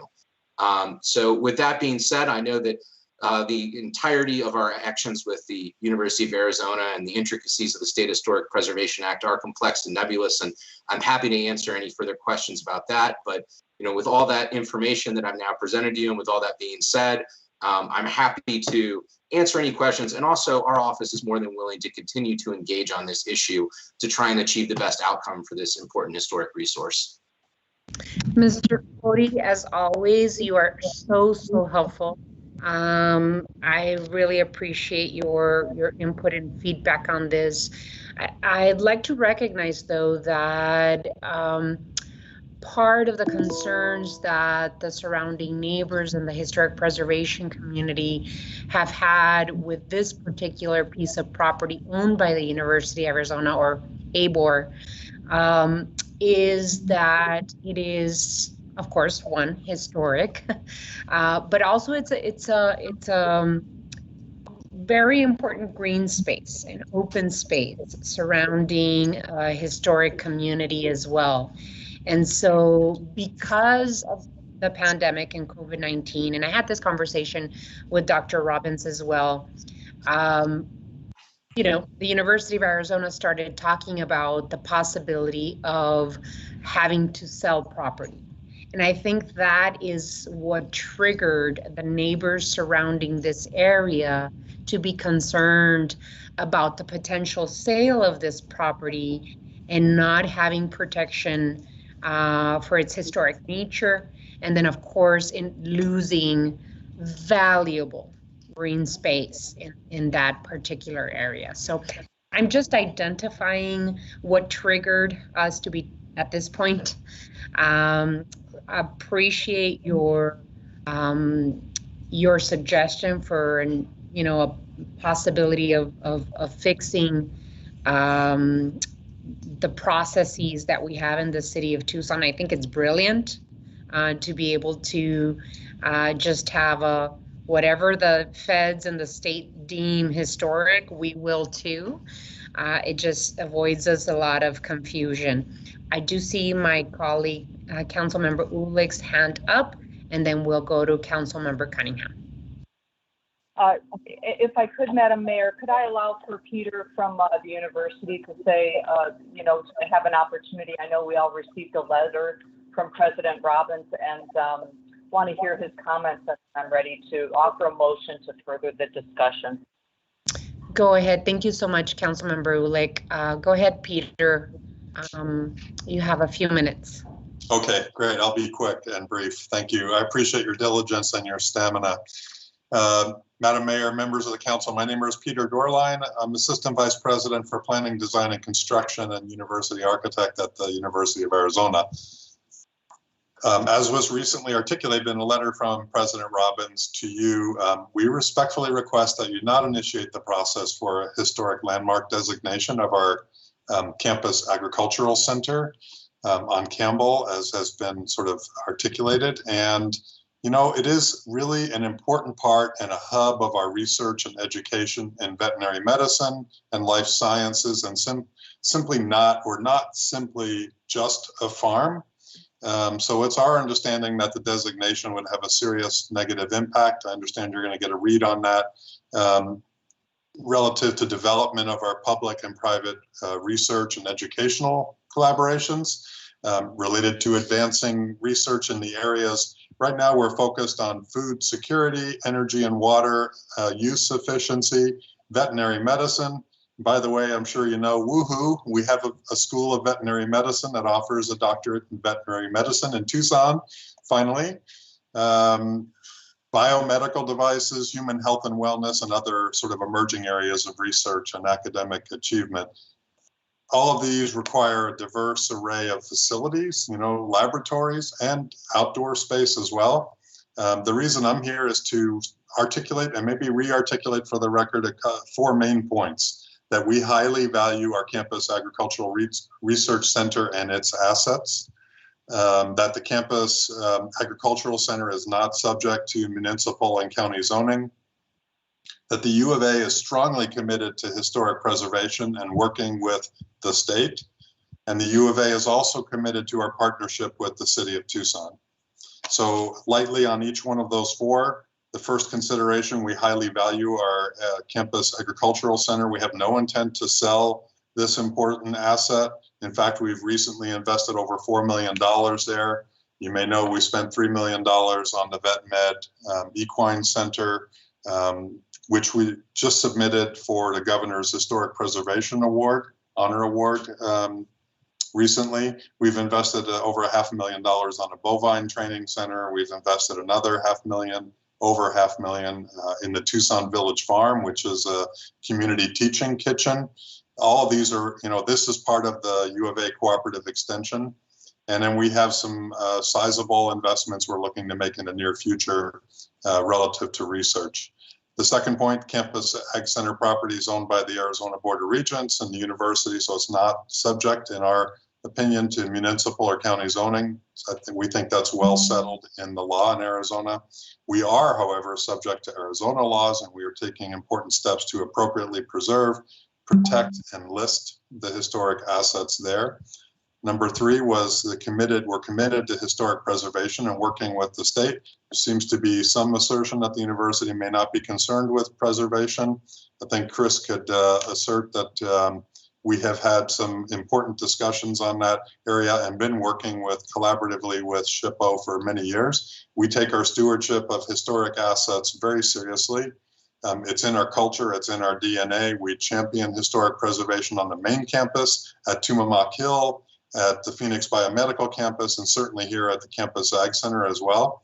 We've cared for and preserved those facilities at the Campus Ag Center since we acquired them. So we have 19 buildings and some districts on the National Register of Historic Places. We've achieved multiple governor's awards for outstanding stewardship, adaptive reuse, preservation efforts. And I just want to reiterate, we're committed to historic preservation. And we are committed to the relationship with SHPO.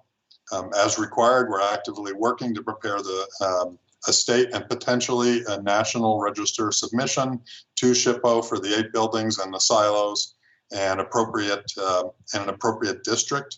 Together with our Historic Preservation Committee, we're conducting site work, research, verifying the contributing resources, creating the needed context and area maps, compiling reference images, and preparing for consultations and collaborations with Chris and his team at SHPO. It's worth noting when the property is listed, the federal historic designation and the incentives that go with it, I understand, remain with the property, that they are durable. The fourth and last consideration that I wanted to mention is that we're also committed to a partnership with the city. The university values our partnership with the city. We have already committed to working with your Historic Preservation Office, largely Jody Brown, in the spirit of collaboration and to allow for mutual consultation and input. And so in conclusion, I just want to say we're committed to historic preservation, committed to working with SHPO, committed to collaborating with the city, and that we find the historic landmark designation process now being considered unnecessary, potentially counterproductive, potentially wasteful of resources, and not applicable. There may be another issue that is applicable, as Chris mentioned, but we don't think this is it. So thank you for allowing me to express that. I appreciate your time and consideration. Thank you, Mayor and members of the council.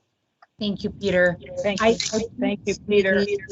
Cody's hand up. Can I? Okay, yeah, sure. I'm ready to try and move our process along here. Okay, Mr. Cody, you wanted to include something. I saw you reacting to something, so I just wanted to make sure that I gave you the floor. I very much appreciate that, Madam Mayor. I just wanted to acknowledge that we have a good working relationship with Peter. Hi, Peter, good to see you again. And to acerbate some of the things that he has said about the good intentions of the University of Arizona as stewards and as historic preservationists. The only issues we've ever had with them are when we haven't communicated. Whenever we communicate, it's very clear that they're good actors. And again, I will restate my suggestion that while this property is under control of the University of Arizona, we are very happy to continue working with them under state law to ensure its preservation. And I highly encourage the city of Tucson to create a pathway whereby any property, not just this one, that's listed on the National Register that comes under city control should be included in your HP protections. That's all I have to say. Thank you. Thank you. Go ahead, Councilmember Ulick. I'm sorry to have jumped in like that. Thank you. Thank you both, Chris and Peter. And so here's the thing. I think the power of historic preservation and taking a long view backward is recognizing the importance of taking a long view forward. And there are good actors around these tables, and we have incredible partnerships with SHPO and the university, et cetera. But as I said in my meeting with university colleagues, we're not going to be here 50 and 100 years from now. And if this land changes hands, the historic landmark could remain in effect and be triggered in order to assure long-term preservation. I won't pretend to be an expert in this. It very well could be that during this process, which is all about communication and having an orderly process for evaluating the parameters of a landmark designation, alignment with SHPO, taking into consideration the other points here, that we may not approve moving forward with the designation. Right now, in my view, that is the right path. It's an important path to take in order for the long-term preservation of the historic assets located here. And I think we can have a process that gets us to the right place in alignment. And in terms of a broader ordinance, I couldn't speak against or for that. I think it's a new idea. I think it's one that's worthy of consideration. I don't know what added protections that would bring relative to a landmark designation. But I feel very strongly that this property deserves this level of consideration and engagement through the process that would be forthcoming. Given the fact that SHPO is engaged and the university is so engaged, I don't believe it will require exorbitant levels of additional resource. We're really trying to dovetail the city's efforts in order to provide long-term protection that is appropriate. And it sounds like reflective of not only the values of Tucson, but the values of the university and SHPO and our own historic preservation partners. So with that, I would like to offer a motion. I know there will be further discussion. The motion is to move to direct staff to initiate the city's historic landmark designation for the Campus Agricultural Center, directing staff to focus on the historical significance and integrity when assessing whether all or portions of the landscape will be recommended for inclusion under the landmark designation, and if possible, to seek alignment with SHPO's recommendations should those be available. Finally, I ask that the staff ensure that the U of A can participate effectively in this and additional processes to follow. Second. There is a motion and a second. In further discussion, I know that Councilmember Cunningham has been waiting with his hand up. Councilmember Cunningham. I just have a few things that are really easy. This is not, I have some different thoughts on this one, but the first thing is that I don't want to do anything that will long-term affect research in vertical farming. I just don't think, as a core value of mine, protecting our food supply, eliminating deforestation around the world, those are core values. So I don't want to do anything that can block the university's research for future vertical farming. It's something that I've advocated for. I've actually talked to the College of Ag in the past about bringing vertical farming to Tucson and having a centralized food supply for. So I'm just, not that that even matters in this discussion. I mean, I don't even know if that's that relevant in this discussion, but I want to be able to say it for the record. The second thing is that on the bottom out of the boat scenario, let's say the U of A sells their land to a developer. Is it true? Is it or is it not true that that developer would be subject to a rezoning no matter what? I'm looking for my city attorney here. Come on, help me out.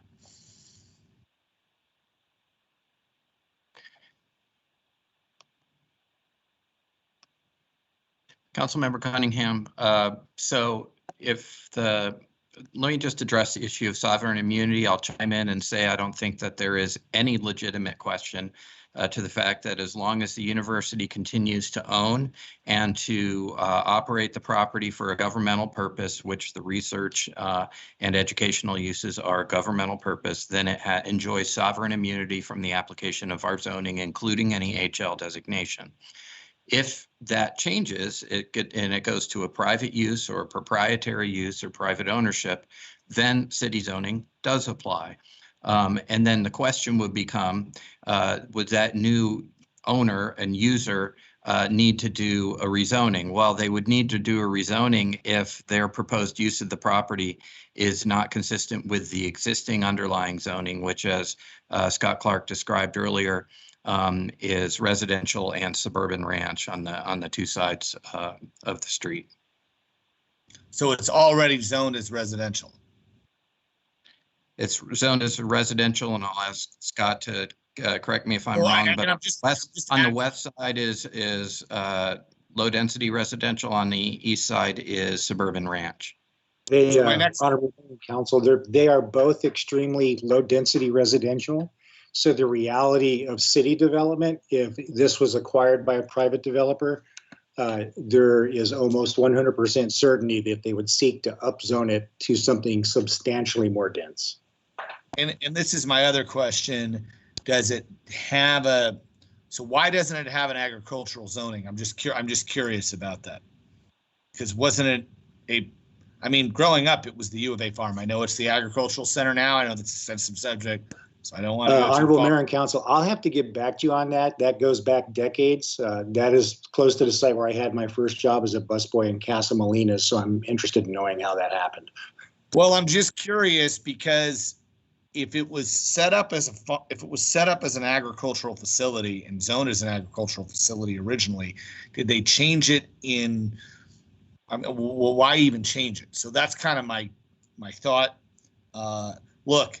If it's low density anyway, they're going to be subject to a rezoning no matter what happens if they try to go private. And I think that Now we're just in an argument of semantics over whether or not the city initiates it or the state initiates it.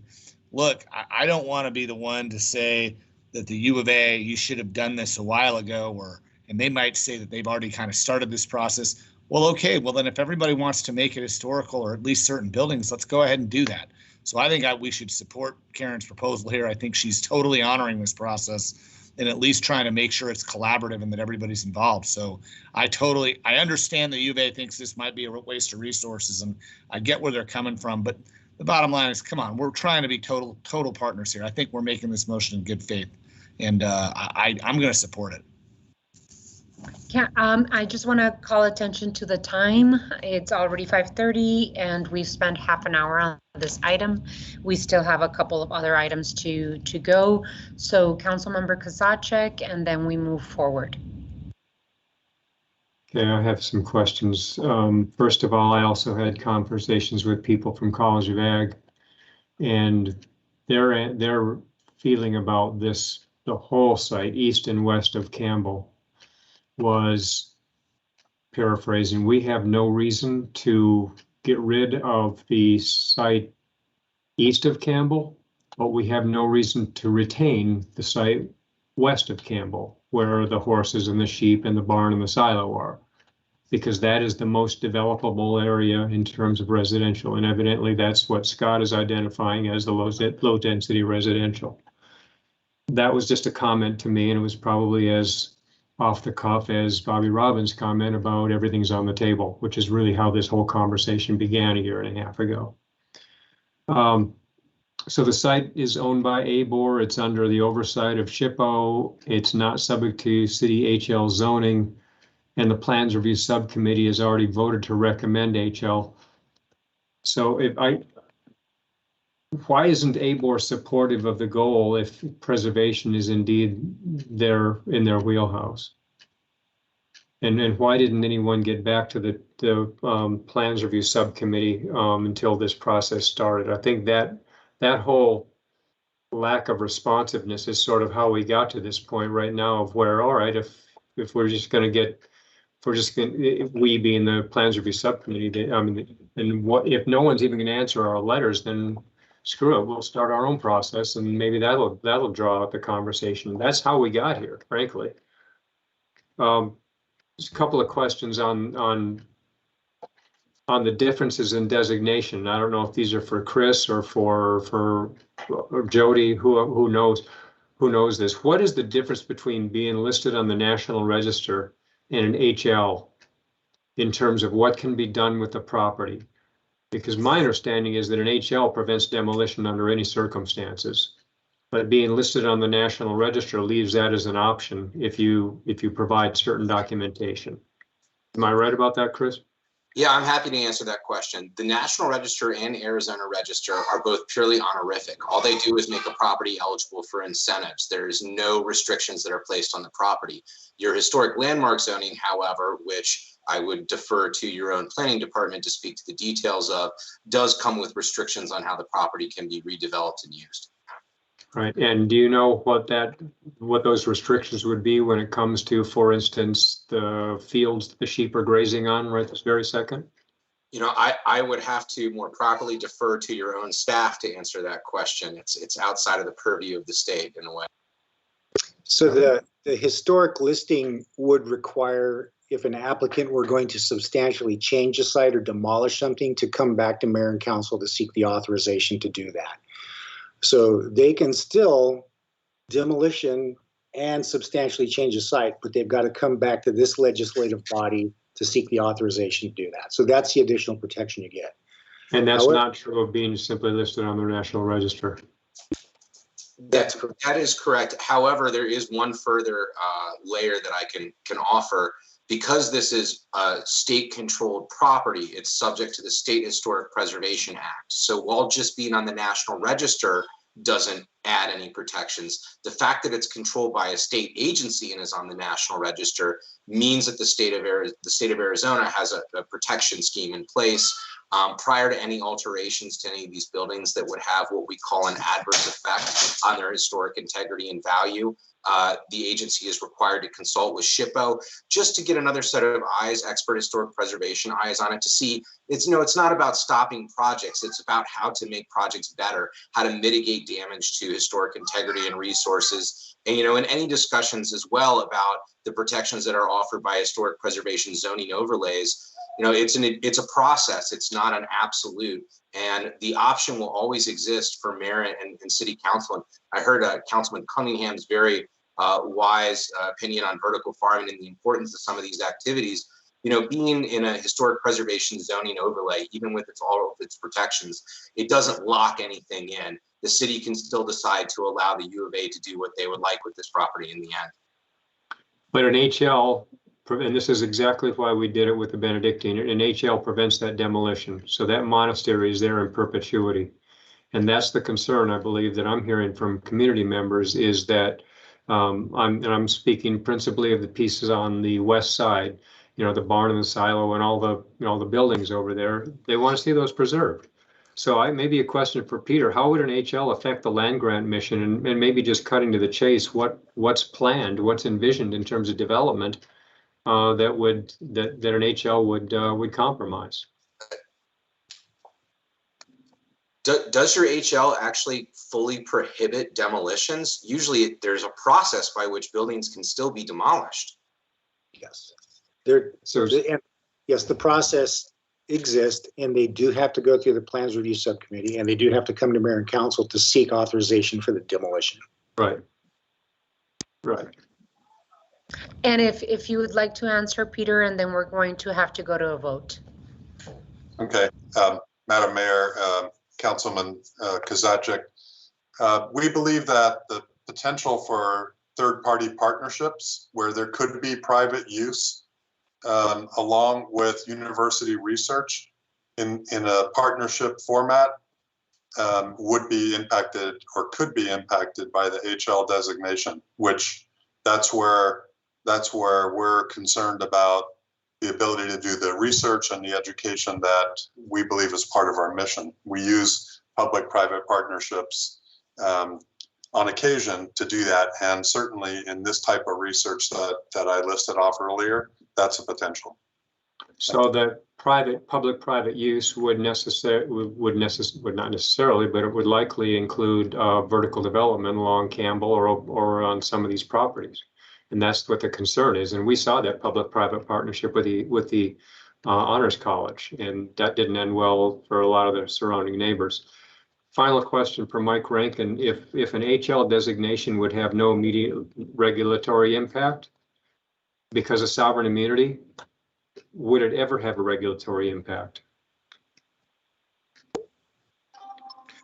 Councilmember Kozaczek, Mayor and Council, yes, again, if the basis for the sovereign immunity goes away. So if the university transfers the property to private use and or puts the use to a non-governmental use, so a private use, a business use, for example. Okay, I know we want to go to a vote.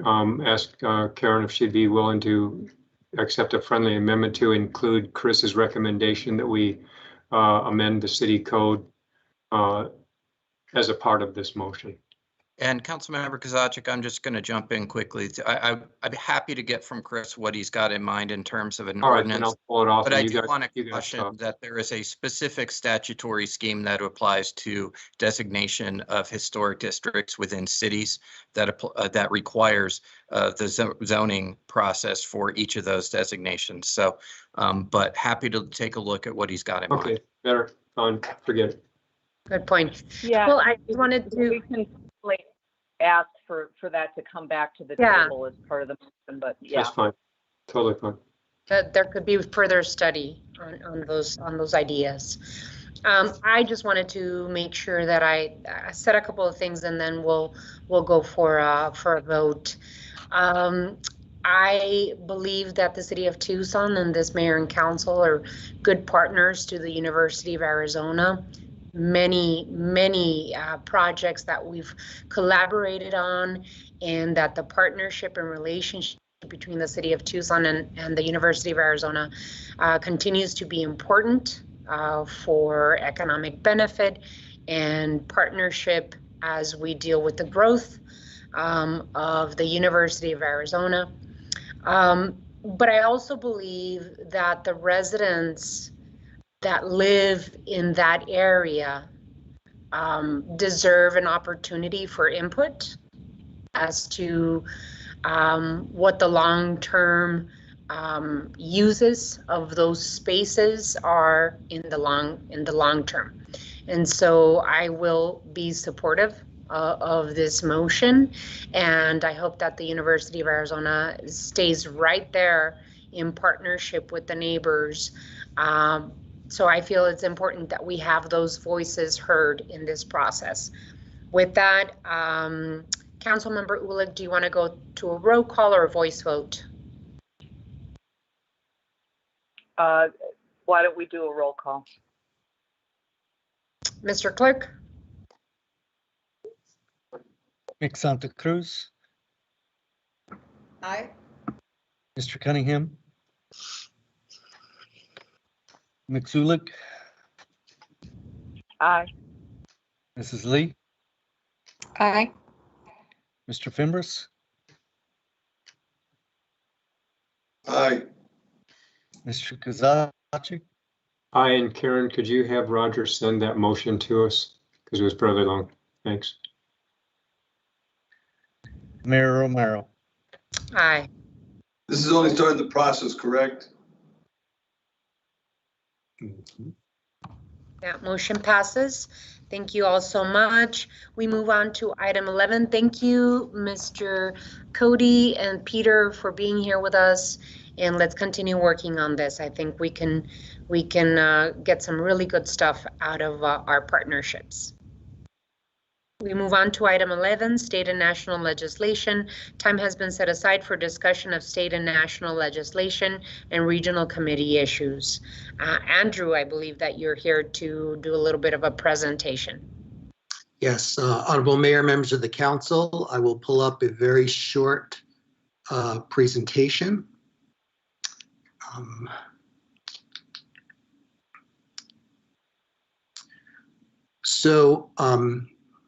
See if it comes up. Can you see it? Great. So, Honorable Mayor, members of the council, today was a historic day on Capitol Hill in the United States Senate. On the heels of the CARES Act, the $2.2 trillion bill that passed last year, and the American Rescue Plan, the $1.9 trillion bill that was also signed into law. Today, the United States Senate approved the Infrastructure Investment and Jobs Act, otherwise known as the Bipartisan Infrastructure Bill. And I will go through just a few slides to give really a quick overview of what's in the bill. So first, the bill provides about $550 billion in new spending on infrastructure, total with other funds that are already available for infrastructure, about over $1 trillion in total investment over the next 5 years. The bill needed 60 votes to pass in the Senate. It received 69 votes, so all 50 Democrats and about 19 Republicans voted in favor of the bill. The bill includes $110 billion for roads and bridges. You can see the figures on the screen. I won't go through them in the interest of time, but they do address some critical issues and priorities for cities across the country, and certainly for mayor and council's priorities here in Tucson.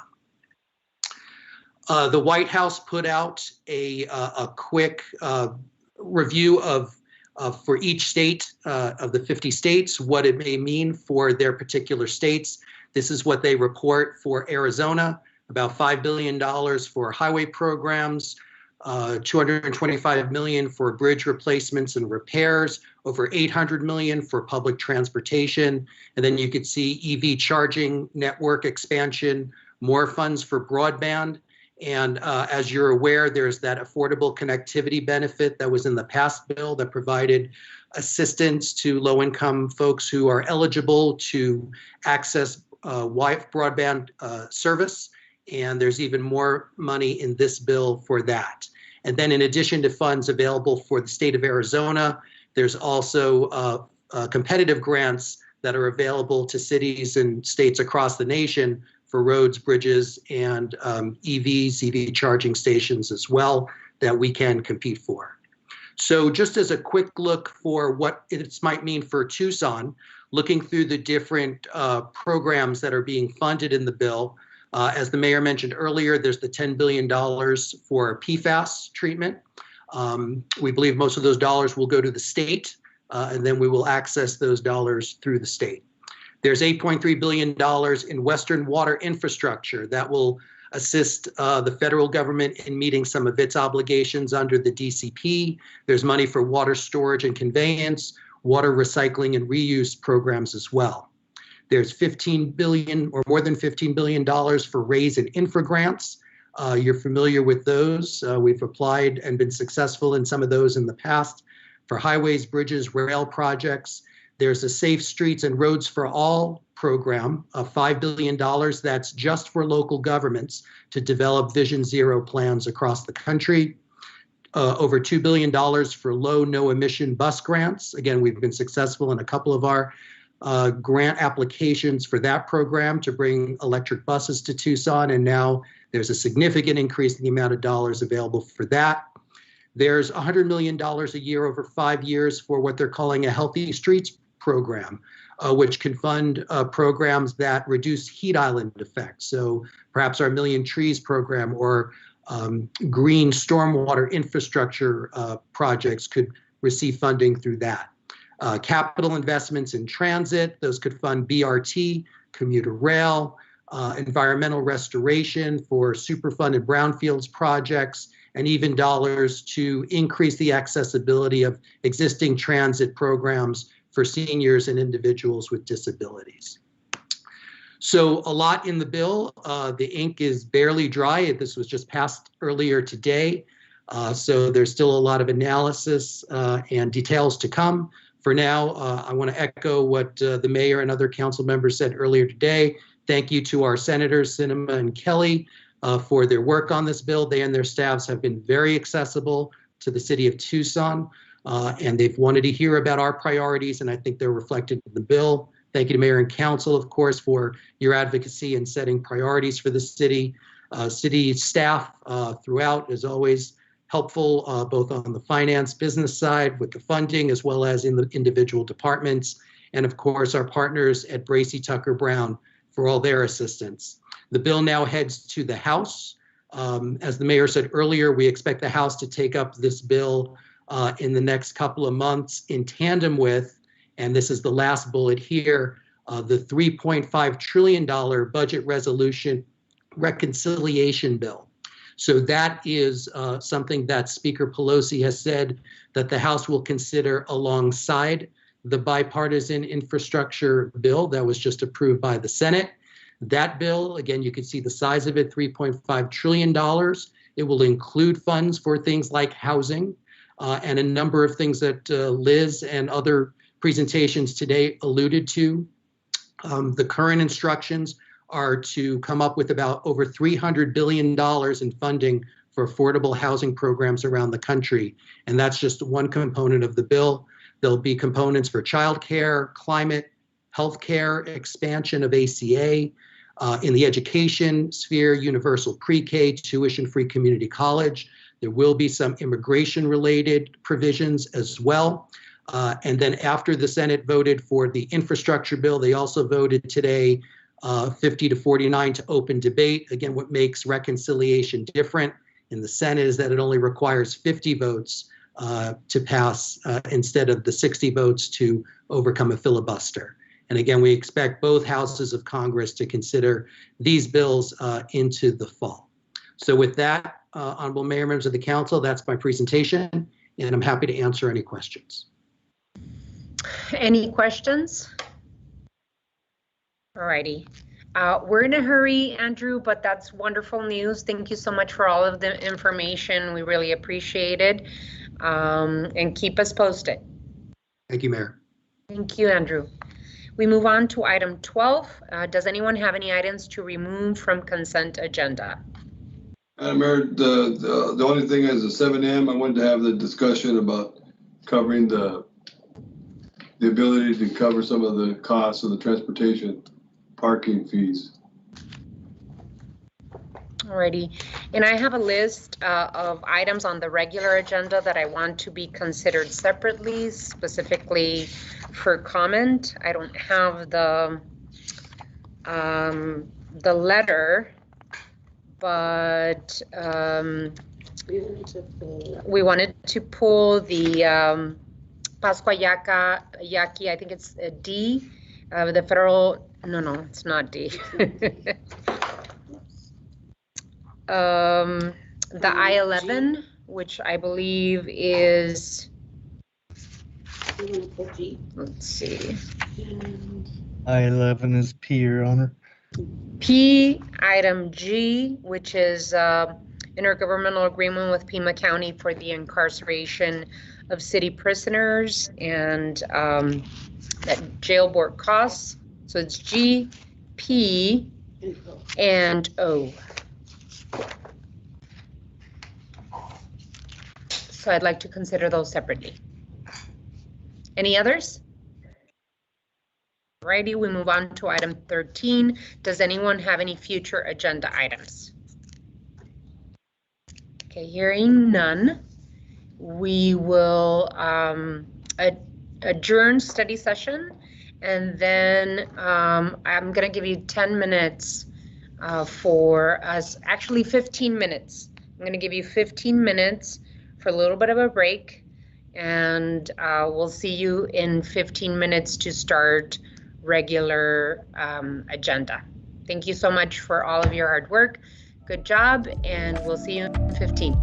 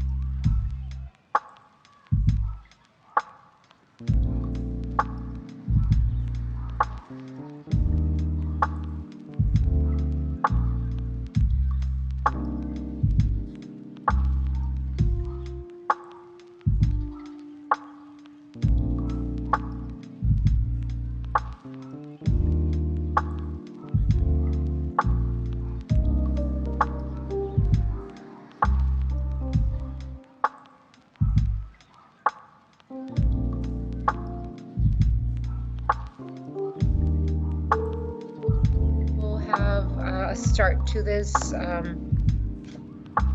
commission meeting. The Board of Commissioners of the City of Tucson Public Housing Authority will stand in session. Let's go to roll call. Mick Santa Cruz, Here. Mr. Cunningham, Here. Mick Zulik, Absent excused. Mrs. Lee, Here. Mr. Fimbres, Here. Mr. Kozaczyk, Here. Mr. Mohammed. Don't see him, Your Honor. Absent. And Mayor Romero. Here. Alrighty, item 2. Public Housing Authority Monthly Board Report, PHA, August 10th. City Manager's PHA Communication number 12, dated August 10th, is received into and made part of the record. Is there a motion to approve the monthly board report? So move, Madam Mayor. Second. There's a motion and a second. Any further discussion? Hearing none, let's go to roll call. Mick Santa Cruz, Aye. Mr. Cunningham, Aye. Mrs. Lee, Aye. Mr. Fimbres, Aye. Mr. Kozaczyk, Aye. Mayor Romero. Aye. The motion to approve the monthly board report passes by a vote of 6-0. Item 3. Public Housing Authority write-off of uncollectible tenant accounts receivable approval. City Manager's PHA Communication number 13, dated August 10th, is received into and made part of the record. Mr. Clerk, you are requested to read Resolution PHA 2021-009 by number and title only. Resolution number PHA 2021-009 relating to Public Housing Authority authorizing the write-off of certain uncollectible accounts and declaring an emergency. What is the board's pleasure? Mayor, I'd move that we adopt Resolution PHA 2021-009 related to uncollected debt. Second. There's a motion and a second. Any further discussion? Hearing none, let's go to roll call. Mr. Kozaczyk, Aye. Mr. Fimbres, Aye. Mrs. Lee, Aye. Mr. Cunningham, Aye. Mick Santa Cruz, Aye. Mayor Romero. Aye. Resolution PHA 2021-009 passes by a vote of 6-0. Item 4. Public Housing Authority budget approval, PHA 2021-010. City Manager's PHA Communication number 15, dated August 10th, is received into and made part of the record. Mr. Clerk, you are requested to read Resolution PHA 2021-010 by number and title only. Resolution number PHA 2021-010 relating to Housing and Community Development Department, reviewing and approving the public housing asset management projects budgets developed for the City of Tucson for fiscal year 2020-2021 as required by the Department of Housing and Urban Development and execution of HUD Form HUD-52574 and declaring an emergency. What is the board's pleasure?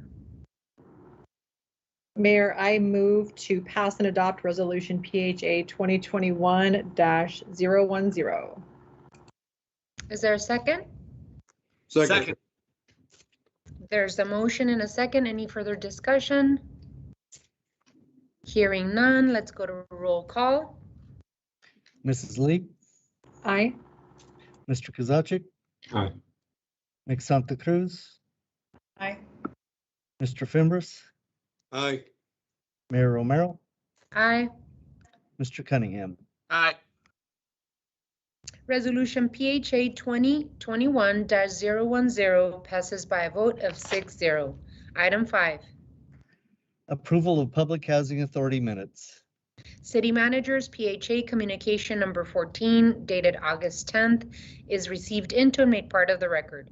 Is there a motion to approve the minutes of the June 22, 2021 meeting? Madam Mayor, I move to approve the minutes as presented. Is there a second? Second. There's a motion and a second. Any further discussion?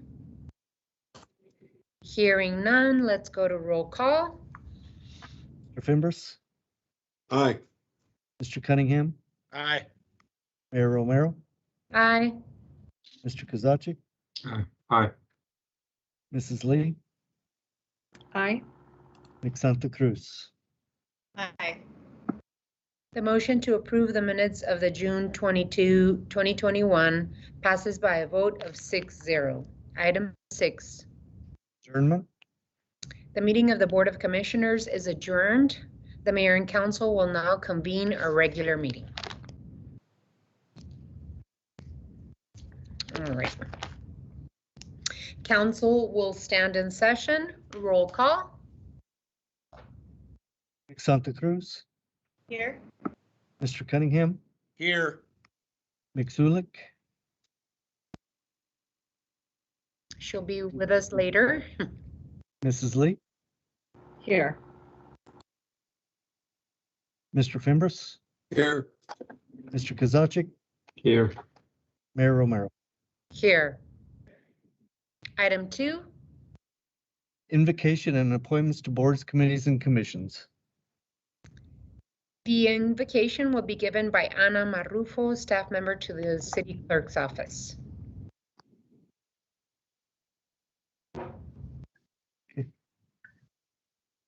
Thank you, Mayor Romero. Let us pray.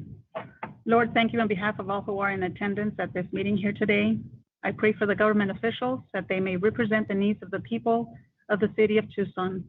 Grant them wisdom and counsel that they may conduct the affairs with your will and work together in harmony. Amen. Amen. Item 2C.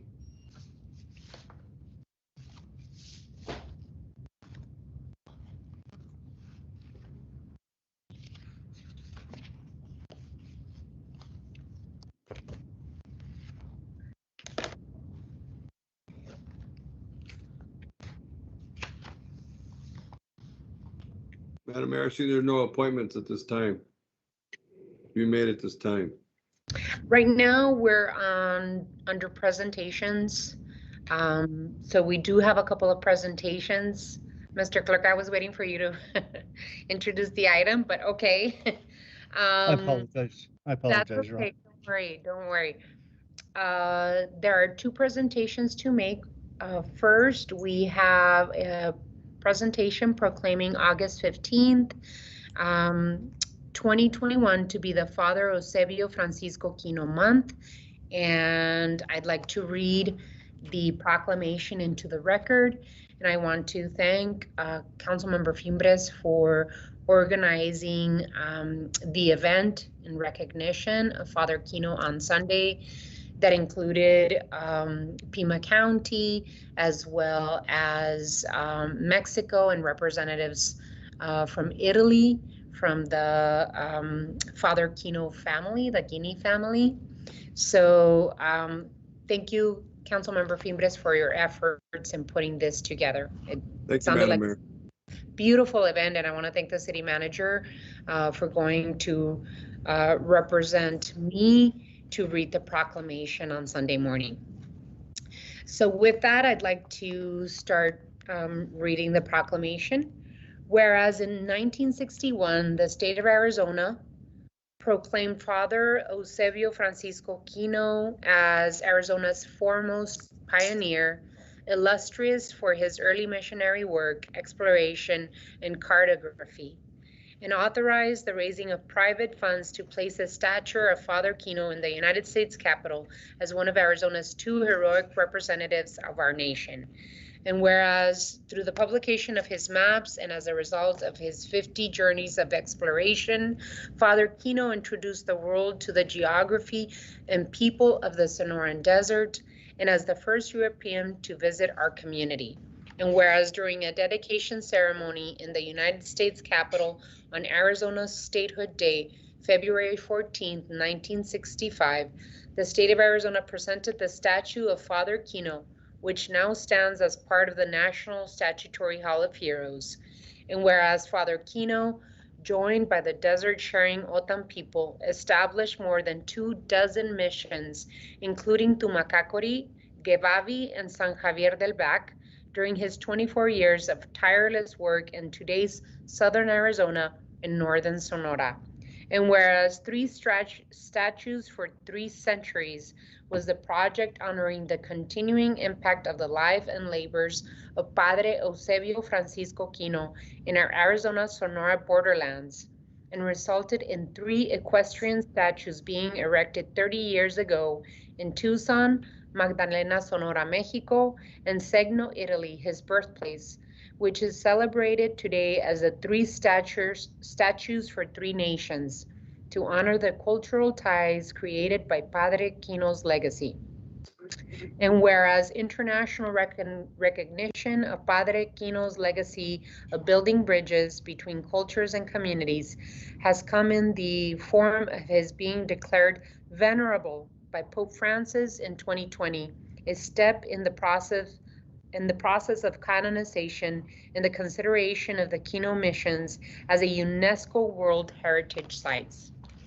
Whereas on this year, the Kino Heritage Society is honoring the heroic life of Father Kino and his legacy of peace and fellowship by commemorating the 30th anniversary of the Father Kino statue presentation to Segno, Italy.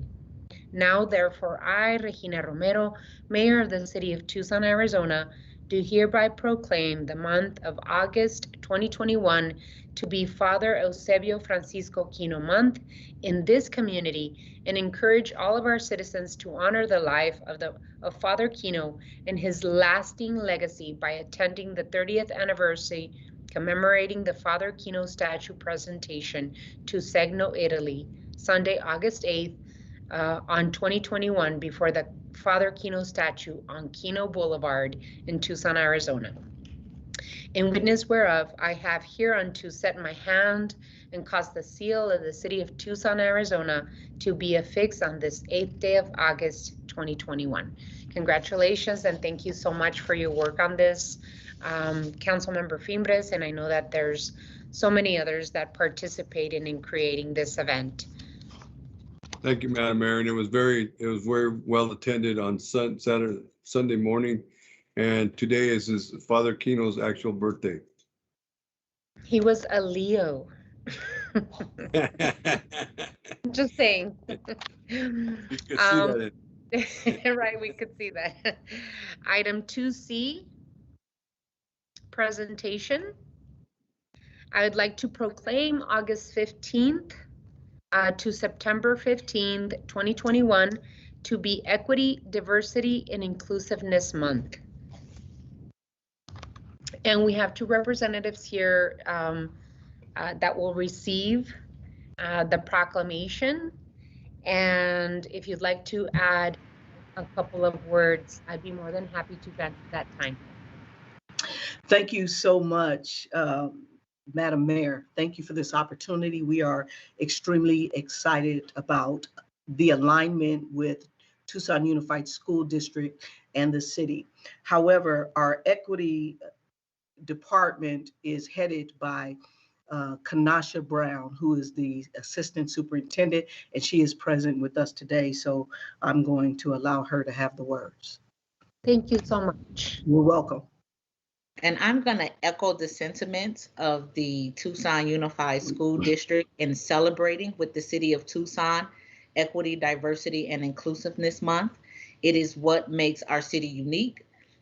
Tucson has always been progressive in its communal aspect, and we are just honored to celebrate. Tucson is a wonderful place to live, to work, to play, to, attend our schools. So thank you. Thank you so much for this recognition, and thank you so much for this partnership.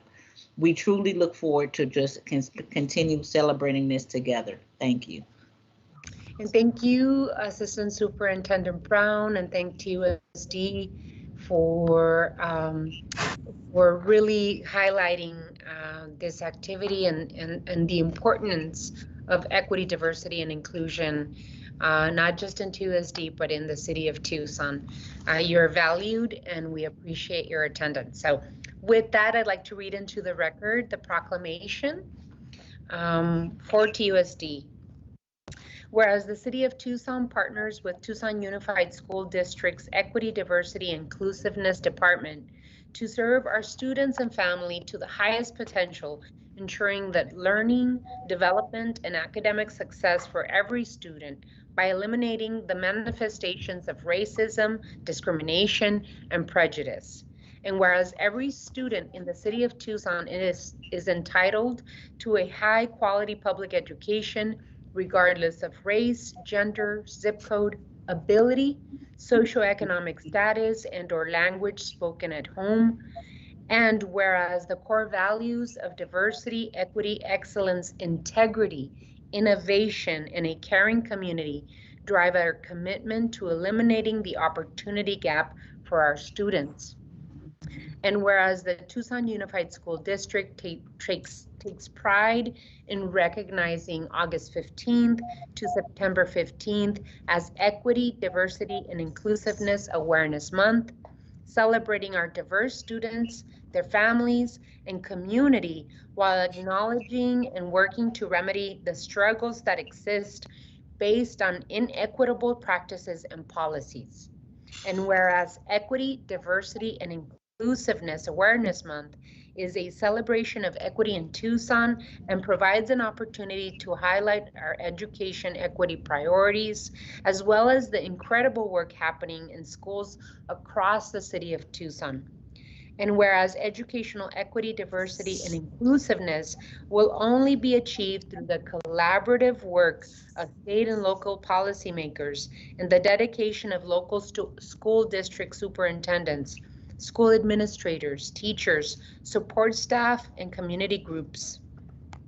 Now, therefore, I, Regina Romero, Mayor of the City of Tucson, Arizona, do hereby proclaim August 15th through September 15th, 2021, to be Equity, Diversity, and Inclusiveness Month, and encourage all citizens of the City of Tucson to join in celebrating. Witness whereof I have hereunto set the hand and caused the seal of the City of Tucson, Arizona, to be affixed this 15th day of August, 2021. Your Mayor, Regina Romero. Awesome. Thank you so much. Thank you. Thank you and congratulations.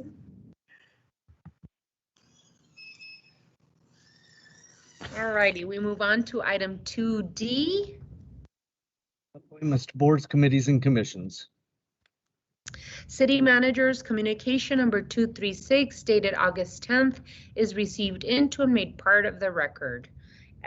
Don't see any appointments to be made at this time. Are there any personal appointments to be made from my colleagues? Hearing none, let's move on to item 3.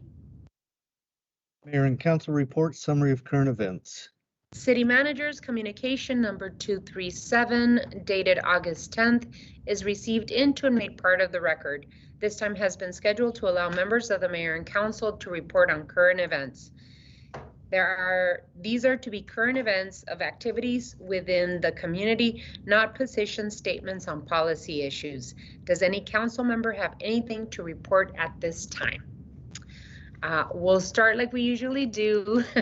We'll go down the line, starting with Ward 1. Hi, Mayor. Thank you. Like most of us have expressed in the past, we want to recognize our students as they're heading back to school and making the transition back to in-person schooling.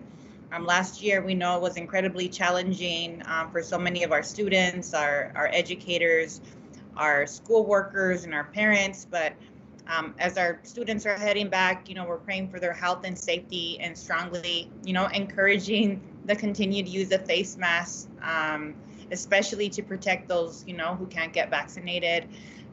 So suerte, on this upcoming school year. I also just wanted to comment that our office will be hosting 6 in-person free classes to support local businesses. We're seeking input from our local business owners about some other immediate needs and topics of interest. So we have a small business survey that we're asking folks to fill out by August 24th, and they can find the link for that on our website. This summer, the Ward 1 office set out for an ambitious goal of knocking on 10,000 doors to have direct conversations with our neighbors and help build community from the grassroots. So far, we've knocked on more than 9,000 doors, and we have 1 week left to reach our goal of 10,000. And so I'm, just super thankful for all of our volunteers and staff, for really helping put this together, and you, Mayor, for coming out and helping us. We also had the city manager, and then shout out to Liz and Barbara Coffey for joining us. I want to encourage any city staff too that wants to come out and just hear, directly from our neighbors on what are some of the issues and needs, that they've been facing, but especially as a result of the pandemic. Lastly, we just have, a fun event that our own Ward 1 Hotel McCoy is starting to host on Fridays with one of our own DJs, Humble Lioness, every Friday evening from 5:30 to 8:30. So if folks want to come out, I'm super excited to have an event like this west of the freeway. So that's it. Thank you.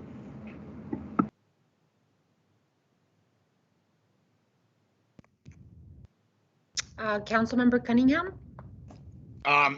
Recognition of the teachers, the students, but definitely recognition of my fellow teachers. Quite a week. Man, being in a room with a bunch of 6th graders for an hour and a half, masks or not, it's a daunting thing, especially with all the things going around in the Delta variant. And right now, I got to give it up for our courageous teachers who've all returned to work in the face of that adversity, knowing what's best for our children. Because of COVID and because of all the things, there hasn't been a lot of big events, and we haven't really been able to go, hey, come and see us. But there's one event that kind of happened right in the crown of the everybody felt safe period on July 19th. And I wanted to share it with you because it was unbelievable. I couldn't even believe it happened. As you know, we worked really hard on Jesse Owens Park a few years ago. We resurfaced the court thanks to local U of A basketball player and retired international professional basketball player Corey Williams. We were able to put a shade on it, and it's become a place for pickup basketball on the east side. It's actually pretty neat. Sunday mornings, the older guys play. In the evenings during the week, the younger guys play, but you can get out there any night and it looks great. Now, for those of us who are over 34, we probably don't know what Bala's Life is. But Bala's Life is a group of, they're kind of like modern barnstormers. And they have over 6.1 million Instagram followers. And they came to Jesse Owens Park for a park takeover on July 19th. We had about 2,500 youth there. Some of Tucson's best, guys from Pima, guys from the University of, guys from Pima, guys who play for the Tucson Buckets, guys who played professionally, all challenged the Bala's Life West Coast crew who came down. Give a shout out to Kenny Dobbs, the former international slam dunk winner who came to Tucson and played on our own Jesse Owens Park. There's a 27-minute YouTube video on it that's already got like 10,000 views. At the end of it, there's every youth in Tucson, 520, 520. It was as the ball community would say, it was hype. So check it out. Check out Ball is Life West Coast Crew, and it was a great experience, and it's really special to be a part of. So check it out, Ball is Life, on Instagram, YouTube, and Twitter. Thank you, Council Member. That's fun. Council Member Ulick. Thank you. Just wanted to share with folks a couple of opportunities to participate in our Thrive in the 05 community development effort. We're seeking input on the Thrive in the 05 draft transformation plan.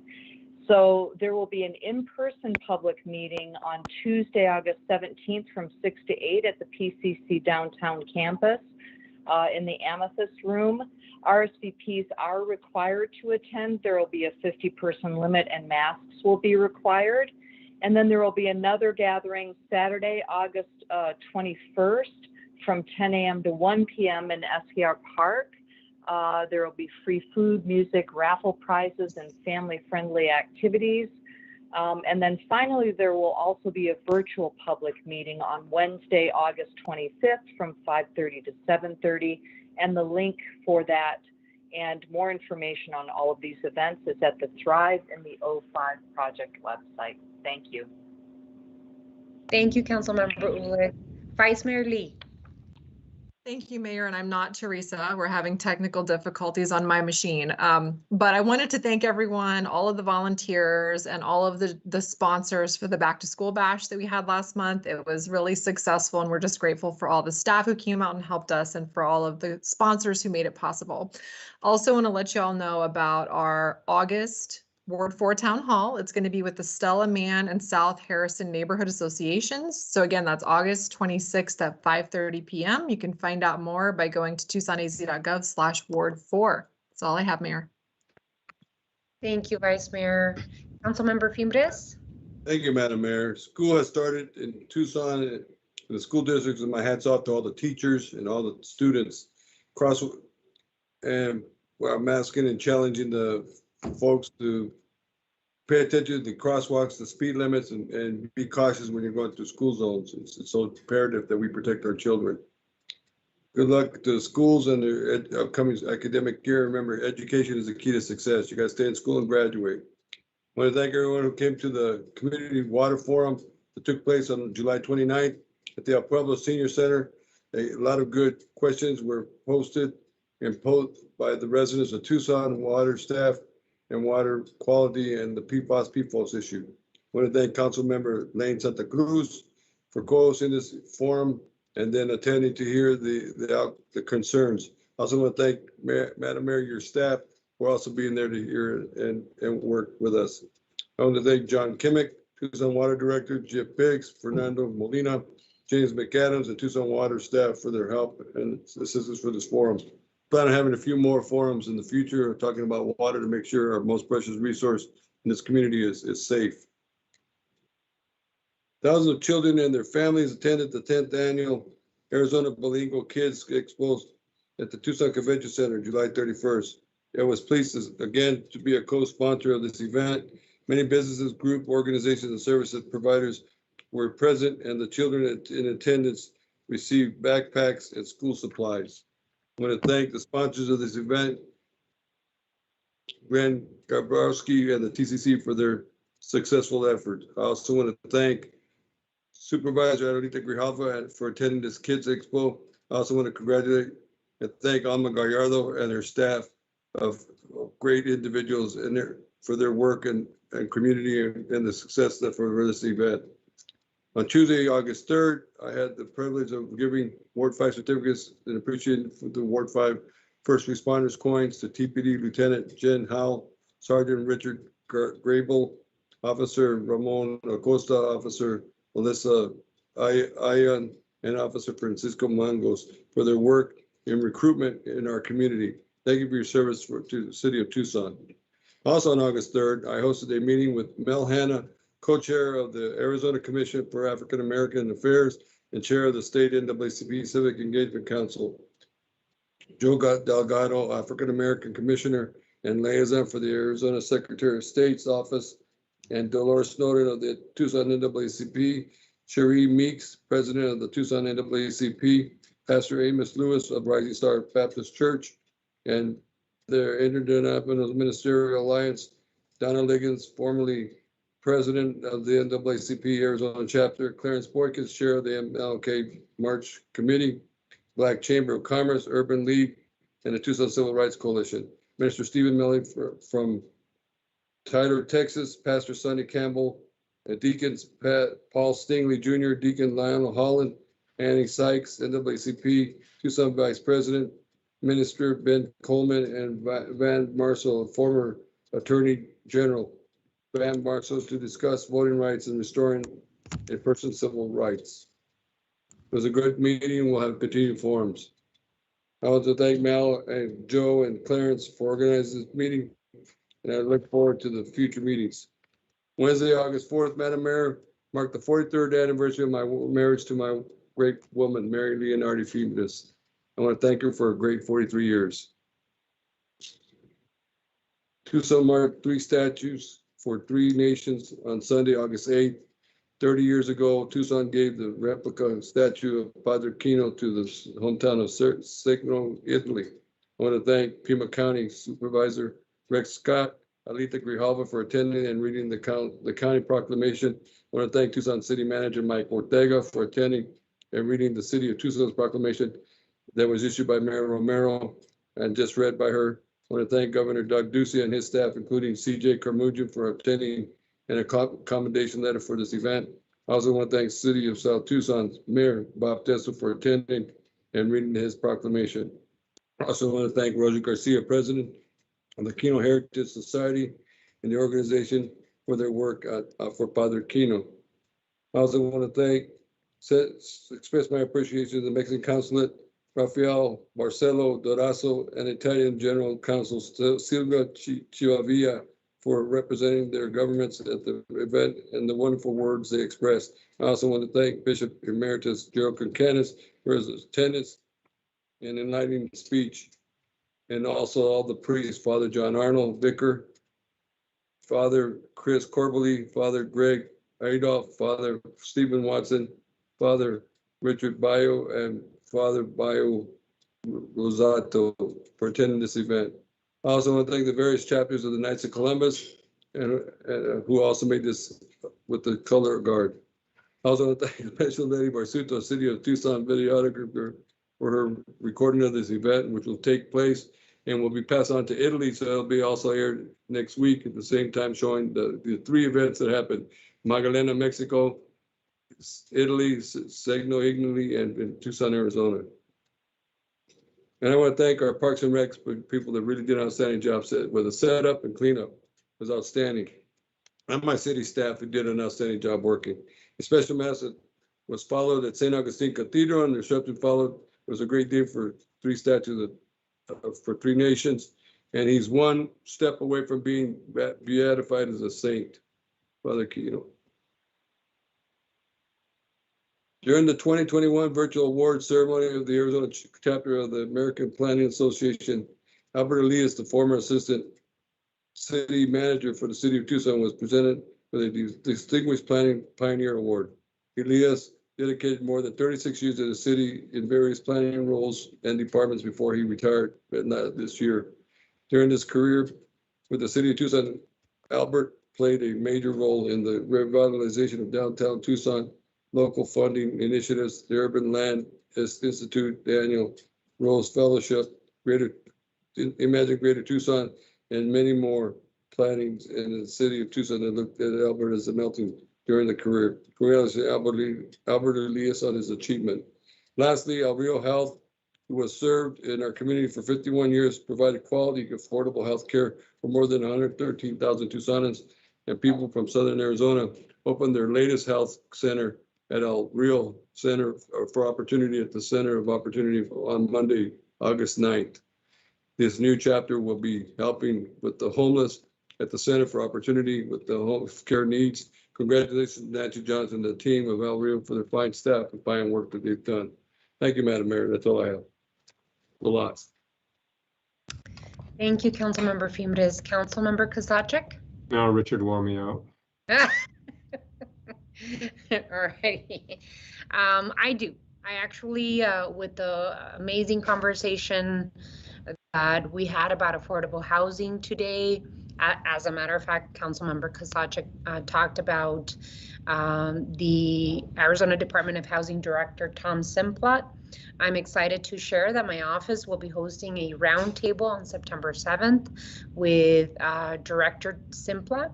We are excited to host him, and we're working with our housing community development department and various community partners to talk about the needs, the housing needs in the city of Tucson. I will share the information with all of your offices. So if you'd like to send a representative, we would love to have our council office represented in that roundtable.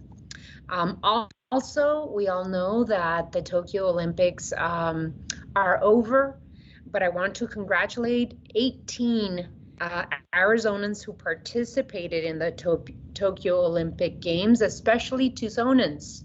Abdirahman, I believe it is, in track and field. Abdi Abrahaman. Abdirahman. Abdi, I'll just call him Abdi, in track and field, Corbin Shara in cycling, and Delaney Schnell in diving. Congratulations to our wonderful Tucsonans and Olympic athletes.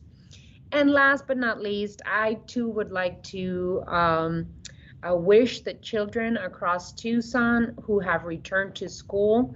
I would want to wish them and their families my warm wishes, and the faculty and staff to our many wonderful schools across the city, that you have an amazing school year, that you be safe, and that you take care of our children, our students, our staff, and our faculty, and take care of each other, mask up, and if you can, please vaccinate. With that, we're moving to item 4, which is the city manager's summary of current events. Thank you, Mayor. No report today. All righty, thank you so much. Mr. Clerk, do we have to read the number into the record? No, that's fine, Your Honor. Okay, thank you. We move on to item 5. Liquor license applications. City Manager's Communication 239 dated August 10th is received into and made part of the record. Mr. Clerk, please read the liquor license agenda. Your Honor, this evening's liquor license agenda under item 5B, we have 11 requests for new license, 3 requests for person location transfer. Under item 5C, we have 1 request for special event. Under item 5B, item 9, the applicant has paid the application fees, so that application is in compliance. On item 5B12, the applicant has withdrawn the application. The remainder of the applicants are all in compliance with city requirements, so an appropriate motion would be to forward items 5B 1 through 11, 13 through 14, and C1 to the State Liquor Board with a recommendation of approval. May I have a motion, please? Your Honor, I'd like to make the motion, and I'd like to give a shout out to my high school class, Rincon 1992. Zio Pepe in Ward 2 is one of the proprietors, is my classmate, Devin Sanner. I wish him the best of luck. And the Delta in Ward 6, one of the proprietors is Chef Travis Peters, who not only was a really good friend in high school, but had one of the best rock bands I've ever seen. So good luck to him. He's been a chef for a while. This is, I think, is his 2nd or 3rd restaurant, but I wish them both the best of luck, and I move the items for. Second. There's a motion and a second. Any further discussion? Oh, it's a... If we're hearing none, all those in favor signify by saying aye. Aye. Aye. Any opposed? Good luck. Motion carries. Item 6. Call to the audience. At this time, the public is allowed to address the mayor and council on any issue, except for items scheduled for a public hearing at this meeting. Speakers are limited to 3-minute presentations. Call to the audience is scheduled to last for no more than 30 minutes. Pursuant to the Arizona Open Meeting Law, individual council members may ask the city manager to review the matter as the matter be placed on future agenda, respond to criticism made by speakers. However, the mayor and council may not discuss or take legal action on matters raised during call to the audience. At this time, I'd like to ask those that are not speaking to please make sure that you're muted. And when you introduce yourself, please make sure that you say your name, if you live in the city or not, if you live outside the city, and if you're a paid speaker. With that, I'd like to ask Connie Brannock to unmute herself. Do not see her, Your Honor. Okay. Jocelyn Musson.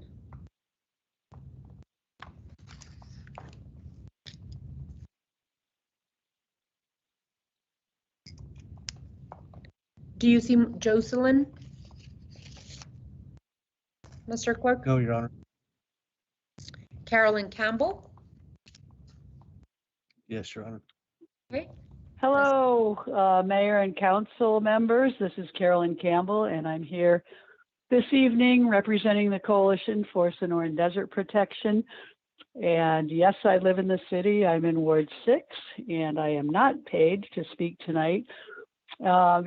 Very briefly, I want to thank the mayor for placing the issue of the reaffirmation of the I-11 opposition for the Avra Valley route here. It's on the consent agenda tonight, but I did want to thank you all for considering this. The coalition submitted a letter yesterday dealing with the issues of the water security, sensitive desert lands, and sprawl. And we agree with all of the points that are included in that resolution, so I won't repeat that here. The Coalition for Sonoran Desert Protection has been working against this ill-advised and destructive proposal since 2006, when it was discussed by the ADOT, Arizona Department of Transportation Board, at the time called the I-10 bypass. And the public hearing actually was in these city council chambers. It was a bad idea then, and it's a bad idea now. Since 2014, when this latest proposal came from the federal and state transportation agencies, in 2014, during the scoping process, we were very involved in until today. But briefly, the coalition has questioned in all of our previous correspondence the need and the purpose for an I-11 corridor, and we have not yet received an adequate response. We will continue to question that need. What I do want to emphasize here tonight is why it's so important to weigh in yet again. The draft environmental impact statement, which is where you weighed in 2019, and of course, thank you for that, is now in the final EIS stage. And it's important to put into the public record that all of us, citizens and local jurisdictions, are still against this route. Secondly, as you know, the federal infrastructure bill is working its way through the legislative process in Congress. Our federal representatives all need to be reminded that our local governments are firmly opposed to this western route in Avra Valley, as Tier 2 now is most likely to move forward because of the infrastructure funding. So really, that's it. I just wanted to speak and thank you all. And I did want to say that the Coalition for Sonoran Desert Protection is a member of the Community Water Coalition of Southern Arizona, who also submitted a letter, weighed in with their opposition to the, as it's called now, the west option of the preferred alternative. So thank you very much. Thank you, Carolyn. Thank you. Our next speaker is Kevin Dahl. Thank you, Mayor. I'm Kevin Dahl. I live at 1609 East Spring Street in the city. Tonight I'm an unpaid speaker. Like Carolyn, I'm calling in to thank the Mayor and Council for continuing to express the city's strong opposition to the federal and state consideration of building Interstate 11 through Avra Valley. It's just a crackpot idea. The much better option of co-locating I-11 along the existing freeways would provide greater benefit to Tucson businesses and commuters. The Avra Valley, the west alternative, is more expensive and would be so very destructive to places we love, like the Arizona Sonoran Desert Museum, Saguaro National Park, and Ironwood Forest National Monument. It's also an incredible insult to the residents of Avra Valley, who during the last 7 years have made it clear they oppose this freeway, and yet they have to disclose its possibility when they go to sell their land or their homes. This area just doesn't need a faster way to go north and south, and it will only work to destroy the rural lifestyle that people in Avra Valley enjoy. I just don't understand why freeway planners in Phoenix and Washington, D.C. are keeping this alternative on the books. It will only result in the spending of a whole lot of precious transportation dollars to continue studying this incredibly bad proposal. Thank you for taking a stand on this tonight. Thank you, Kevin. Cindy Hogan?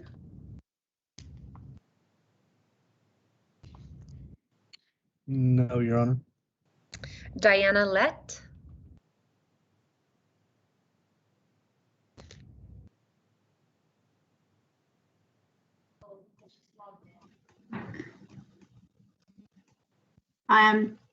I'm not sure that I'm supposed to be speaking in this section of the meeting. I'm here simply to answer any questions that may come up during the ASARCO rezoning item number 12. Should anyone on the council want to know anything about the neighborhood position on this, that's what I'm here for. Alrighty, Diana, thank you so much. If you want to make your statement now, and then if mayor and council have any questions, we can call you back up or to wait for the answer. No, I'm happy to do that. This is a great project. It's a really excellent adaptive reuse of a historic building, and it will create additional housing in our neighborhood. So the project itself has the enthusiastic support of the neighborhood association. In addition, there has been a really nice collaborative process with the development team regarding concerns that the neighborhood had and improvements to the project that we wanted to see. So we are totally in support of this project. That's all I have. Thank you, Diana. Miles Trapagan? No, Your Honor. Ed Hendel?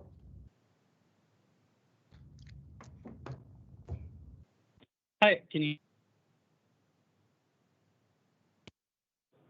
Hello, can you hear me now? Yes, we can. Hi, thanks for calling on me. My name's Ed Hendel. I live in Tucson in Ward 1, and I'm not a paid speaker.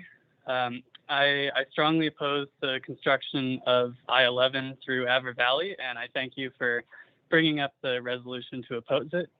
The Avra Valley route comes within just a few hundred feet of Saguaro National Park, which would ruin the experience for hikers and tourists.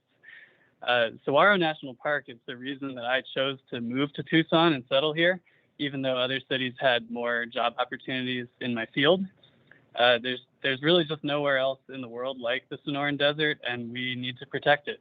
The idea of building a big, intrusive, noisy highway out there is honestly ridiculous. I mean, imagine, being out there watching the sunset, listening to the birds sing, and suddenly a huge truck zooms by on a freeway. Wouldn't that kind of ruin the feeling of immersion in nature?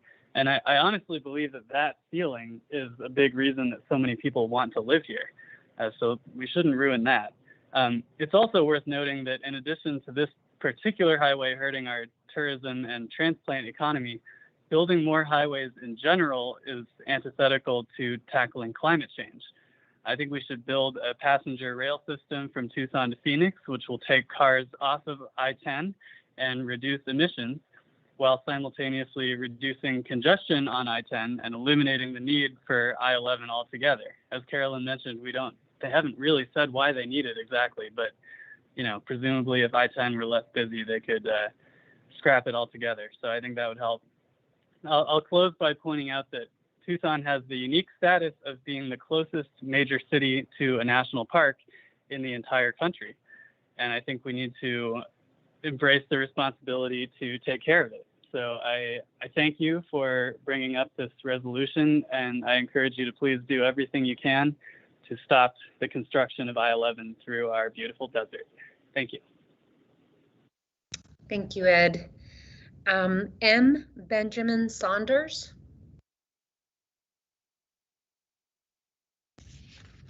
No, Your Honor. Alrighty, that is, those were the names that we had for call to the audience. And we move on to item 7. Consent agenda items A through P. Reports from the city manager on the consent agenda are received into and made part of the record. Mr. Clerk, you are requested to read the consent agenda. Your Honor, on this evening's consent agenda, item A is approval of minutes. Item B is water second amendment to the agreement with SRWA LLC for design and construction of the Santa Rita Bel Air interconnection facilities. Item C is Tucson Code amending Chapter 20 relating to speed limits, repealing ordinances 11692, 11693, 11695, and 11696. Item D is grant applications to the Federal Transit Administration for urbanized area formula funds, buses and bus facilities, and surface transportation program funds. Item E is grant applications to the Federal Transit Administration for COVID-19 research demonstration grant program funds. Item F is finance approval of fiscal year 2021 involuntary tort judgments. Item G is an intergovernmental agreement with Pima County for the incarceration of city prisoners. This item will be considered separately. Item H is an intergovernmental agreement with the Arizona Healthcare Cost Containment System Administration for federal matching funds for graduate medical education at Tucson Medical Center. Item I is Tucson Code amending Chapter 10 relating to compensation, extending referral compensation to include Public Safety Communications Department and Information Technology Department. Item J is Housing and Community Development approving the Affordable Housing Impact Fee Subsidy request for La Frontera Partners Incorporated Gateway Project. Item K is Housing and Community Development approving the Affordable Housing Impact Fee Subsidy request for Cope Community Services Incorporated Riverbend Apartments Project. Item L is the final plat S19058 Placita del Rio lots 1, 6, and 7. Item M is a resolution approving the continuation of the temporary expansion of restaurant seating program, direction for expansion of the program to allow for streeteries and parklets. This item will be considered separately at the request of Councilmember Fimbres. Item N is water, notice of intention to implement a differential rate structure for Tucson water customers located in unincorporated Pima County and scheduling a public hearing for October 19th, 2021. Item O is an intergovernmental agreement amendment with the Pasco Yaqui tribe to place tribal land into trust. This item will be considered separately. Item P is a resolution reaffirming the City of Tucson opposition to proposed alignment of Interstate 11. This item will be considered separately as well. That's the extended consent agenda, Your Honor. Appropriate motion would be to approve items A through P with the exception of G, M, O, and P. So moved. Madam Mayor, I make the motion to approve the motion except for G and OP. There's two motions. I'll second it then. So there's a motion and a second. I believe we have to go to roll call on this, Mr. Clerk. Mr. Fimbres? Aye. McSulik? Hello. Loser? Maybe we must have, I don't see her. Go ahead, Mr. Clerk. Mr. Cunningham? Aye. Mayor Romero? Aye. Mr. Kozaczek? Aye. Mrs. Lee? Aye. Ms. Santa Cruz? Aye. McSulik? Can you hear me? Yes.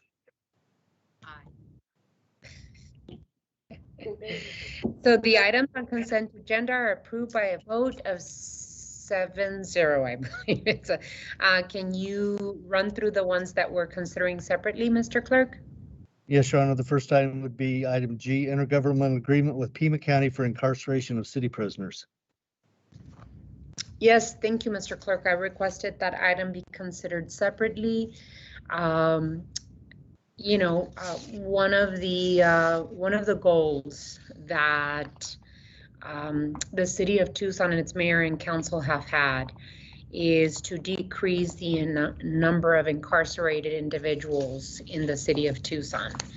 And what my concern is that throughout the years, the city of Tucson and TPD have actually brought the number of bookings down at the request of mayor and council. We've been looking at ways of finding alternatives to incarceration.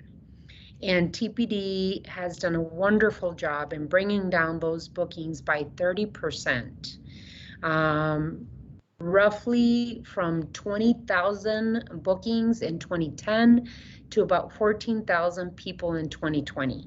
Yet our annual payments have remained the same.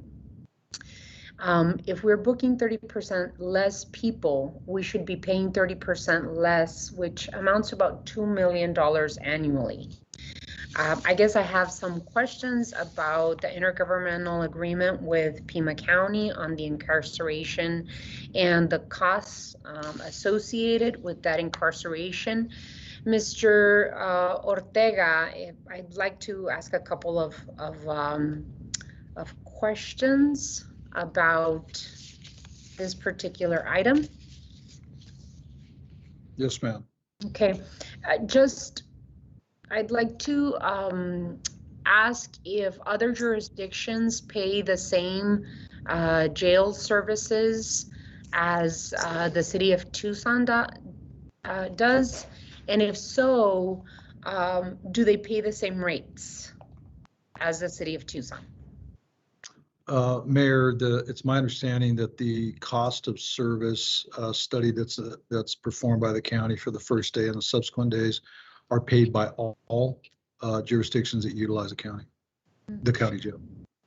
So that was going to be my next question. If there was a cost of service analysis regarding what's the reason for the cost continued to hover and go up or stay the same, however you'd like to see it, if we are booking 30% less. Sure, Mayor, and I'll take a stab at answering that. So the cost of service, the cost of providing the service is a function of two pieces. One is the fixed cost and the variable cost. So what is accomplished on an annual basis is Pima County will go through and analyze the cost from the previous year. So the previous year overall cost, both from a fixed rate or fixed cost standpoint and variable, are factored into the number of inmates or the number of defendants that utilize the service. So then what happens is they translate that into identifying what the cost is for the first day, which is usually obviously more expensive, and actually go through an analysis of all of the pieces that go into the first day, which then gives us the first day rate. The second day and beyond is factored much the same way, except they discount or don't include the cost from that first day. And so that happens every year. I will give you some numbers in the past. I'll get them out for you here. In 18-19, we paid $6.6 million. In 19-20, we paid $6.2 million. Last year, we paid $4.3 million. And I think to your point earlier, it was a function of driving down the use by not only TPD, but also the city attorney's office and how we cite and release and not utilize the service. Because the county's cost, part of it is fixed, they're trying to recapture that cost and by allocating that on a per unit or per person basis. That's how that is, kind of simple math in terms of how that's figured.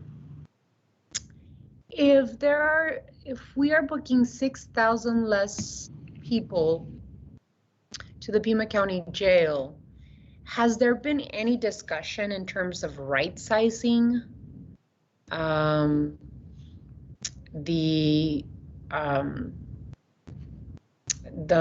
need of the pods in the Pima County jail system? That's a great question, Mayor. People going in, then is it time to right size the amount of people that work at Pima County Jail? Sure, Mayor, that's a great question, and one that I have posed and will continue to pose to the county administrator. But keep in mind that the jail is run by the sheriff, and the sheriff is an independent elected official who is accountable to the voters. And so the conversation for us really is, what are the alternatives to that? I can certainly put them on notice that we have concerns about it, ask them for I'll use the term efficiency of the operation as a part of the ongoing discussion. I can tell you that last year I pushed back pretty hard because our projected cost had gone up, even though our actual cost did not. What I understood after looking at their analysis is that the incremental cost was mostly due to inmate or defendant health care within the jail. I'm expecting that as time goes on, those costs should stabilize, but without knowing exactly what the COVID piece is, it'll be hard to tell. To your point, the only way we'll see the overall costs go down is if the fixed costs shrink. And the only way to do that is by the closure of some of the pods that might be there that may not be utilized the same way that they had in the past. Mayor, based on this conversation, I can certainly send off a note to them and ask them for a little more information on how that efficiency piece, because the cost is just simple math, but the efficiency of the operation is the basis for that cost, and that really is the conversation. Yeah, no, that would be very important to be able to start that conversation with Sheriff Nanos in terms of as you said, the efficiency of the operation. Councilmember Ulick, Councilmember Cunningham, I do see your hand up. Would you like to go ahead? There's a couple things with this item, and we've actually gone around this table over the years about jail board, about all the costs we incur. And kudos to both TPD and the city attorney for not only curbing our bookings, but also curbing our number of jail nights, utilizing community supervision, electronic monitoring, some of the detention alternatives, which, believe it or not, Pima County is a trailblazer in the juvenile part of detention alternatives. But that being said, and look, everybody knows that I'm going to take every opportunity I can to knock the county on stuff like this, but you can't. Yes, they're moving the goalposts, but they have to, because they have costs to meet. And so every year, no matter what we tell them, no matter how much we reduce the bookings, every year the county's going to alter the formula so they get the amount of money they want. And the only way we can ever go around them on this is if we do a city jail model. But I think that would require some type of there's a tax structure in there that we'd be losing money out and performing a function that cities basically don't perform in the state of Arizona. And so for me, if I'm going to go around talking about how the county can't provide municipal services, I can't advocate for the city to provide what county services usually are. So it's a rough one. We're kind of stuck between a rock and a hard place. The best thing I can do is say, as I've said before, our RCA and our community supervision program, we can expand that piece in city court. And if we do those alternatives to detention, we can probably expand that, but it's going to require an investment by this council and the city court. It's something I'm willing to look at, but we've gone down this road. I know it's a rough one, and they're totally wrong. They are moving the goalposts, but they're doing it out of necessity to fund that program properly. And quite frankly, those inmates or those the detainees that are in the Pima County Jail, those costs should be incurred. The counseling and the supervision and the all the things to try to get their lives back on track. I'm good with that stuff. Well, thank you, Councilmember Cunningham. I think that, and I want to give a huge kudos to TPD and our city attorney for housing people in Pima County Jail.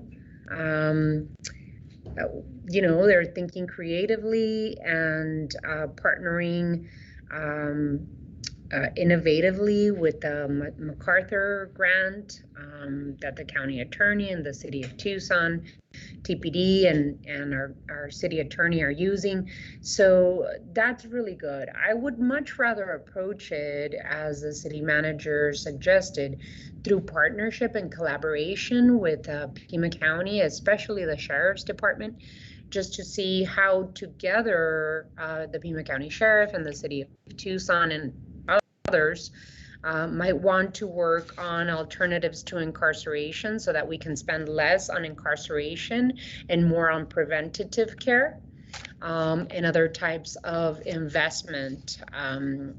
So I do see Councilmember Santa Cruz's hand up. Go ahead, Councilmember. Thank you, Mayor, and thank you for pulling this from the consent agenda so that we could have this conversation. Like you stated earlier, you know, we were asking similar questions about a year ago, and then continuing to see like the increase in that billing rate is, you know, it feels alarming. So aside from the pieces that y'all have already outlined, I want to make sure that we're also considering the many hidden costs that are still being passed on to prisoners, especially their families, when it comes to, like, you know, buying commissary or paying fees for work release, because at the end of the day, it's mostly men who are shouldering, you know, this financial burden. And so we need to begin to look at ways to make sure families aren't also, you know, spending hundreds, thousands of dollars to feed, clothe, and stay connected, you know, to someone behind bars. And then just to acknowledge that 6 days ago, a 22-year-old inmate was found unresponsive in his cell and pronounced dead. His name is Cruz Patino. He was admitted following detoxification protocols. So how are we making sure that these increase in costs ensure that the jail is meeting their commitment to basic mental and physical health, you know, for those in, you know, in their care or in their custody, as they're charging us more and more, you know, for health related care while they're incarcerated. Good point. I'd like to move the item because I think now that it's at our table, I mean, it's that back and forth in terms of negotiation is a bit late unless the city manager doesn't feel it is, and we can work on it more. But this is more of a long-term collaborative effort between the Sheriff's Department and the city of Tucson. Councilmember Fimbres. I think you're on mute. Can you hear me now? Yes. The facility runs 365 days a year, 24 hours a day, so they have to pay operational costs. It's an older building now, so they're having more and more issues. But I agree with Lane and somebody, what are we getting up for our dollar? And, you know, I think we should have a committee formed with the Sheriff's Department and personnel, see how we can reduce this, because they got, county attorney has Invest, they have a programs going on, the county administrator has a program with Matt Pate looking at how we can do less, having less people come into the facilities and doing more with reentry and second chance. I think those are important issues, but that facility still has got to run and be operational, and that's one of the concerns we have. I'm also concerned with the number of suicide individuals going through there. And these are detainees that haven't been found guilty of anything yet. They are still detainees and they're just being held because of the severity of their crime. Those are the challenges we have. You know, most of the other counties have a jail district tax that helps alleviate some of the costs. And I know that in 1988, the Sheriff's Department tried to do that, the county did, but it failed miserably. I think we may look at revisiting that again. I hear you. Mr. Ortega, I'm pretty sure you have a little bit of an idea as to the direction that Mayor and Council is moving in. Do you need any further direction or a motion on how to proceed? Yeah, Mayor, thank you. So first of all, I think that the key word in the conversation that I heard was partnership, and I think we need to approach it that way. There's a variety of different fronts that we can approach. The bottom line is the efficiency of the operation, but that can only be achieved through partnership. As Councilmember Feem just mentioned, it's a 24/7 operation, so there are certain constraints. It goes back to the way I described it. There's certain fixed costs and then there's variable costs. And that's the discussion that we need to have. And certainly I will approach the sheriff and I'll approach the county administrator with thoughts on that. At this point, Mayor, I would recommend that we move forward. I think based on the numbers that I read to you earlier, you know that we are driving those costs down as best we can. We have yet to reach I shouldn't say this out loud, we have yet to reach the budgeted amount. We've been able to keep it below that, but there is a need for us for budgeting purposes to include an amount, and that's why I included that 7.3 million. Madam Mayor, I'll make the motion to move the item forward. There's a motion. Your Honor, I just wanted to, I was gonna make a motion too, but I wanted to add that we direct staff to start the dialogue for a partnership with the Pima County Sheriff's Department, the county administrator, to reduce costs. I know we're always trying to, but I'd at least like to codify that. I can make that as an amendment, or I can resubmit the motion. What do you think, Richard? I accept his amendment. And Second. add that there and start. So the other question is, I like to see what kind of There's a motion and then direction to the city manager to work collaboratively with Pima County and the Sheriff's Department on looking at every piece of this, the costs associated to incarcerating detainees, and that we also look at alternatives to incarceration and other potential collaboration and partnership with the Sheriff's Department in Pima County on this particular issue. So there's a motion and a second.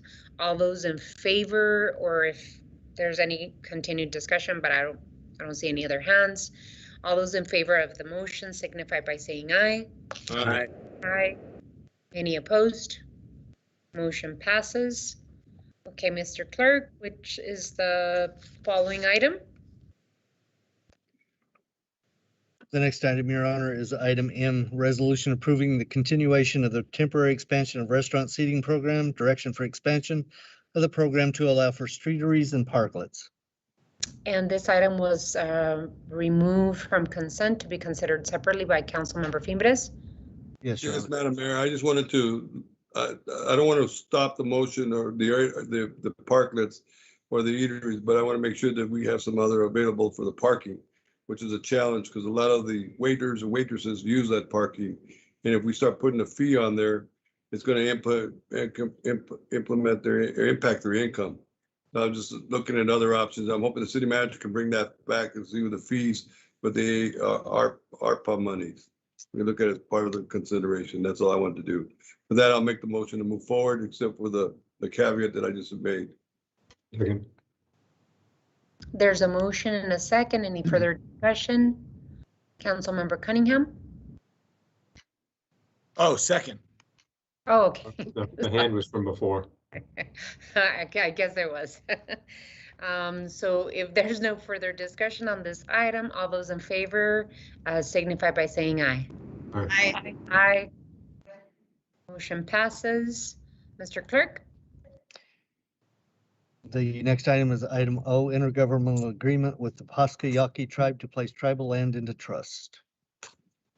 Mr. Clerk, I wanted to make sure that I pulled this particular item because it's a very important step that the city of Tucson is moving forward on. The city of Tucson and the Pascua Yaqui tribe have a long history, at least since I've been on the Tucson City Council, working together, including through the development of innovative partnerships on land, water, and other regional planning efforts. I know that Councilmember Ulick has been an outstanding partner to and representative of the Old Pascua neighbors. And in so many different ways, the city of Tucson and Pascua Yaqui tribe have really held hands and worked cooperatively for the benefit of the Yaqui people. here that live inside the city of Tucson. With this particular item, I've taken the liberty to write a letter of support to Congressman Grijalva and Congressman Westerman. Congressman Grijalva is the chairman of the Natural Resources Committee and is bringing this item of putting the additional land right next to the Old Pascua, which is on Grand and I-10 under trust for the Pascua Yaqui tribe. In so many different ways, this is the continuation of a good partnership, and really that land already is traditional lands of the Yaqui people.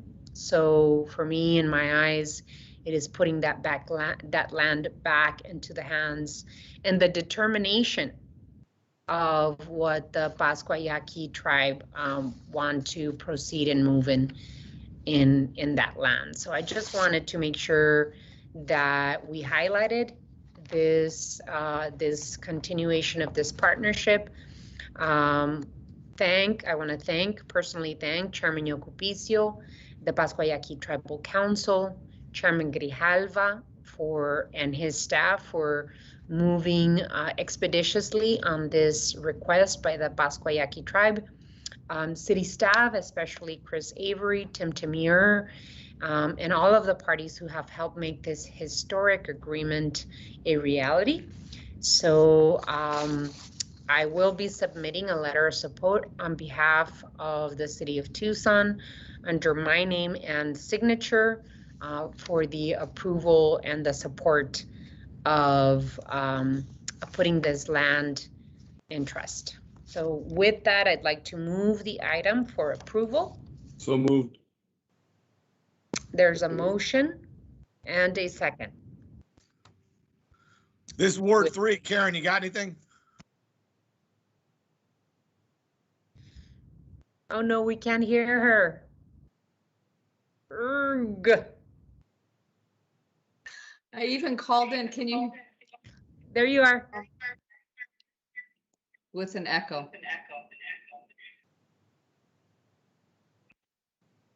Karen, if you put your phone on mute, I think we could hear you. Can you hear me now? Yes. I'm getting a horrible echo. Please to support the motion and the partnership with the Pascua Yaqui. Thank you. Thank you, Karen. Sorry for getting an echo. Madam Mayor, I just want to add that they've been great partners with us with the gaming funding. We were able to do the safety corridor by Old Pascua to cut down a lot of the number of traffic incidents that have occurred in that area. It's really helped reduce the number of fatalities and injuries in that area, and they've been great partners. Pete Yocupicio and Robert Valencia have been key, critical people in our leadership in our community. Thank you, Madam Mayor. Yes, absolutely. Well, thank you. With that, all those in favor of the motion signify by saying aye. Aye. Aye. Aye. Any against? Motion passes. Thank you all so much. Mr. Clerk, what is the next item? Final item, Your Honor, is item P, resolution reaffirming the City of Tucson opposition to proposed alignment of Interstate 11.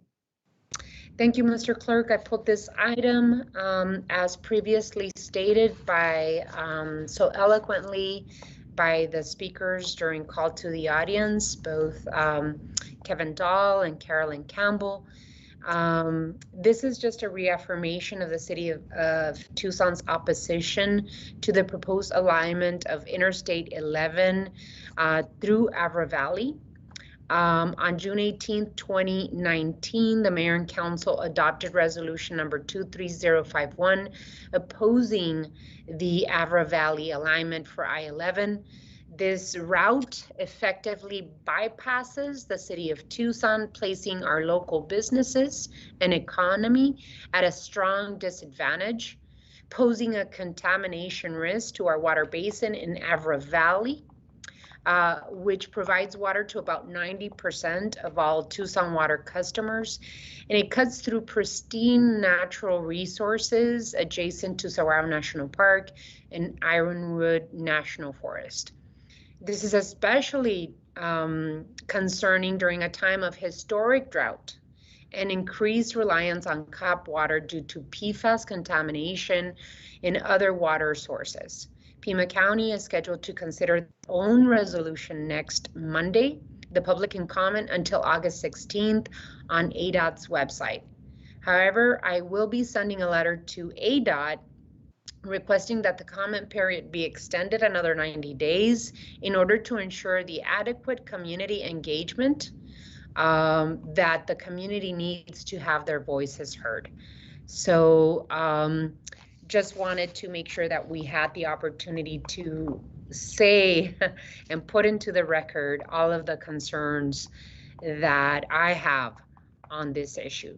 And with that, I'd like to consider a motion to proceed with a resolution against the proposed alignment of I-11 through Avar Valley.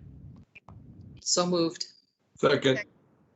There's a motion and a second. Any further discussion? Just remember that the person who proposed this in the first place didn't care about Tucson.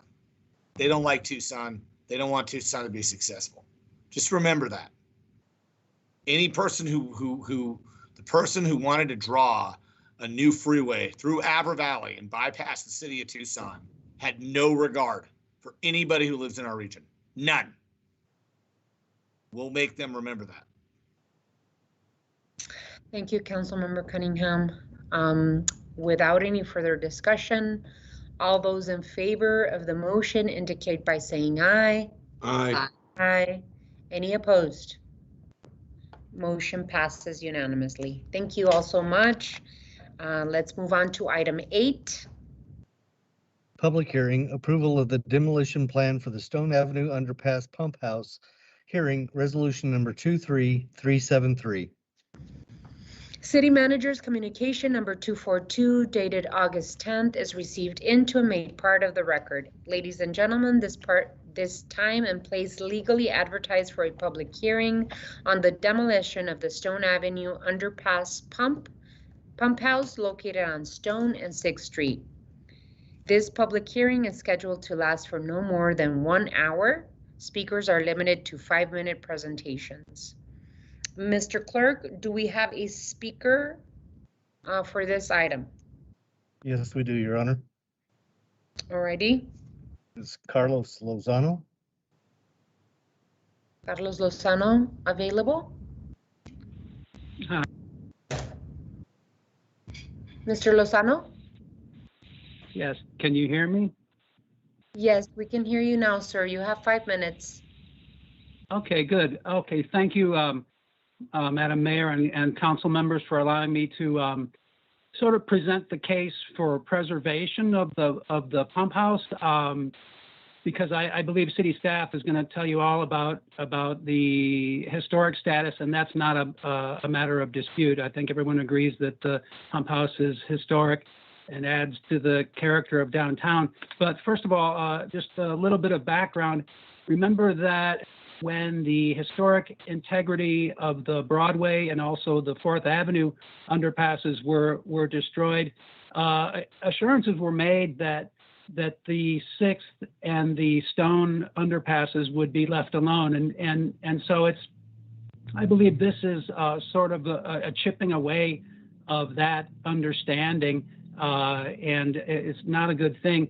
A little bit more background would be to let you know that this is not a new issue. Since at least 2013, the Downtown Links Citizens Advisory Committee and the Tucson-Pima County Historical Commission and the Tucson Historic Preservation Foundation have all been discussing alternatives to demolition with the project managers, with TDOT staff, with design consultants, and also with the City Historic Preservation Office. But nobody would step forward to make a decision to seriously consider alternatives to demolition. So simply the two alternatives to demolition that I would like to suggest on behalf of those parties is either moving the building itself into storage until such time that an adaptive reuse can be found for it, or the building is so robust that it could actually be cut into 4 pieces, and those pieces could be stored for later reassembly. And because it's premature at this point to think of something to do with it right now, because the area has not been developed yet. But I'm certain that when that area of downtown Links is redeveloped and all the remnant parcels are reunified, there's going to be vibrant development. And I know that either the city of Tucson or a private developer is going to need a little building like that for a little parking kiosk, or perhaps a place to hand out maps of downtown, or a private developer would want a little drive-up coffee place. And so to tear it down now is premature. And one other thing is when city staff asks you to consider the costs of preservation, in this case moving, they always weigh the cost of demolition versus the cost of preservation, and preservation ends up costing more, but they never add in the intrinsic value of the building itself. So if a little building sometime in the future is needed to be built for one of those purposes, I mean, that's a cost that is going to be incurred and that we're losing if we demolish it. And I believe that's basically all I wanted to say.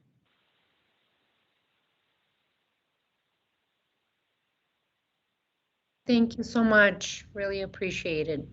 Mr. Ortega, I did see your hand up.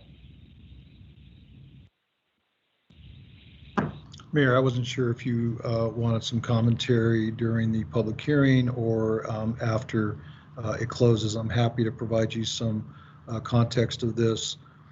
We do have, we think, an interested party in this. They have approached us. We did go through a process to put a notice out and offer the facility, the building, to the public. We did not get any takers. We just actually the last couple days had some interest. They are very interested in pursuing. I am asking for you to continue down the path of giving us authorization to demolish if we cannot reach agreement. It is my intent to try to reach agreement and be able to relocate the building. But I did want to let you know this is part of the Downtown Links project, and it will have to be demolished or relocated. I'm very confident, based on the information I got just this afternoon, that we'll be able to reach some kind of an agreement with a private party that wants to relocate it. That's all, Mayor. I just wanted to let you know about that. Thank you, Mr. Ortega. Mr. Clerk, do we have any other speakers on this public hearing, for this public hearing? No, Your Honor. Okay. Any of my colleagues have any questions or discussion? Madam Mayor, I move to close the public hearing. Second. There's a motion and a second to close the public hearing. All those in favor signify by saying aye. Aye. Motion passes. What is the council's pleasure? Mayor, I'd like to take the city manager up on his offer and make a motion that we exhaust all other options within the time frame required by the Downtown Links project, and move forward with the demolition if you can't find the suitable buyer or relocator or whatever that deal is that you're talking about. Okay. So there's a motion and a second. I do see Councilmember Ulick's hand up as well. Just real strong encouragement, Mike. I know you're negotiating and really trying to find a solution, but that is a great structure, and I hope we can preserve it. I do agree. Absolutely agree. Councilmember Cunningham? Look, I know that it's a little out there, but it just came to me and I thought I'd say it now. Hey, we could incorporate this thing into the Santa Cruz Heritage. We could put that where we do the effluent release out there on 33rd or 32nd Street? 29th. We could put the pump house there and note it as part of and make it a marker for the Santa Cruz Heritage Project. I mean, we could do that on our own with Tucson water money. I mean, look, worst case comes to worst, it's adaptive reuse.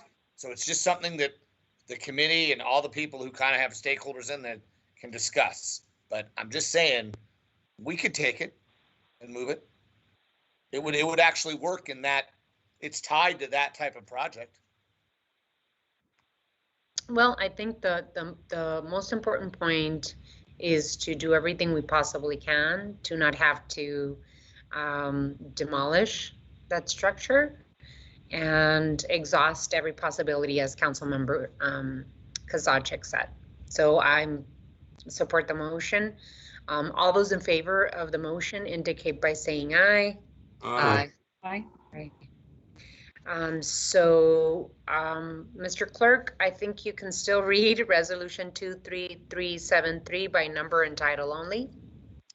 Yes, Your Honor. Resolution number 23373 relating to planning and zoning, improving the demolition of the Stone Avenue underpass pump house and declaring an emergency after exhausting all options. Thank you. Let's go to roll call. Santa Cruz. Aye. Mr. Cunningham. Aye. McZulik. Aye. Mrs. Lee. Aye. Mr. Fimbres. Aye. Mr. Kozachik. Aye. Mayor Romero. Aye. Resolution 23373 passes by a vote of 7-0. Item 9. Public hearing C8-2003, amending Chapter 23B Unified Development Code relating to home-based hair salons. Hearing ordinance number 11860. City Manager's communication number 255 dated August 10th is received into and made part of the record. Ladies and gentlemen, this time and place is legally advertised for a public hearing and a proposed amendment to the Unified Development Code to allow for home-based hair salons. This public hearing is scheduled to last for no more than 1 hour. Speakers are limited to 5-minute presentations. Mr. Clerk, do we have any requests to speak? No, Your Honor. Alrighty, if not, I may have a motion to close the public hearing. So moved, Your Honor. Second. There's a motion and a second. All those in favor or any further discussion on this public hearing? Hearing none, all those in favor of closing the public hearing signify by saying aye. Aye. Mr. Clerk, you are requested to read ordinance 11860 by number and title only. Ordinance number 11860 relating to planning and zoning, amending the Tucson Code, Chapter 23B, Unified Development Code, Section 4.9.7, and setting an effective date. What is the council's pleasure?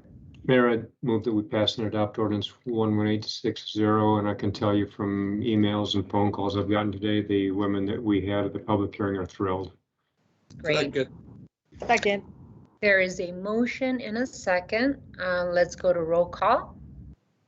Mr. Kozachik. Aye. Ms. Santa Cruz. Aye. Mayor Romero. Aye. Mr. Cunningham. Aye. Mrs. Lee. Aye. McZulik. Aye. Mr. Fimbres. Aye.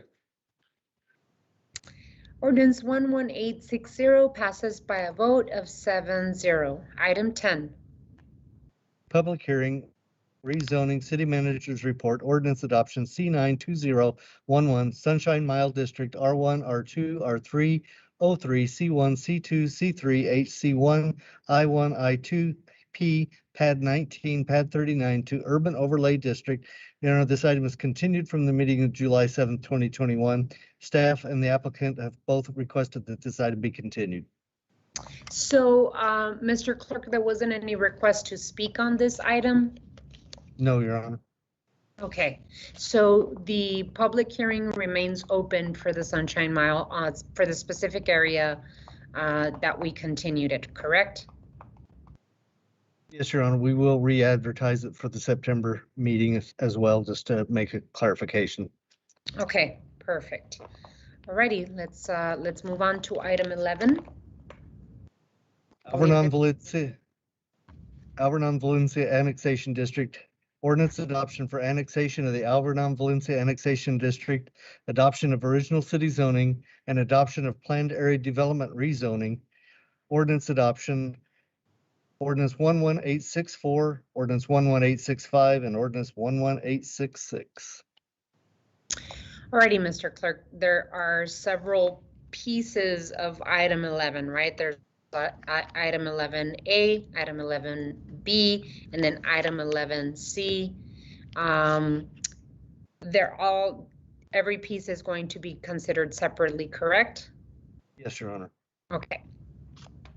Let's go through the motions then. City Manager's Communication number 256, dated August 10th, is received into and made part of the record. Mr. Clerk, you are requested to read ordinance 11864 by number and title only. Ordinance number 11864 relating to annexation, extending and increasing the corporate limits of the city of Tucson, Pima County, Arizona, pursuant to the provisions of Title IX, Chapter 4, Arizona Revised Statutes, by annexing thereto the Alvernon Valencia Annexation District property, more particularly described in the body of this ordinance. What is the council's pleasure? Madam Mayor, I move that we pass and adopt ordinance 11864. Second. There is a motion and a second. Any discussion? Hearing none, let's go to roll call. Members? Aye. Zulik? Aye. Cunningham? Aye. Mayor Romero? Aye. Mr. Kozaczek? Aye. Mrs. Lee? Aye. Nick Santa Cruz? Aye. Are we done with the voting? Yes, we are, Your Honor. Ordinance 11864 passes by a vote of 7-0. 11B. Madam Mayor, Adoption go ahead. Adoption of Go ahead, original city Sorry. zoning for the Alvernon Valencia Annexation District. Ordinance number 11865. City Manager's Communication number 263, dated August 10th, is received into and made part of the record. This is a request to establish original city zoning within the Alvernon Valencia Annexation District. Staff and zoning examiner recommend approval of the R1 and I-1 zoning and extension of the major streets and routes overlay within the Alvernon Valencia Annexation District. Is the applicant or representative of the applicant present?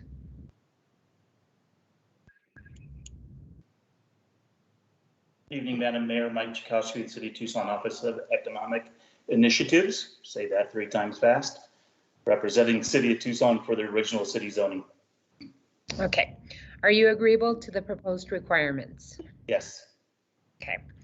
Mr. Clerk, you are requested to read ordinance 11865 by number and title only. Ordinance number 11865 relating to zoning, establishing original city zoning in the area located in an area roughly bounded by Valencia Road on the north, Alvernon Way on the west, Los Reales Road on the south, and a line 200 feet west of Swan Road on the east in case C152103, Alvernon Valencia Terrace Annexation District, Pima County SR3 and CI1 to City of Tucson R1 and I1, together with the extension of the major streets and routes plan designation and setting an effective date. What is the council's pleasure? Madam Mayor, I move to pass and adopt ordinance number 11865. Second. There's a motion and a second. Any further discussion? Hearing none, let's go to roll call. Mrs. Lee? Aye. Nick Santa Cruz? Aye. Mr. Kozaczek? Aye. Mayor Romero? Aye. Mr. Cunningham? Aye. Nick Zulik? Aye. Mr. Fimbres? Aye. Ordinance number 11865 passes by a vote of 7-0. Item 11C. Adoption of rezoning of Alvernon Valencia Annexation District as the La Rea Planned Area Development, ordinance number 11866. City Manager's communication number 264 dated August 10th is received into and made part of the record. This is a request to rezone the parcel from R1 and I1 to PAZ zoning. The rezoning site is located in an area bounded by Valencia Road on the north, Alvernon Way on the west, Los Reales Road on the south, and Swan Road. Staff recommends approval of the PAD zoning and adoption of the ordinance. Is the applicant or representative present? Mayor, members of the council, Carrie Sylvan with Lazarus and Sylvan, representing the Arizona State Land Department. Are you agreeable with the proposed requirements? We are. Thank you. Excellent. That's wonderful. It took some time to get here, but it is for 146.67 acres annexed into the city of Tucson, and that is great news. And it's going to be a great project. So with that, Ms. Clerk, you are requested to read ordinance 11866 by number and title only. Ordinance number 11866 relating to zoning, amending zoning district boundaries in the area located in an area roughly bounded by Valencia Road to the north, Alvernon Way to the west, Los Reales Road to the south, and Swan Road to the east in case C92107, Larea Planned Area Development R1 and I1 to PAD 42, and setting an effective date. What is the council's pleasure? Madam Mayor, it's my pleasure to make the motion to pass and adopt ordinance number 11866. Second. There is a motion and a second. Any further discussion? Hearing none, let's go to roll call. Mr. Fimbres? Aye. Mixulik? Aye. Mr. Cunningham? Aye. Mr. Kozaczek? Aye. Mrs. Lee? Aye. Ms. Santa Cruz? Aye. Mayor Romero? Aye. Ordinance 11866 passes by a vote of 7-0. Congratulations. Thank you, Carrie, and we're looking forward to the project. Thank you. Item 12. Zoning C92106, Asarco 7th and Helen 03 to C2 City Manager's Report. City Manager's communication number 259 dated August 10th is received into and made part of the record. This is a request to rezone a 1.12 acre property at 1150 North 7th Avenue from O3 office to C2 commercial for the adaptive reuse of an existing 3-story office building for a multifamily residential development with 38 units and the construction of a new 3-story building with 11 residential units. Staff and zoning examiner recommend approval of the C2 zoning subject to certain conditions and adoption of the ordinance. Is the applicant or representative of the applicant present? Mayor, members of the council. Yes, long time. I'm back. Carrie Sylvan, representing the developers of this site, and we are very comfortable with the conditions and really want to thank Diana Lett and the Feldman's Neighborhood Association and Ward 6 for their leadership in helping to bring the project forward with conditions that were comfortable for everybody to move forward. So thank you.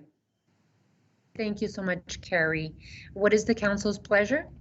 Yeah, Mayor, this is the item that Diana spoke about earlier during the audience, I guess. And I appreciate the outreach from the development team and with the neighborhood. We had several neighborhood association meetings. It's a good example of preservation and everyone working together. And so with that, I'd move to authorize the request for the rezoning to C2 as recommended by all parties and subject to the conditions contained in the PDSU report.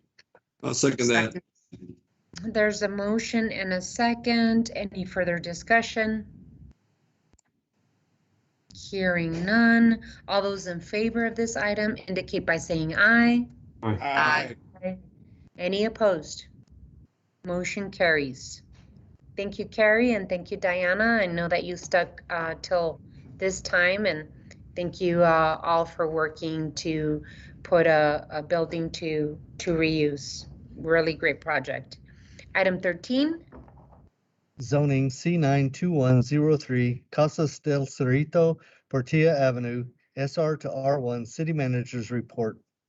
City Manager's communication number 247 dated August 10th is received into and made part of the record. This is a request to rezone approximately 9.65 acres from SR to R1 zoning for the development of a residential subdivision on a vacant parcel located between Portia Avenue and Bonanza Avenue. Staff and zoning examiner recommend approval of the R1 zoning, subject to certain conditions and adoption of the ordinance. Is the applicant or representative of the applicant present? Yes, Your Honor. Paul Oland with Paradigm representing the developer and TUSD, who's the owner. And we are okay with all of the conditions, including the additional ones added by staff and the examiner. Excellent. Thank you so much, Mr. Allender. What is the council's pleasure?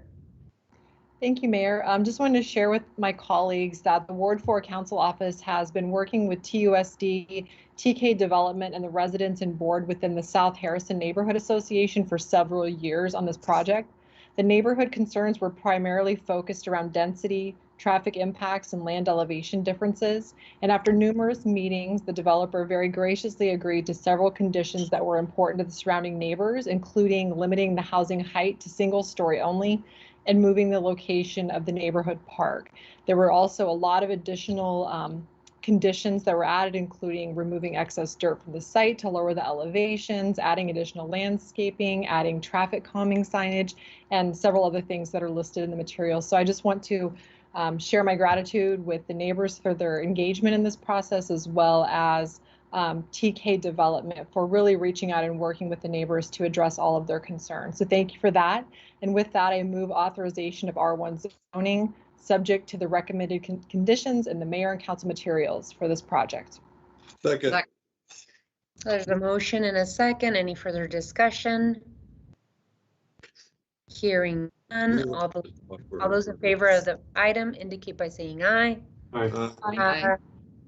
Any opposed? Motion carries. Thank you. Thank you. Item 14. Elections, canvassing of the returns and declaring the results of the city's primary election held August 3rd, 2021, resolution number 23374. City Manager's communication number 243 dated August 10th is received into and made part of the record. Mr. Clerk, you are requested to read resolution 23374 by number and title only. Resolution number 23374 relating to elections, canvassing the returns and declaring the results of the primary election held in the city of Tucson, Arizona on August 3, 2021. What is the council's pleasure? I move that we pass and adopt resolution 23374. Second. There's a second. Any discussion? I just want to congratulate the primary election winners and look forward to the November election. Really look forward to the council that will be seated in November. So with that, let's go to roll call. McZulik.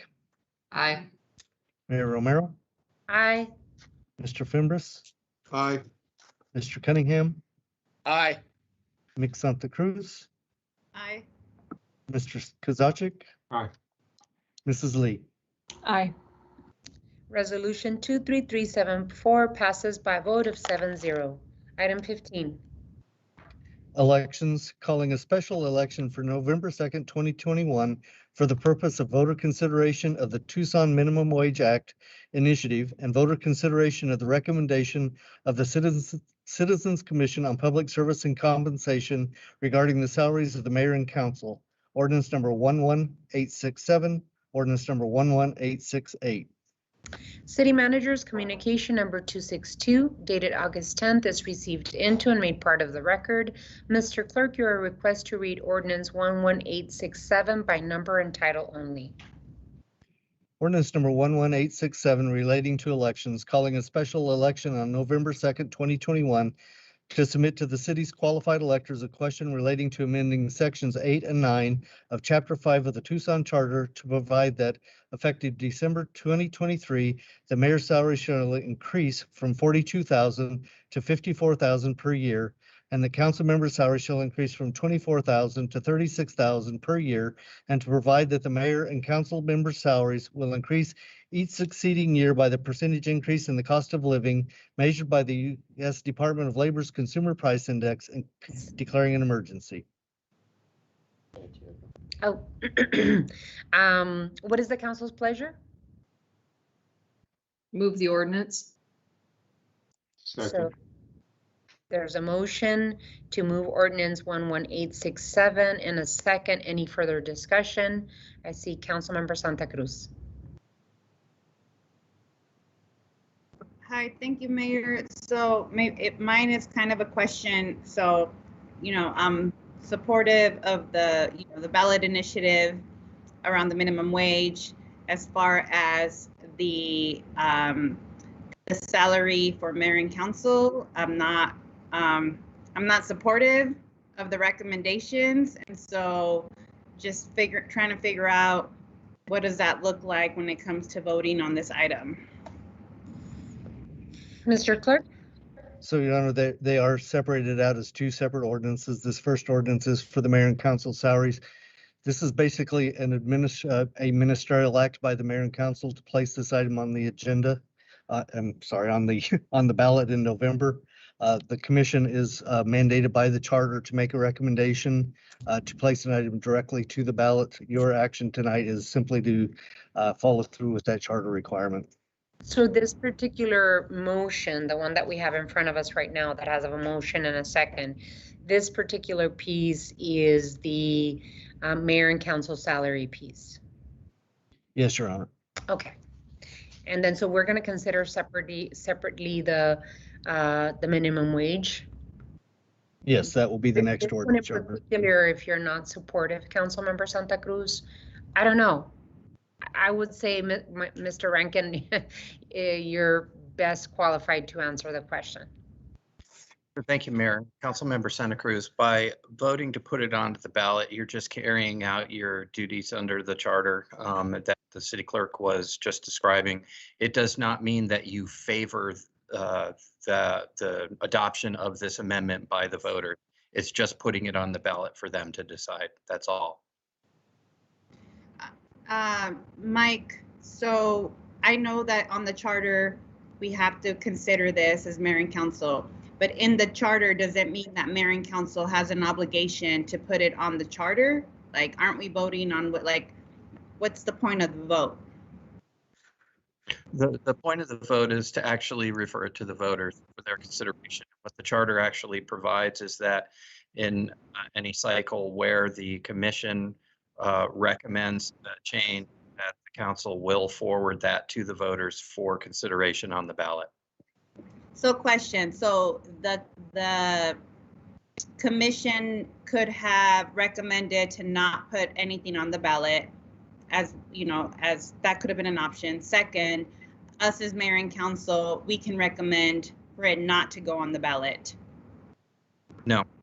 Once the commission acts and decides that the change should be presented to the voters, the way the charter reads is it goes to the council just for the ministerial act of carrying out that recommendation to put it on the ballot. But I can ministerially still vote no. As long as we still have enough votes to get it on the ballot, that's what's going to end up happening. Okay.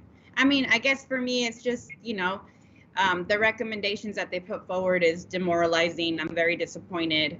I think it's a joke, the way what they consider our work at the council. I know that this has come before voters time and time again. I think we need to do our work. I've talked to the city manager about this in the past, that we need to put a good governance package together that values the work, that mayor and council do, but also creates those layers of accountability so that voters and our city of Tucson residents feel comfortable making sure that mayor and council has a living wage. We need to make sure we're creating policies and creating an environment where working families are able, you know, to do this work without just, you know, like, oh, I'm wild, like, you know, we're expected to show up and be on, you know, 24/7 to do this, you know, and we want to serve the public, but to then come back and say, well, this is what we value, that work that you do is disappointing. So just like on that, you know, I'm not supportive of the recommendations. I really feel like we have a lot of work to do internally before we even put a commission together. So I just want to say that I'm really disappointed with this process. Thank you, Councilmember Santa Cruz. And, you know, we have this conversation every time this particular item goes to the voters. I know that just around this table, there are at least 4 of us that have to work, and that it is very, very hard, especially those of us that are parents, to be able to carry 2 jobs. And that unfortunately, you know, the thought of not paying elected officials a living wage and paying them according to the description of the duties of the job, which are, we've moved from small town to the 33rd largest city in this country, with a pay for a town of 50,000. And it's very, very unfortunate that I think voters maintain 2 things. They continue keeping antiquated policy that closes the door to diversity in elected office, 1. And 2, that it diminishes the importance of being able to provide the public service in a full-time manner for working families. And so it is very unfortunate that you know, we keep systemic racist systems alive, and not value public service as we should value public service, because each and every one of you invest more than 60 hours a week on this job, and more than 4 of us still have to work to be able to pay our bills. And so I would hope that we would have a much more productive conversation as a community and realize that the systemic racist processes that we have right now in terms of how much we pay eliminates the voices, the diverse voices and representation of others in our community. I just wanted to say that because it really eliminates the participation in public service in elected office of many, many people. So with that, I'm done with my I'm done with my soapbox. If anyone else has anything else to include or not, we can move on to roll call. I'll add something. I just look at what we talked about today. We talked about PFAS, we talked about water security, we talked about preservation, we talked about affordable housing. I mean, just go through the list. And it's really dispiriting to have the voters year after year after year say, we'll pay you sub-minimum wage for making those decisions. They are fundamentally important decisions. And anyone who's going to ask me how I feel about this, and I know we can't take a position, Mike, don't worry, I'm not going to go there as a governing body because it's going to the ballot. But yeah, hell yeah, these jobs are worth more than $24,000 a year, and yours is worth more than 42 or 40, whatever you're getting.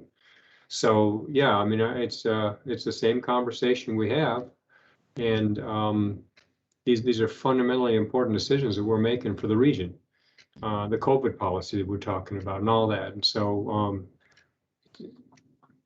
I'll be supporting the ballot measure when it gets there, but it's not, but it's not indicative of the level of time and the level of importance these positions really play for this region. Alrighty, I did hear Councilmember. I agree with your statements. I echo what you say. It's hard to have some people that have families or growing families and work full time. I know, like, look at the school boards also, they have hard times finding candidates also because they're not paid. Same thing with the governing board of Pima Community College. And you know, if you average ours out, we pay less than the minimum wage that we approve, $15 an hour. We're at $11.15 an hour as a council person. You know, and it's unconscionable, I think. And I agree with Lane also. We need to bring these wages up, equity, to bring other diverse people onto the council. So Councilmember Cunningham. I guess I'll just chime in. It's really hard to advocate for minimum wages and people getting paid what you're worth when you're not allowed to argue yourself getting paid what you think you're worth. You know, it's just hard. But hey, I'm not complaining. I got a blessed life. I love the council. I love Tucson, and I want to be positive about this whole thing. But let's go now. What kind of community are we? So there it is. Let's do this. I like both measures. Let's go for it. Thank you, Councilmember Cunningham. With that, let's go to roll call.